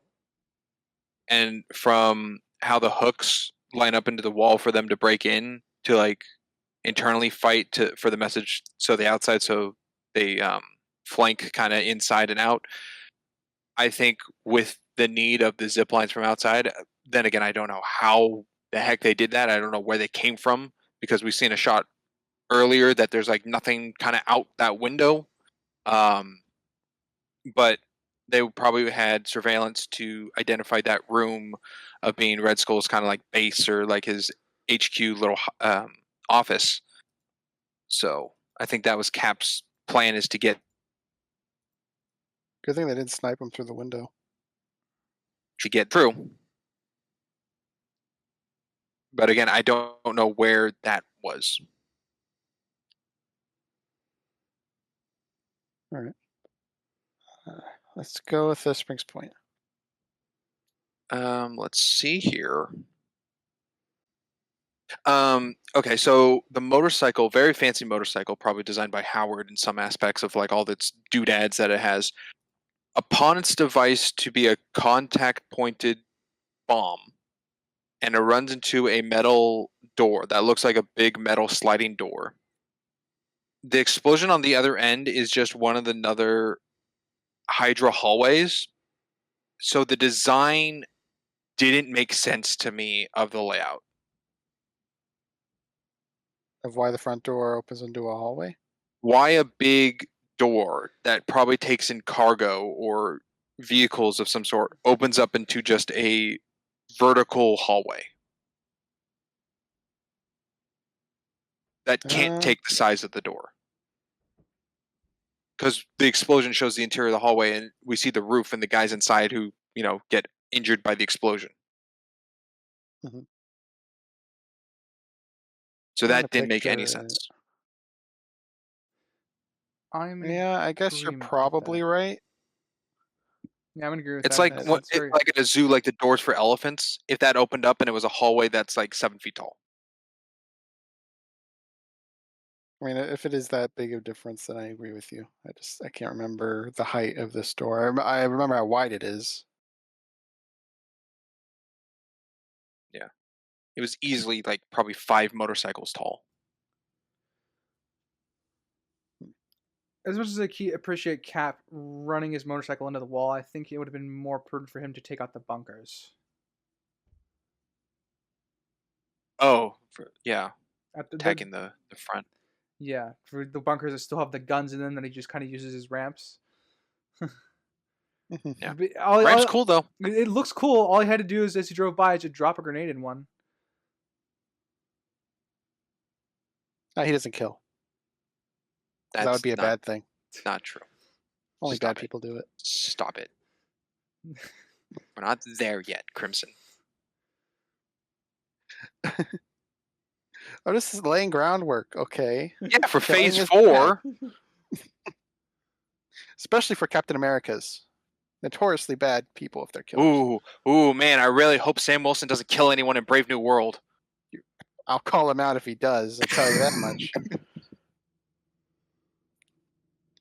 Oh, gosh. Captain America is so useful with shields that he uses a meat shield. If you want to talk about killing. Yeah, when Red Skull has the gun against his head, and he grabs the Hydra guy in front of him to get shot, and he vaporizes. Yeah, that's a blatant murder and another use of a shield. Assisted murder. Yeah. Oh yeah. It's talent. Multi-talented with different shields. So if we had like a Captain America shield tier list, would that man be on the tier list? Yeah, I think so. You got the garbage can lid. I would taxi include it. cab door. Not quite meat as sack. good as Hiert, but I will accept. Yeah. I don't think he'd be high on the list, but he'd be on the list. Hey, he was effective. He saved his life. It was. Blocked a bullet. If It they're did more than counted the as, trash can I ever don't, did. yeah, I don't know if they count as bullets, but Projectiles of some sort. Uh, All right. On that note, Go ahead, Ryder. yeah, I was saying, kind of in the room. I don't like Red Skull's final costume with the suspenders. I think he should have stayed with his like flowing black jacket uniform. yeah, the flowing black leather jacket is better. Yeah, he's Like a Yes, it trench is. coat. he's just got like a black shirt and suspenders on. It's very weird. Yeah, as I said, I Just think came in that's from the retirement home. no, I think that's a connection to the comics because he has kind of that gray, or at least the iteration in my head, I'm thinking of like that gray suspendery, but like gun holder chest thing. And I think that's the attempt they were going for. I mean, they could have totally done that in a more leisure moment in the film because I wouldn't. You can display the bad guys having some leisure moments. That would have been the time to use that outfit, not here in the climax. Yeah, like that's what he was getting painted in or something. Yeah. Hold on. By the way, Crimson, you brought it up earlier. And I just scrolled through to just like look because we looked at Ryder's instance of worst CGI, so I went to yours at the tank. I caught something I didn't notice, I guess. It was just so maybe I was writing down notes when it happened. When he jumps off the tank, there is like a teleportation cut of him getting bigger. Of Cap. I can buy it. Not the first time he changes sizes, apparently. No. Maybe that's a power he's got. Changing He's sizes? Ant-Man. Well, no, I don't think he's Ant-Man. Pym particles were not around in World War II. Were they? Cold War. That's what I'm thinking. They I'm like, served in I the Cold think War. they're Cold War. Okay. 10 years left. Yeah, I'm like the beginning of Ant-Man, the Hank Pym. Yeah, I mean, Video. the earliest born of it would have been the them using it to disable that nuke or whatever. I think that would have been. Yes, during but the that was Cold War. later. Yeah. Yeah, video footage, a black and white video footage beforehand of Hank Pym taking people out. Just can't remember. I guess Cold War. Yeah. So I brought up earlier that I was going to bring up a language thing because Sprinks brought up the Norwegian and Oh yeah, German. the German speak. Norwegian to English. And I can read that as, oh, it's for the audience sake, and we don't know if Schmidt can speak Norwegian, so that there's a gray area to be worked around.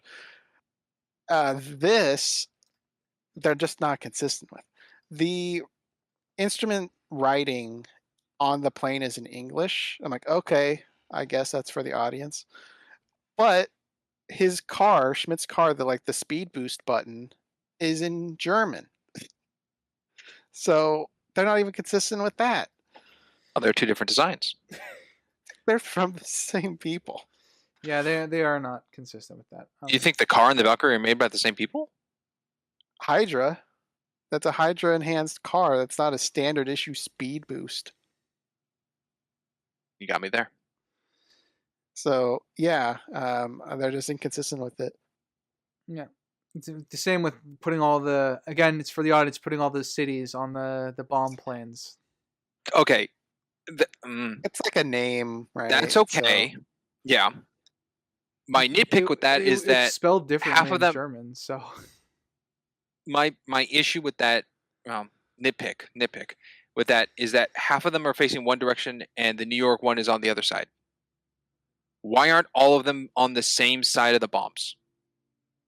It's like they were designed specifically inside the carrier when they were painted, or inside the Valkyrie. yeah, they just want the visual. I mean, best case scenario is that it's on both sides, right? But I don't. But know it's if not. Yeah. no, you'd be able to see that. I could buy them just painting it while it's in the ship, because it does look like it's hand painted. Doesn't look like factory. True, but etched they or loaded anything. them in first and then put the names on. I could buy that. Maybe. Okay.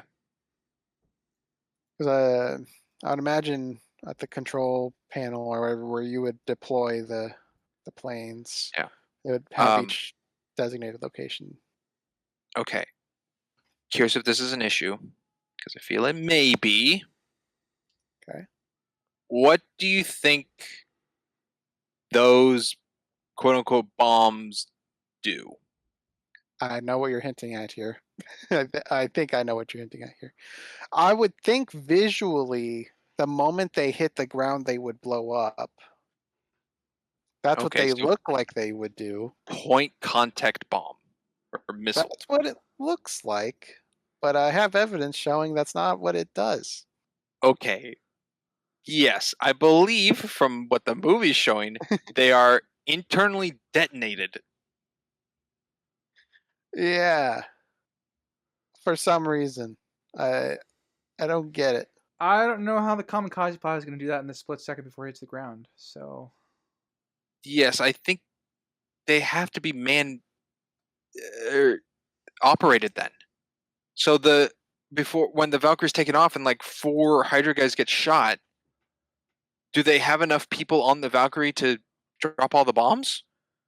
They can't just drop them. From what we see, no, there's not. Huh. Unless Red No, Skull thought, I don't think. Ooh, they is didn't it in really, Red they didn't have Skull's like remote character? control missiles or missile Yeah. guidance systems Actually, or no. anything. I was going to say assume it's that not they're- in Red Skull's character to operate one himself. No, he wants No. to be the ruler by the end of this. Yeah. So yeah, I think it's an issue that they made the planes look like bombs, implying they're going to kamikaze with them Yeah. instead of them just being planes to deploy bombs Yeah. with. Yeah, and then saying how Unless you want to go approach disastrous. that. The New York one was a dud. Unlucky for Red Skull. We really would have solved this Captain America issue if it blew up Yeah. on him. I don't know how. What about the other one that fell while they were flying over Europe? That would have been an issue. Yeah, that's just fell. that's a city gone, at least. Yeah. Well, that might have been over the ocean at that point, right? Maybe. That's my other issue. I don't know how much time passes, but it ain't fucking enough for them to get to the Arctic Ocean in the north.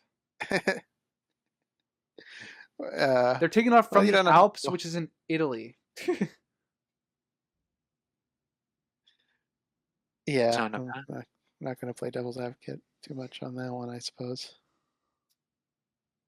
So they teleport to the Arctic to have this finale, because Cap would have been stowing away for at least an hour. Yeah, That's assuming that the Valkyrie's engines operate like modern jet engines. No, it just has 2. Yeah. So. And there's no turbo on the Valkyrie. Oh, you know how we've talked about in the past how usually the third act is where all the fumbling happens? I feel like we kind of have a case of that a little bit here. Because of the Valkyrie? I feel like the master plan not being sound of mind is kind of an issue. Seems like it failed before the Valkyrie even took off. You know what's funny? It We does. know they have autopilot because he uses autopilot on the Valkyrie. On the Valkyrie, he does. Yeah. Don't know if that's on those bomb ships. I would guess not.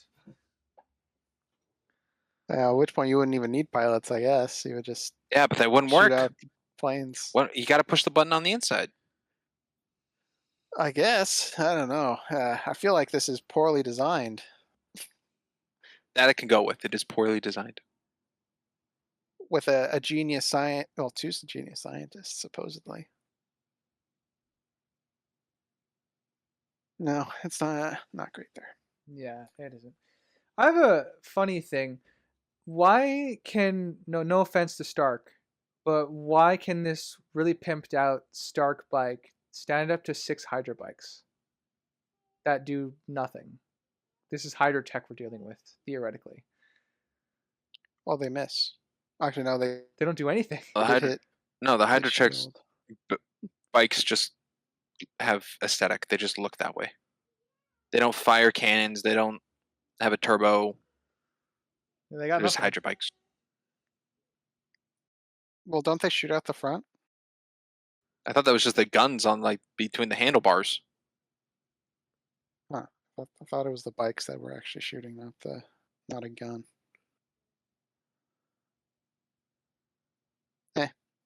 But yeah, they're not as tricked out as Cap's bikes. No.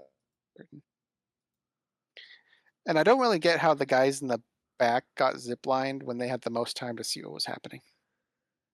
The guys in front It's- reacted, and they were so perfectly was so perfectly obscured by the people in front of them. They just missed it. I guess. They saw the first two rows of people ducking, and then like, oh, I wonder what they're doing. Ah, they must want the wing formation.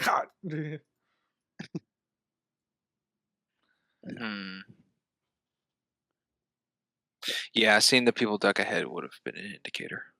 I'm like, if you're far back when it was deployed, then it blends in. You can't identify it fast enough.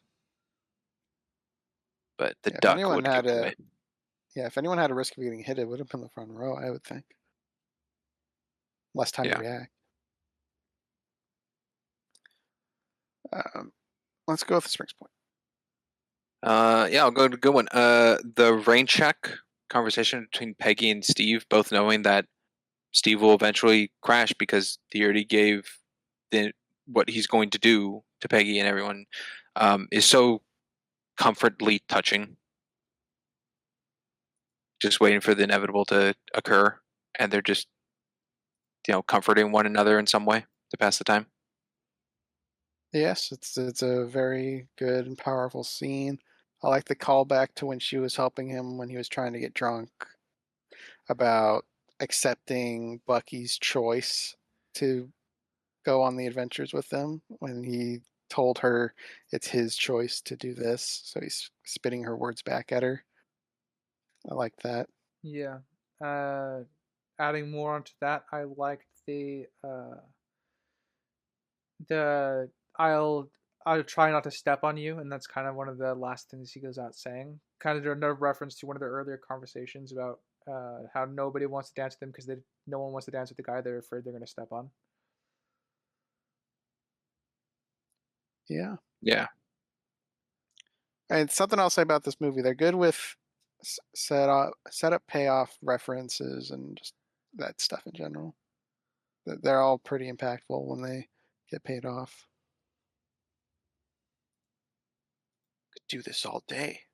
I'm sure you can.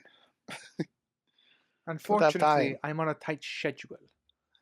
Schedule. Yeah, the German schedule.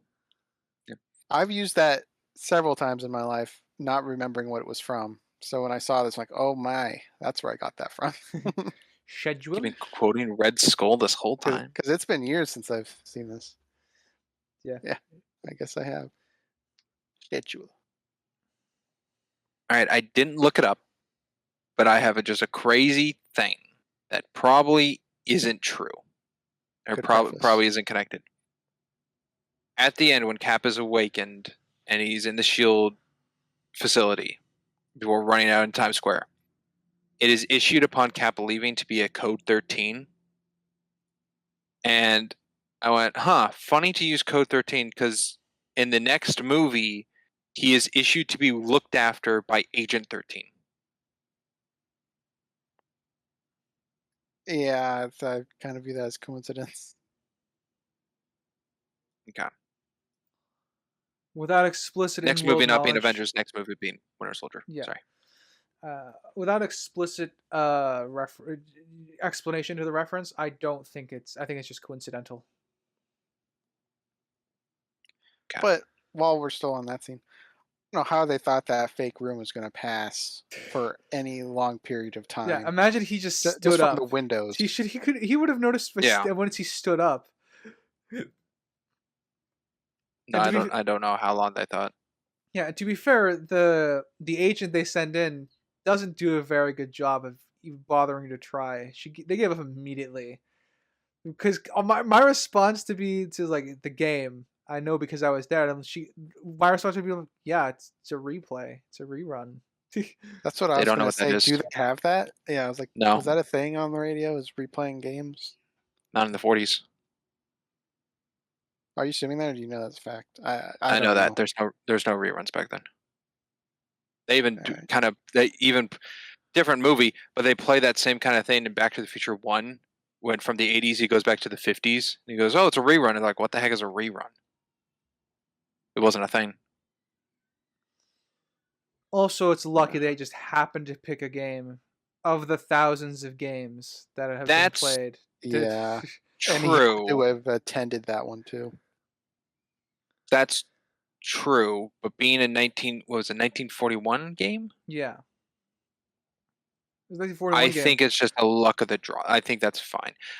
My problem with them is that Shield chose to do a game that Steve could have attended rather than a game he couldn't. Yeah, no, Like pick a game that's happened in Chicago or something. pick a game that Don't happened in choose one from Chicago, Brooklyn. or pick a game that happened in 46, 47. pick a something. game that, so like to indicate that time passed. So he's could be a game in 46. It's a game he hasn't heard before. If he did listen to every game on the radio.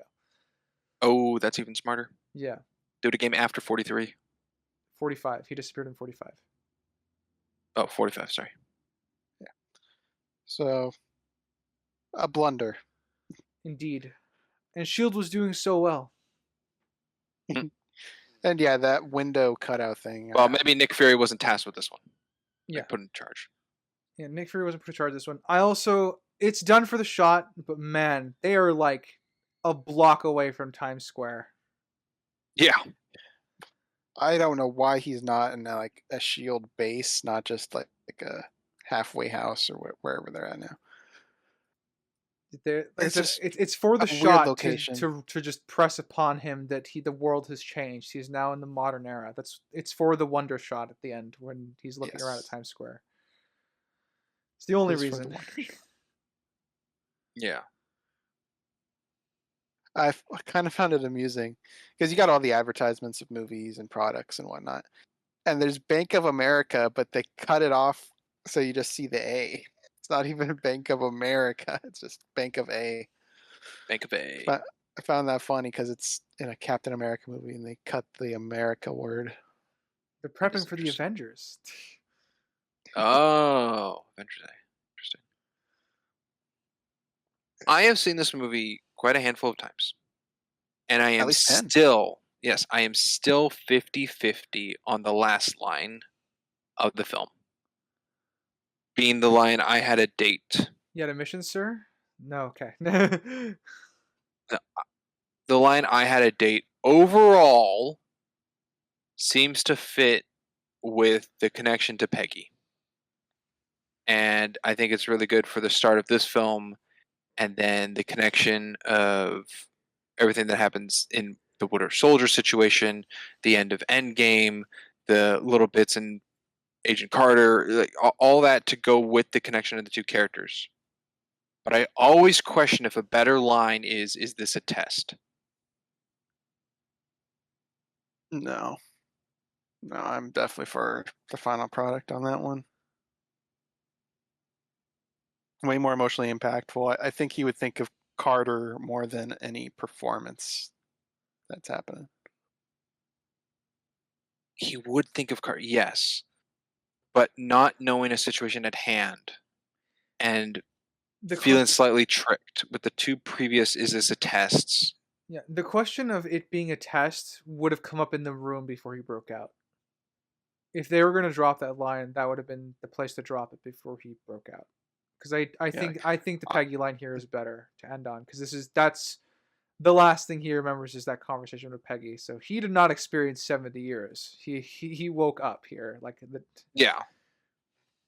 Yeah, if he woke up as like, "Is this a test?" and she's like, "What do you mean?" and he'd be like, "Well, I was there at that game that's on," or something like that. Like that would be Okay, that could have fit. his clue into knowing something's off, is just asking, "Is this a test?" That would Yes. be a good place to put it. Again, the line isn't needed. Maybe it's just me thinking the rules of threes. The delivery of him just through his facial features of picking up the radio, I think, is very well until acting upon it. Yeah. And he survived 70 years. That's superhero metabolism, I guess. Yeah, He turned into a That's the- frog and could just hibernate. Turn into a capsicle. Funny, Forget what movie that's brought enough, up in. yeah, metal bends and breaks at the temperatures that someone's cryo frozen. So I have no idea how that plane's intact. It's Hydra made. I don't even know Hydra. how he really froze unless he got put into a coma. Because if he just got knocked out, he would have woken up and then walked out before he turned frozen. The contact made upon hitting face down could have. No. I don't know. He had to have been put into a coma or something. Like the glass didn't break. That's true. The glass didn't even break. That's what I'm going with. I'm like, well, if all that impact of ice and everything hit him face on to knock him out, kind of thing, but that didn't happen. The fuck is that glass made of? Jesus Christ! I know. I don't know. A beam from the gun can break it because it bounces off the shield and causes a hole. Yeah. But the contact with the ice doesn't. That's absurd. Uh, That's an issue. If it is broken, it's so dark when they go to find him. I can't tell if it's just the metal beams of the remains and there's no glass there, or if the glass is there. But the metal Even so, beams or whatever aren't bent in or anything. yeah, it should have been caved in at the least because it nosedived into the ground. Yeah. It shouldn't really be even a front of the plane. I don't know what it's made out of. Not vibranium. Look. Yeah. Lucky Cap, I guess. I'm just Unless happy it to really call the plot armor. Yeah, unless it really goes into the Valkyrie actually wasn't going as fast as it looks, so it didn't impact that hard. But then that's more the problem of getting from the Alps in Italy to The Antarctica. North Pole to go to. I'm not. Am I Yeah. being confused? Hang on. Is Antarctica the South Pole or the North Pole? Antarctica, South Pole. All right, I kept saying is. that. I'm sorry. It's all right. Geography problem. I am not smarter than a fifth grader. Sorry, North Pole. Those weren't real fifth graders, anyways. Rigged show. But Alex Foxworthy would never lie to you. No. Tiny note that I appreciated, since Peggy's in a skirt most of the film, I appreciated that when she was assaulting the Hydra base, she was wearing pants. Just avoided a nice cliche there for me, so thumbs up. Practical. Very good. I am not surprised in the least that you've identified that. Thanks? Question mark? No offense made at all. Just pointing it out. An observation, yeah. Observation. Let's see.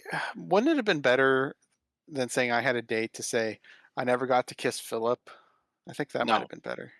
No. I never got that Philip kiss. No. Har. But no. I mean, Which? Oh. Who wants to go? not me. Right. Sprinks. All right. How do you feel about the end credit scene being a whole trailer for a movie? I Or like mean, a teaser? it's their first big thing, so it makes sense you'd throw everything at the wall. So I'm fine with it. It's different than what they've done, but it's not. something Did I'd it say, feel of "You couldn't do 2012? that." That was a dated trailer. Oh yeah, absolutely a dated trailer. It felt 10 years old. Like older. Like that seems like a 2002 Early like the, 2000s. It you did know, kinda feel like it. you wouldn't steal a DVD kind of feel. You wouldn't steal a car. Yeah. You wouldn't steal a purse. Yeah, it felt like that era. Oh, I never looked into it, but I heard that they got sued for plagiarism. Oh, With the that's music. funny. That's hilarious. Double check that, audience, but I heard that at least from something. There was one of the things I like about that end credit scene in particular is that it differs in the way of how quiet it is, because this scene also is in the Avengers movie, but it's intercut with Cap having flashbacks to when he was with the Howling Commandos, he's thinking about that and the wartime and all that. While here it's just him quietly hitting a punching bag in the gym. So the interesting thing is, as my interpretation of this scene now, having seen both versions, is this version is how Nick Fury sees Cap. It's just a quiet punching of the bag and he's getting worked up. But in the Avengers, when we're getting intercut with flashbacks, we're getting the scene again from Cap's perspective. Yeah, we see the purpose. Yeah. Also, this place looks like it could be from the 40s. Like, I feel like he went to a gym he knew, Oh, I'm sure. and that's still around. A comfort place, yeah. That is Kind of a cool little Anything to hold on to set home. storytelling there. I can agree with that. Yeah. For all we know, Shield owns the place. It very much could be. I don't think Steve Rogers is supposed to go willy-nilly as a civilian walking around. I mean, even that's in Winter Soldier, but that's all under wrap, or all got eyes on him. A bit of plot armor for Peggy and Colonel Phillips when the car doesn't continue leaning over the opposite side of the mountain at the runway end. Just a little bit. Yeah. Just a wee bit. And that's the last we see of him. Right? Yeah, No. well, face No, to face. He gives the file to Carter, right?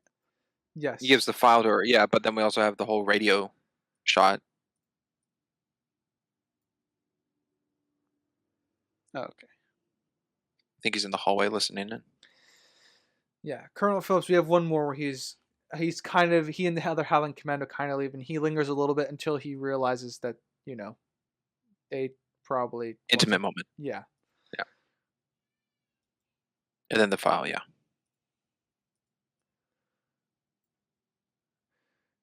So Steve can fly. Yeah, Yes. he's a trained pilot. Didn't you see that in the montage? No. Oh, shoot. I didn't see it either. I thought you did. The easy fix for this is he gets Howard to teach him at some point, but doesn't happen. So, yeah, he just kind of, unfortunately, in the final act here, he just acquired a skill that he didn't have. Yeah. And presumably in the universe, all the stuff written is in German. And it's in English for the audience. Only thing that would have helped for me is when he's in the missile little ship. If grabbing the stick, he had a little test. So it's like a little jumpy for him. I think that would have aided. He doesn't have to do much. Even then, he'd still learn how to play it. Yeah, He just needs to aim. Yeah, he doesn't have to do much, but... He doesn't know how to slow it down. He doesn't know how to go faster. He doesn't know the trajectory. He doesn't know how to read the dials. That's all completely fine to me. He just needs to know how to move. Yeah. But if he's never touched it before, I think it should be a little shaky. Yeah, and until he can get the sensitivity of it. The reason I could say he knows how to fly is because he circles the Valkyrie instead of just flying right into it. Yes, and again, I just have that with the movement of the stick. That's all you need. So, yeah, I don't like the little that he got bomb this is going faster than the Valkyrie. Yeah, I don't like that he got this skill at the very last minute. This is something that needs to be set up. I'm 50-50 on it. Yeah, if they put him in dogfighting, I'd have it as a problem. He's dodging. Well, okay, he's not dodging anti-aircraft fire. They have stormtrooper aim, the anti-aircraft fire. No, but what he does is he goes in a circle, and then goes into the ship, which is fine. It's not speeding up. He's just going faster than the Valkyrie, and then in the Valkyrie he just pushes down. Mm-hmm. Seemed too complex.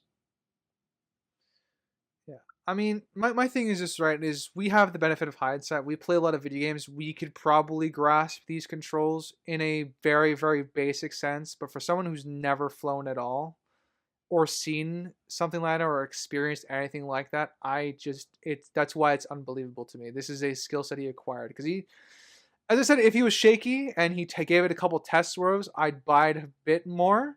But he just confidently goes at it, so it's a problem for me.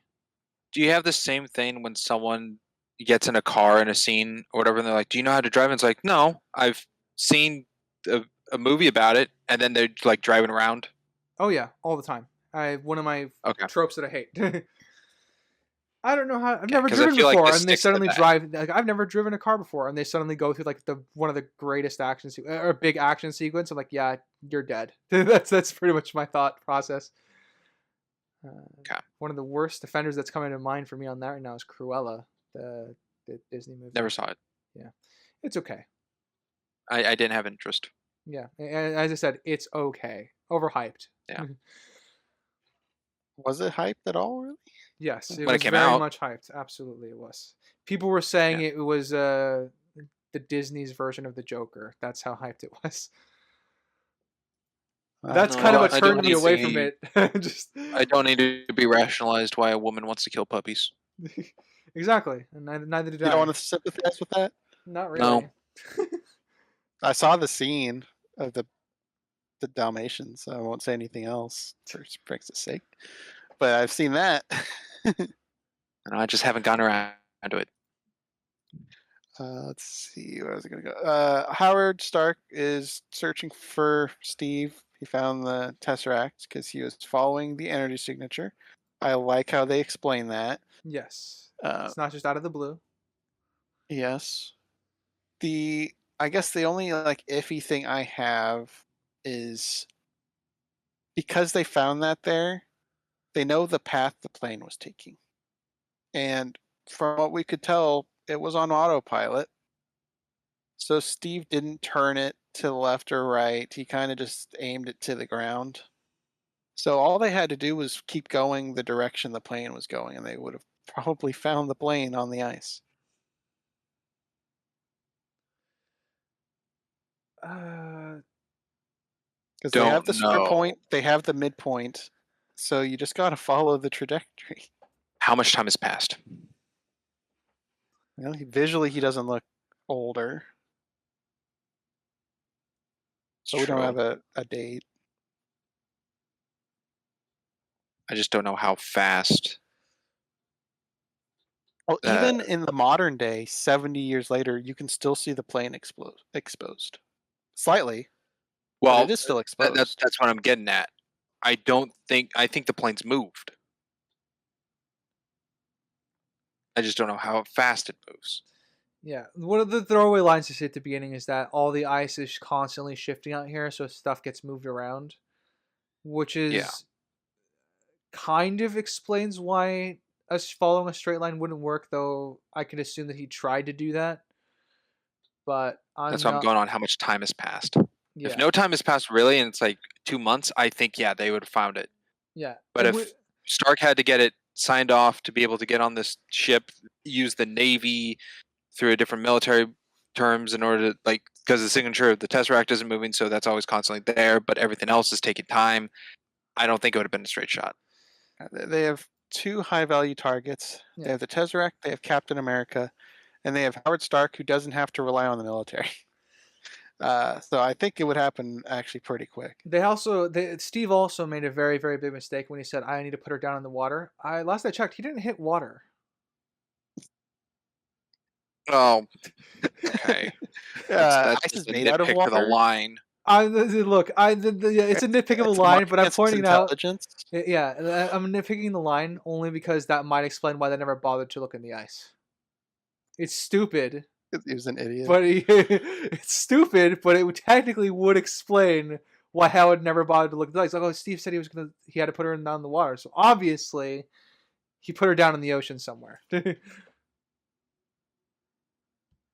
That is dumb. Yes, it's very dumb, but it would work. Unfortunately, well, I mean, they're also willing to go underwater. That they have the submarine and stuff. So I don't know how Yeah. far they were going underwater in a submarine because that's kind of bonkers. Even now Yeah, to do that's pretty bonkers. what was the max pressure a submarine could take in the 40s? Well, it's less pressure and just depth. I'm sure they couldn't go that far across the ocean they had to cross. So Oh, like for remote signal strength? Wasn't it man powered? remote. What? What are you getting on that it wouldn't be able to go that deep? Submarines can only go so deep before the pressure gets to them. Oh, okay, that's what I brought up. The water pressure. Yeah, Sure. I was asking what's the max pressure a submarine was able to take in the 40s? Because that would equal out to the distance that it was able to go down. I don't know, but we also don't know the depths of where they're headed anyway. We don't even know really the Maximum- trajectory he was taking because we're assuming he went up to the North Pole to dive. Max depth That wasn't on plan. max depth submarines can go in World War II was anywhere between 200 and 400 feet, with that being 60 to 120 meters. So not very deep. Nope. Okey-doke. Which means the Tesseract was pretty close to shore when it fell out. Or just on a higher Ice elevation shelf. under Yeah. sea level or whatever. Yeah. An ice shelf could form underneath.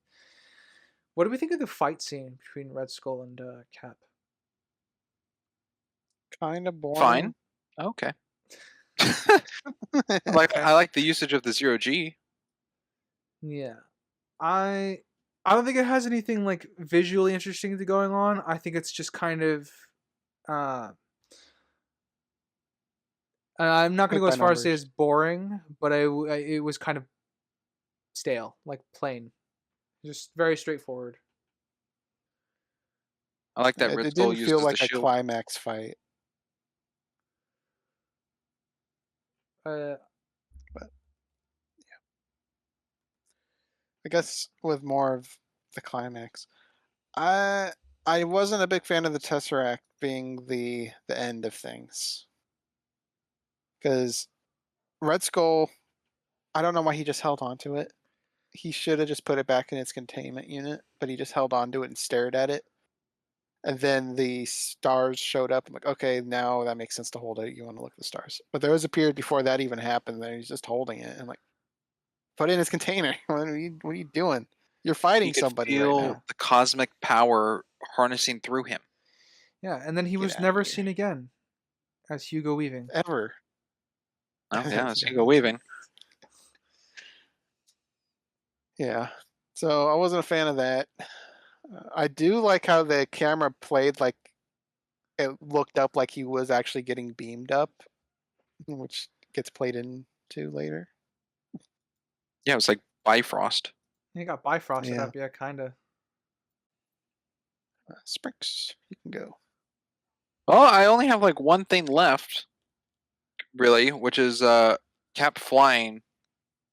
Really reminded me. I don't know why for this rewatch it reminded me of the scene from Last Crusade, where it's like, "Do you know how to fly?" It's like, "Fly, yes." Well, as we can see, he can fly. Land, no. Well, he lands pretty well. The plane didn't even get destroyed. Didn't even break apart. Well, I mean, He landed even in break the snow. glass. Very soft snow. There's a lot of Yeah. snow before he hit the ice. 40 feet of snow. 40 Non-compact feet of snow. 400 feet of snow. But maybe. Ryder. The layout of the Hydra base is very confusing during the final battle. As much as I enjoyed watching Peggy, Colonel Phillips, and the SSR rushing the Hydra base and en masse, I didn't really get a good idea of the layout. Because I think it's because they just use the same hallway over and over again for filming purposes. But I don't think that they convey the layout of the base very well, because people just kind of appear in it and around it and wherever they need to be. When they reach the hangar, like Cap gets there ahead of everybody, and then he starts running after the thing, and then the hangar is suddenly filled with hundreds of people, like slowly marching towards each other, shooting each other World War I style. It's very weird. Yeah, I can get behind that. And I guess Philip found Red Skull's keys to his car. Yeah, it's like my only explanation of that is Red Skull just left the keys in the car. Like he's the kind of person just to leave them there. I guess. But we've been established he keeps them because he had to give them to Zoloff. Yeah, It's been established he keeps his keys. Zoloff? Whatever. Yeah. Listen, you listen. What you don't know about Colonel Phillips is he grew up in Brooklyn. So when you grow up in Brooklyn, you know how to steal a car. Whoa, okay. Yeah. So best faith the scenario is that Red Skull just left the keys in the car. Yeah. I don't know about that. Yeah, They it's not kind of good. established that he keeps his keys. Yeah. Especially with not a scratch, feels like the car's pretty important to him. Yeah, they play up the car quite a bit, but my only other one idea is that because Colonel Phillips might be from the New York area and knows how to hotwire a car, so maybe he just hotwired it. Okay. We need to set up on that skill set. Whoa. It's neat the car comes back in the MCU much later. Does it? On the topic of the Nodus. It does. Maybe not I this exact one. don't remember. You don't remember where the car comes back? Don't think so. It's in Deadpool and Wolverine. Oh, okay. It's just in the background somewhere. No, it's one of the cars that, like, I think either Toad or Sabretooth is driving. Oh. Well, I've only seen it once. But yeah, the Not a Scratch, I think, is the strangest edit in the movie for me. Because we have Philip driving, and the blades hit Cap's shield, and then it hits the fender of the car, and then it cuts to Red Skull with a frustrated face, and it cuts back to them in the car. And I was like, what? Why did you just cut to him in that moment? He scratched his own car. That's the thing. Can he see that? I don't know. He see cannot. that. He cannot see it. He Okay. can't see it. Yeah, like I said, we see the displays. I don't think he can see that he did that, but it is a very weird He's edit. way up in front of the plane. I think it's just to show determination of him. They didn't need to cut it, and I don't think it's to cut to the car. They shouldn't have cut to Red Skull there, because they already showed his angry face before that part. Yeah, when he's getting to take off in the Valkyrie. Yeah, so I think that was actually just a bad edit. Ryder, how are your notes looking? I'm almost to the end here. I can probably wrap up a couple more. All right, feel free. All right, I went through the logistics of the plane.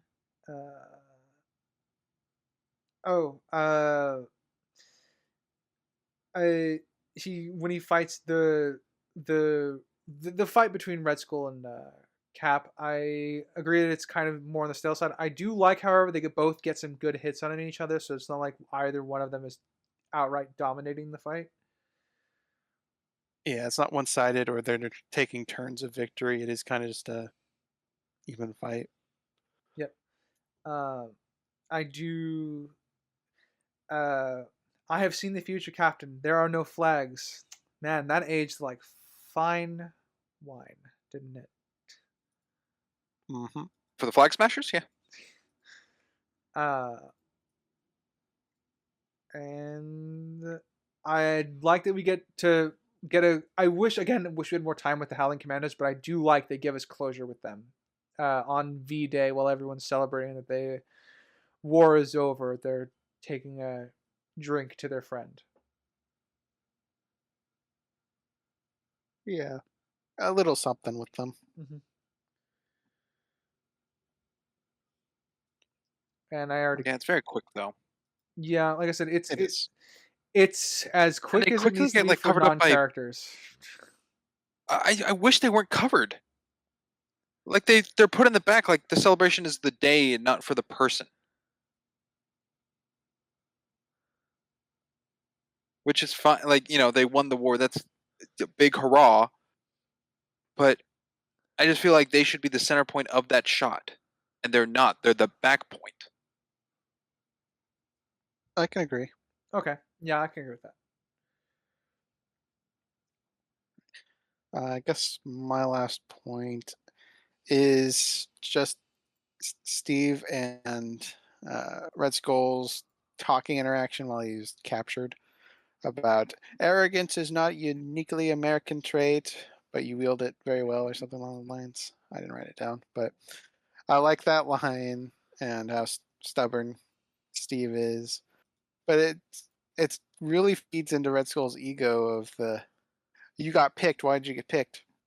For no reason. I'm nothing special type deal. Really got to him. Oh yeah, I'm Mm. just a kid from Brooklyn. Because he's Mhm. not the complete opposite of Red Skull, which I do think they built fairly well. Red Skull thinks himself as a god, and kid from Brooklyn does not. Yeah. Viewed himself as nothing. Anything else for Ryder? It's a very terrible shield facility that Cap could just walk right through the front door. Well, they're in Yeah, the early almost like days of a the MCU, so like a police station that has so many cops that you can just walk out of. yeah, something like that. Maybe in like an anime city. Maybe cool. an anime city with a lot of rain. Yeah, I know what you guys are talking Maybe. about. And a guy with some crazy looking hair. Yeah, that hair bouncing gif is still hilarious. Every time I see it, I It's laugh. great. Audience, we're referencing Weathering with You. Yes. Go check out our coverage. Oh, a classic Crimson Line. Yeah. But that is it. That's all I got. And did anything spring up for you, Sprinks? No. All right. my notes are thorough out. Then we shall go to the ratings section, where we will be starting with a writer. Ooh, all right. I am a big fan of World War II. That's really holds the film up for me quite a bit in terms of subjectivity. I love Cap as well. I love what they do with his character, and I love the setup that he has going into the MCU. One of the things that they do establish early on about his character is that he doesn't really change as a person, and that will lead into some of what I think are some of his core character flaws going forward, in a good way. Not flaws, not in a as in a writing problem, but flaws in just like a character. This film doesn't really play with them much, but there is setup here for them, which I really quite enjoy. Obviously, I love World War II. I enjoy the actiony bits. I still have quite a bit of fun with this. It's probably I probably would put this below Iron Man for me subjectively. I would then probably lean this as a solid 8. I got quite a bit of enjoyment out of it to this day. Regarding it. Objectively. Oh boy. Let's do the world building. World building is problematic in the sense of how it gets problematic in terms of I don't know where things are in space sometimes. With the Valkyrie pretty much teleporting from the Alps to the North Pole. Kind of a problem.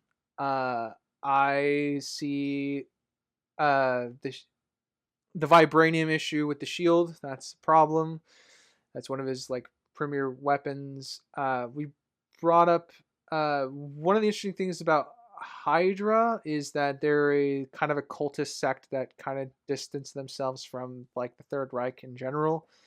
I don't have an issue with that necessarily. I wish there was some more, I guess, integration with how the world was operating with them, because I can assume that they eventually fought in Europe, the Howling Commandos and Cap trying to bring down other Hydra bases. But again, the film isn't really clear on locations outside of except for in Italy and also again with the Alps, also in Italy. But we can assume that they were in Europe for some confrontations due to just the map that Cap watched or spotted. Nicer bits in the world building. The story of the bar where is kind of told through the London Blitz, where we see it full of life, where the Howling Commandos all get together, and then after Bucky's death, we see it that it's broken down. So they're progressing us along in the war, bit by bit, which is nice. The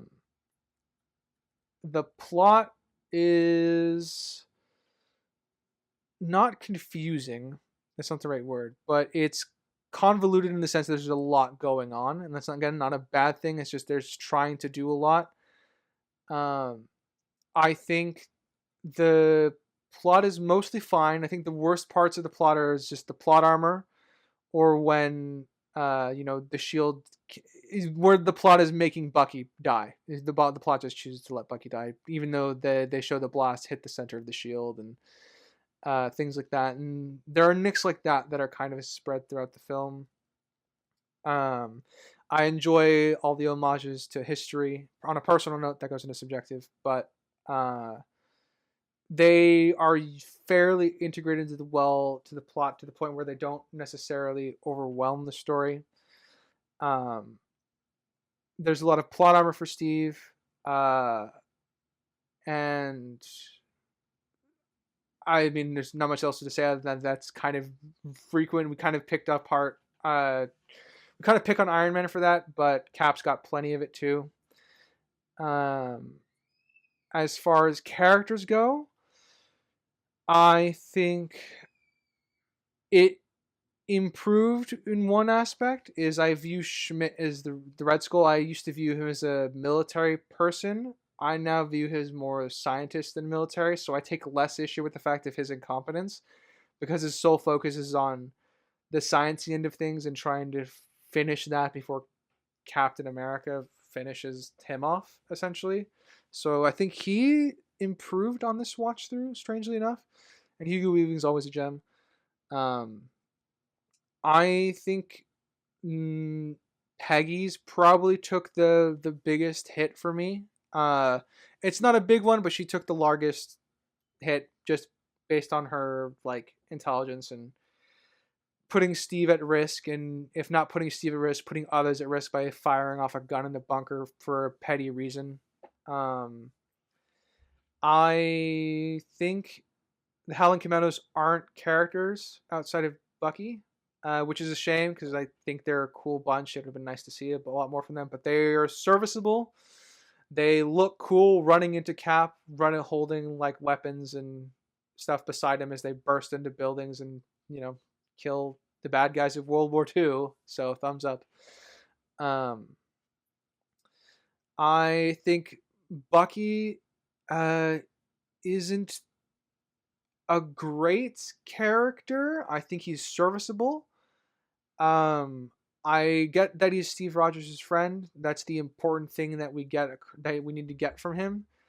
I think his dialogue can be clunky at times, but he has some good moments, so I'm kind of 50-50 on him as overall as a character with how he's portrayed in this film. Dr. Erskine, every scene he's in, love it. I think he's a great character. He's the relationship they needed to nail in order to make Cap's transformation get that final niche to get going, which is the last thing Erskine does was pointed at his heart to tell him not to change. And I think that's a large part to do how well those two characters kind of bounce off each other and how well written their scenes are.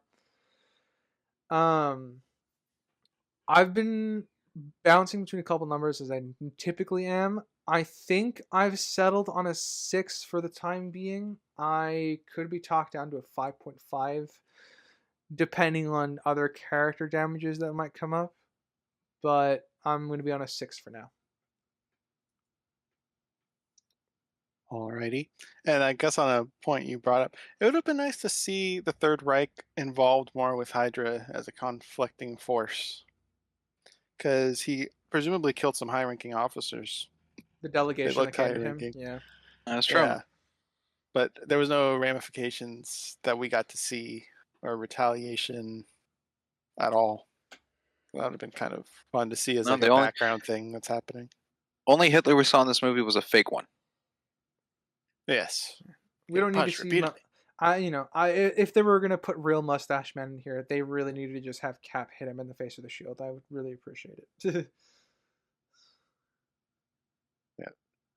Amusing. All right, let's go with Sprinks next. Oh boy, save yourself for the end. I see. Yeah. Well. Big shocker. If you look on the YouTube and Rumble side, you can see I'm decked out as First Avenger Captain America. I over the course of the podcast, I forgot a little details of things like I do in history. I've seen a recording of Rogers the Musical. It was such a small thing in Hawkeye, but then California Adventure did a whole stage production of it. I've seen it probably like 3 times. Every 4th of July, I usually like paint out to everyone I know the Captain America theme song from this movie.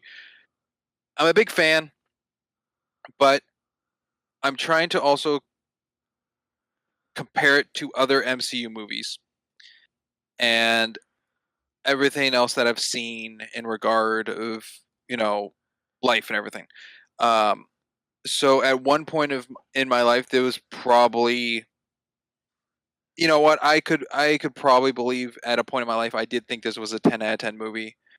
But it's been years since that point. I am comfortable putting my subjective at an 8.5. I truly enjoy this movie. I think it's very fun. I think it's very engaging. I think it's paced very well and flows. It's not boring. I can see how the first half hour can be boring until he turns into bulked up Captain America. But I feel like you need some of that to get the found work of Erskine, the world, Captain Bucky, how he reacts around girls with Peggy, and everything of why this man's chosen to be Cap. And I think it's better than the idea pitched for the Hulk movie, where I said would have been better if there was like 40 minutes to know where Bruce Banner's coming from before turning into Hulk, and the movie just like opening credits is that Hulk thing. And this movie makes me question that for Hulk, if that actually would have been better now, because I think it's done very well in here. But then if it did, it would feel like Captain America is copying off of Hulk since that was previous. So it's a little confusing, but I think this is also a very good origin story movie for a character. So 8.5, I'm comfortable resting at. Objectively, it might be crazy to say that this is my first objective movie I'm giving a 10, but that would not be the case. That would be a lie. I figured that might get some people. So, let's see. The cinematography, I think, is pretty well done. There's some shots that are questioned, but that goes into editing. I'd say more than the shots themselves or the cinematography. I think they're pretty well. The acting, I think, is very well done. I think everyone acts very well. Hugo Weaving, Chris Evans, Haley Atwell, Tommy Lee Jones, the guy who played Hodge, the old lady with the Tommy gun, whatever. I think they all did very well. Sebastian Stan was brought up. I think he's passable. I think he's fine. I don't think this is the best acting he's ever done, but I do think what he does portray is fine. And Toby Jones as Zola, I think, is also really good. I think he's actually pretty well casted for Zola, with his mannerisms and how he is as a person. So that's all pretty good.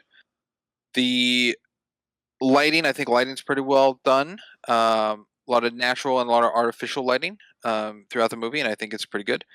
The FX, I think, is a little dated, maybe a little rushed. I don't know if that's because they had to like get this before Avengers, because it seemed like Avengers was 80% done by the time this movie was being made or something, or on the editing floor. But some stuff seems a little rushed. Some stuff seems a little quick cutted. But overall, I think the FX are still good. The explosions look good. The sci-fi laser blasts are fine. I think all that fits pretty well. That sci-fi element over the history element is done multiple times, and I think this is a good mix because of the MCU and the Marvel as a whole for the story. The writing, I think, is dialogue-wise pretty darn good. Good callbacks, good 1-2 hits, good humor. Though there are little elements of plot-related sakes of lines or what is being written for scene to scene. I am not blind enough to just be like, oh, those can be looked over. Not looked over, can be looked over. Yeah, that's the word. No, they do still pop out, especially after multiple viewings. You can see how that is. I don't think it changes the pacing or the tone. I think the pacing and tone are still very good, but it's just written in a way of such. And we did bring it up how like an extended version might be helpful for this. Deleted scenes might be helpful for this if they weren't cut. Stuff like that. The colorization, something I probably never talk about really. I think is very apparent in this movie, very good in this movie. It it gives you that tone and that feel, and I think it very much fits and it's helpful. Wardrobe, I think, is really good to the times of World War II. I think the army uniforms and Cap's outfits and the civilian clothes, and I think that's all good. The landscapes and the settings and the sets made, I think, are also very good. There is some green screen that can be definitely seen, but that'll go in the FX apartment. The green screen that is showing the location set, I think, is good of what it's depicting. I feel like there's always something I forget. Choreography, I think, is fine with the fights. Not wonderful, not brilliant, but I think they're still fine and passable. What about props? Props I think are fine. The guns look good, and to the time, the shield looks good. Even like the damaged scruffs of it, kind of like the paint job, I think look pretty cool. The radio's fine. Trash can lids, sure. I think the props are fine. Overall, I have this resting at an objective 8. I think it's pretty well done. I can see the argument for a 7.5 though, especially with everything that's been brought up. But I noticed from our coverage that we see scenes and parts of this movie differently than one another. So if I did rewatch it with that aspect of looking at it with the things that both you yourself, writer, and you, Crimson, have brought up that I don't see, could make the overall film come across as a 7.5. So I find that believable. That leaves me. I will start with my subjective. A little into the history. Sprinks and I used to butt heads a lot about Captain America as a character. It was a character Sprinks loved a lot, and I always poked fun about it. I haven't done so much in recent years, but definitely in like middle school time. No, it still stands that Captain America, Steve Rogers is my favorite MCU character. Yeah. So that was the whole thing. I always made fun of him. But seeing it now after years, it is a good movie. I have it at a 7. Certainly watchable. Like I said, I've seen it 5 or so times. Fine watching it. It's not one I have to skip if I had to marathon the MCU. There's not really many I would skip. Actually, I don't know if I'd skip any if I did a Infinity Saga marathon. Captain Marvel. Recap question. Let's see. What's the enjoyment level? Yeah, I mean, I think Phillips is hilarious. Tommy Lee Jones with the deadpan deliveries, the stern, strict, but got a little bit of a heart in there type character. I tend to like those kind of characters. So, thumbs up for that.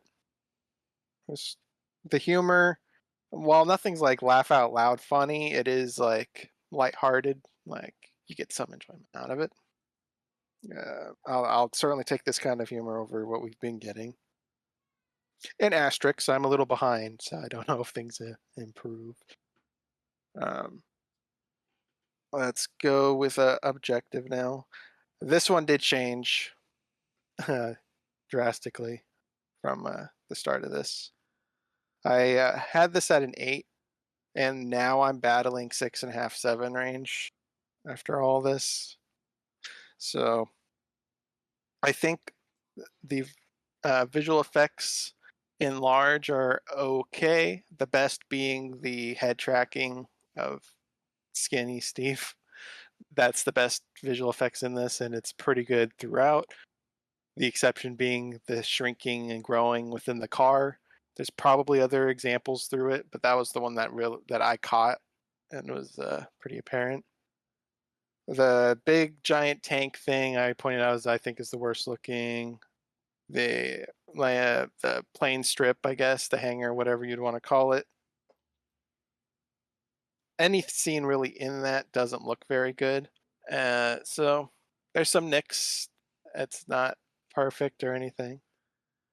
The acting's all serviceable to me, serviceable to good.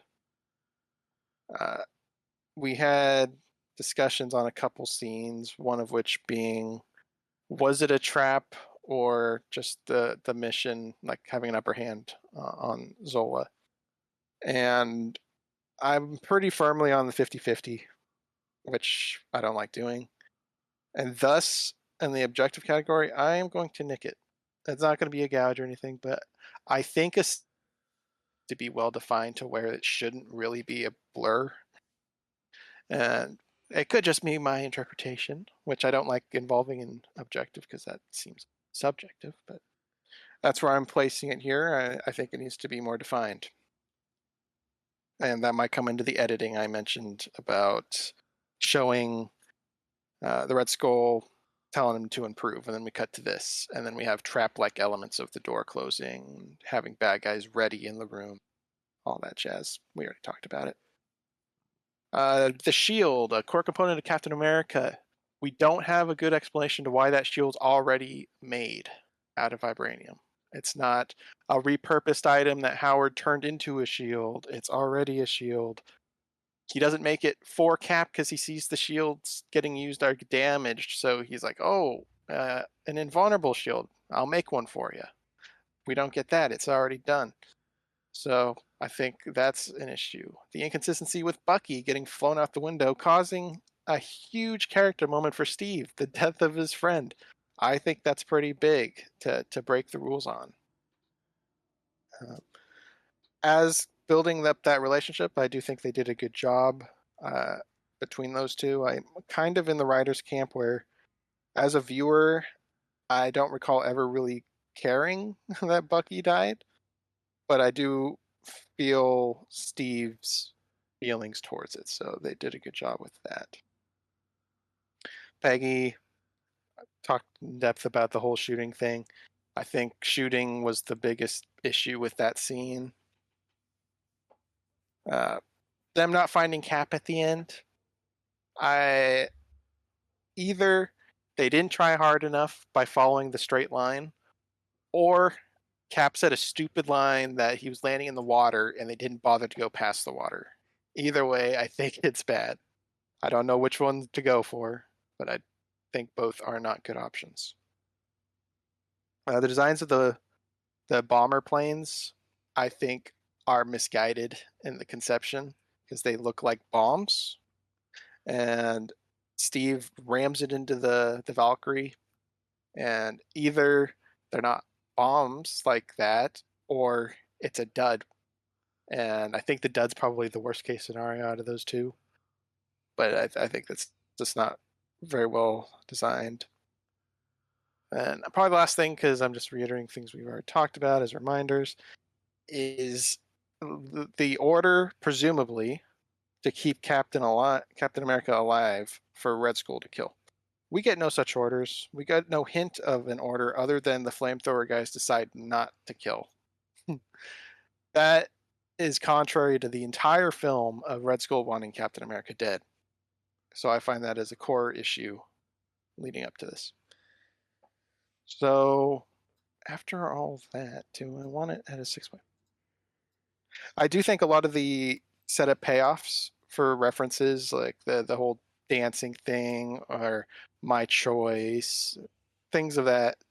I think they do very well. I think that's the best thing they have here is that kind of setup payoff of things. Yeah, I'll go with 6.5. Tepidly.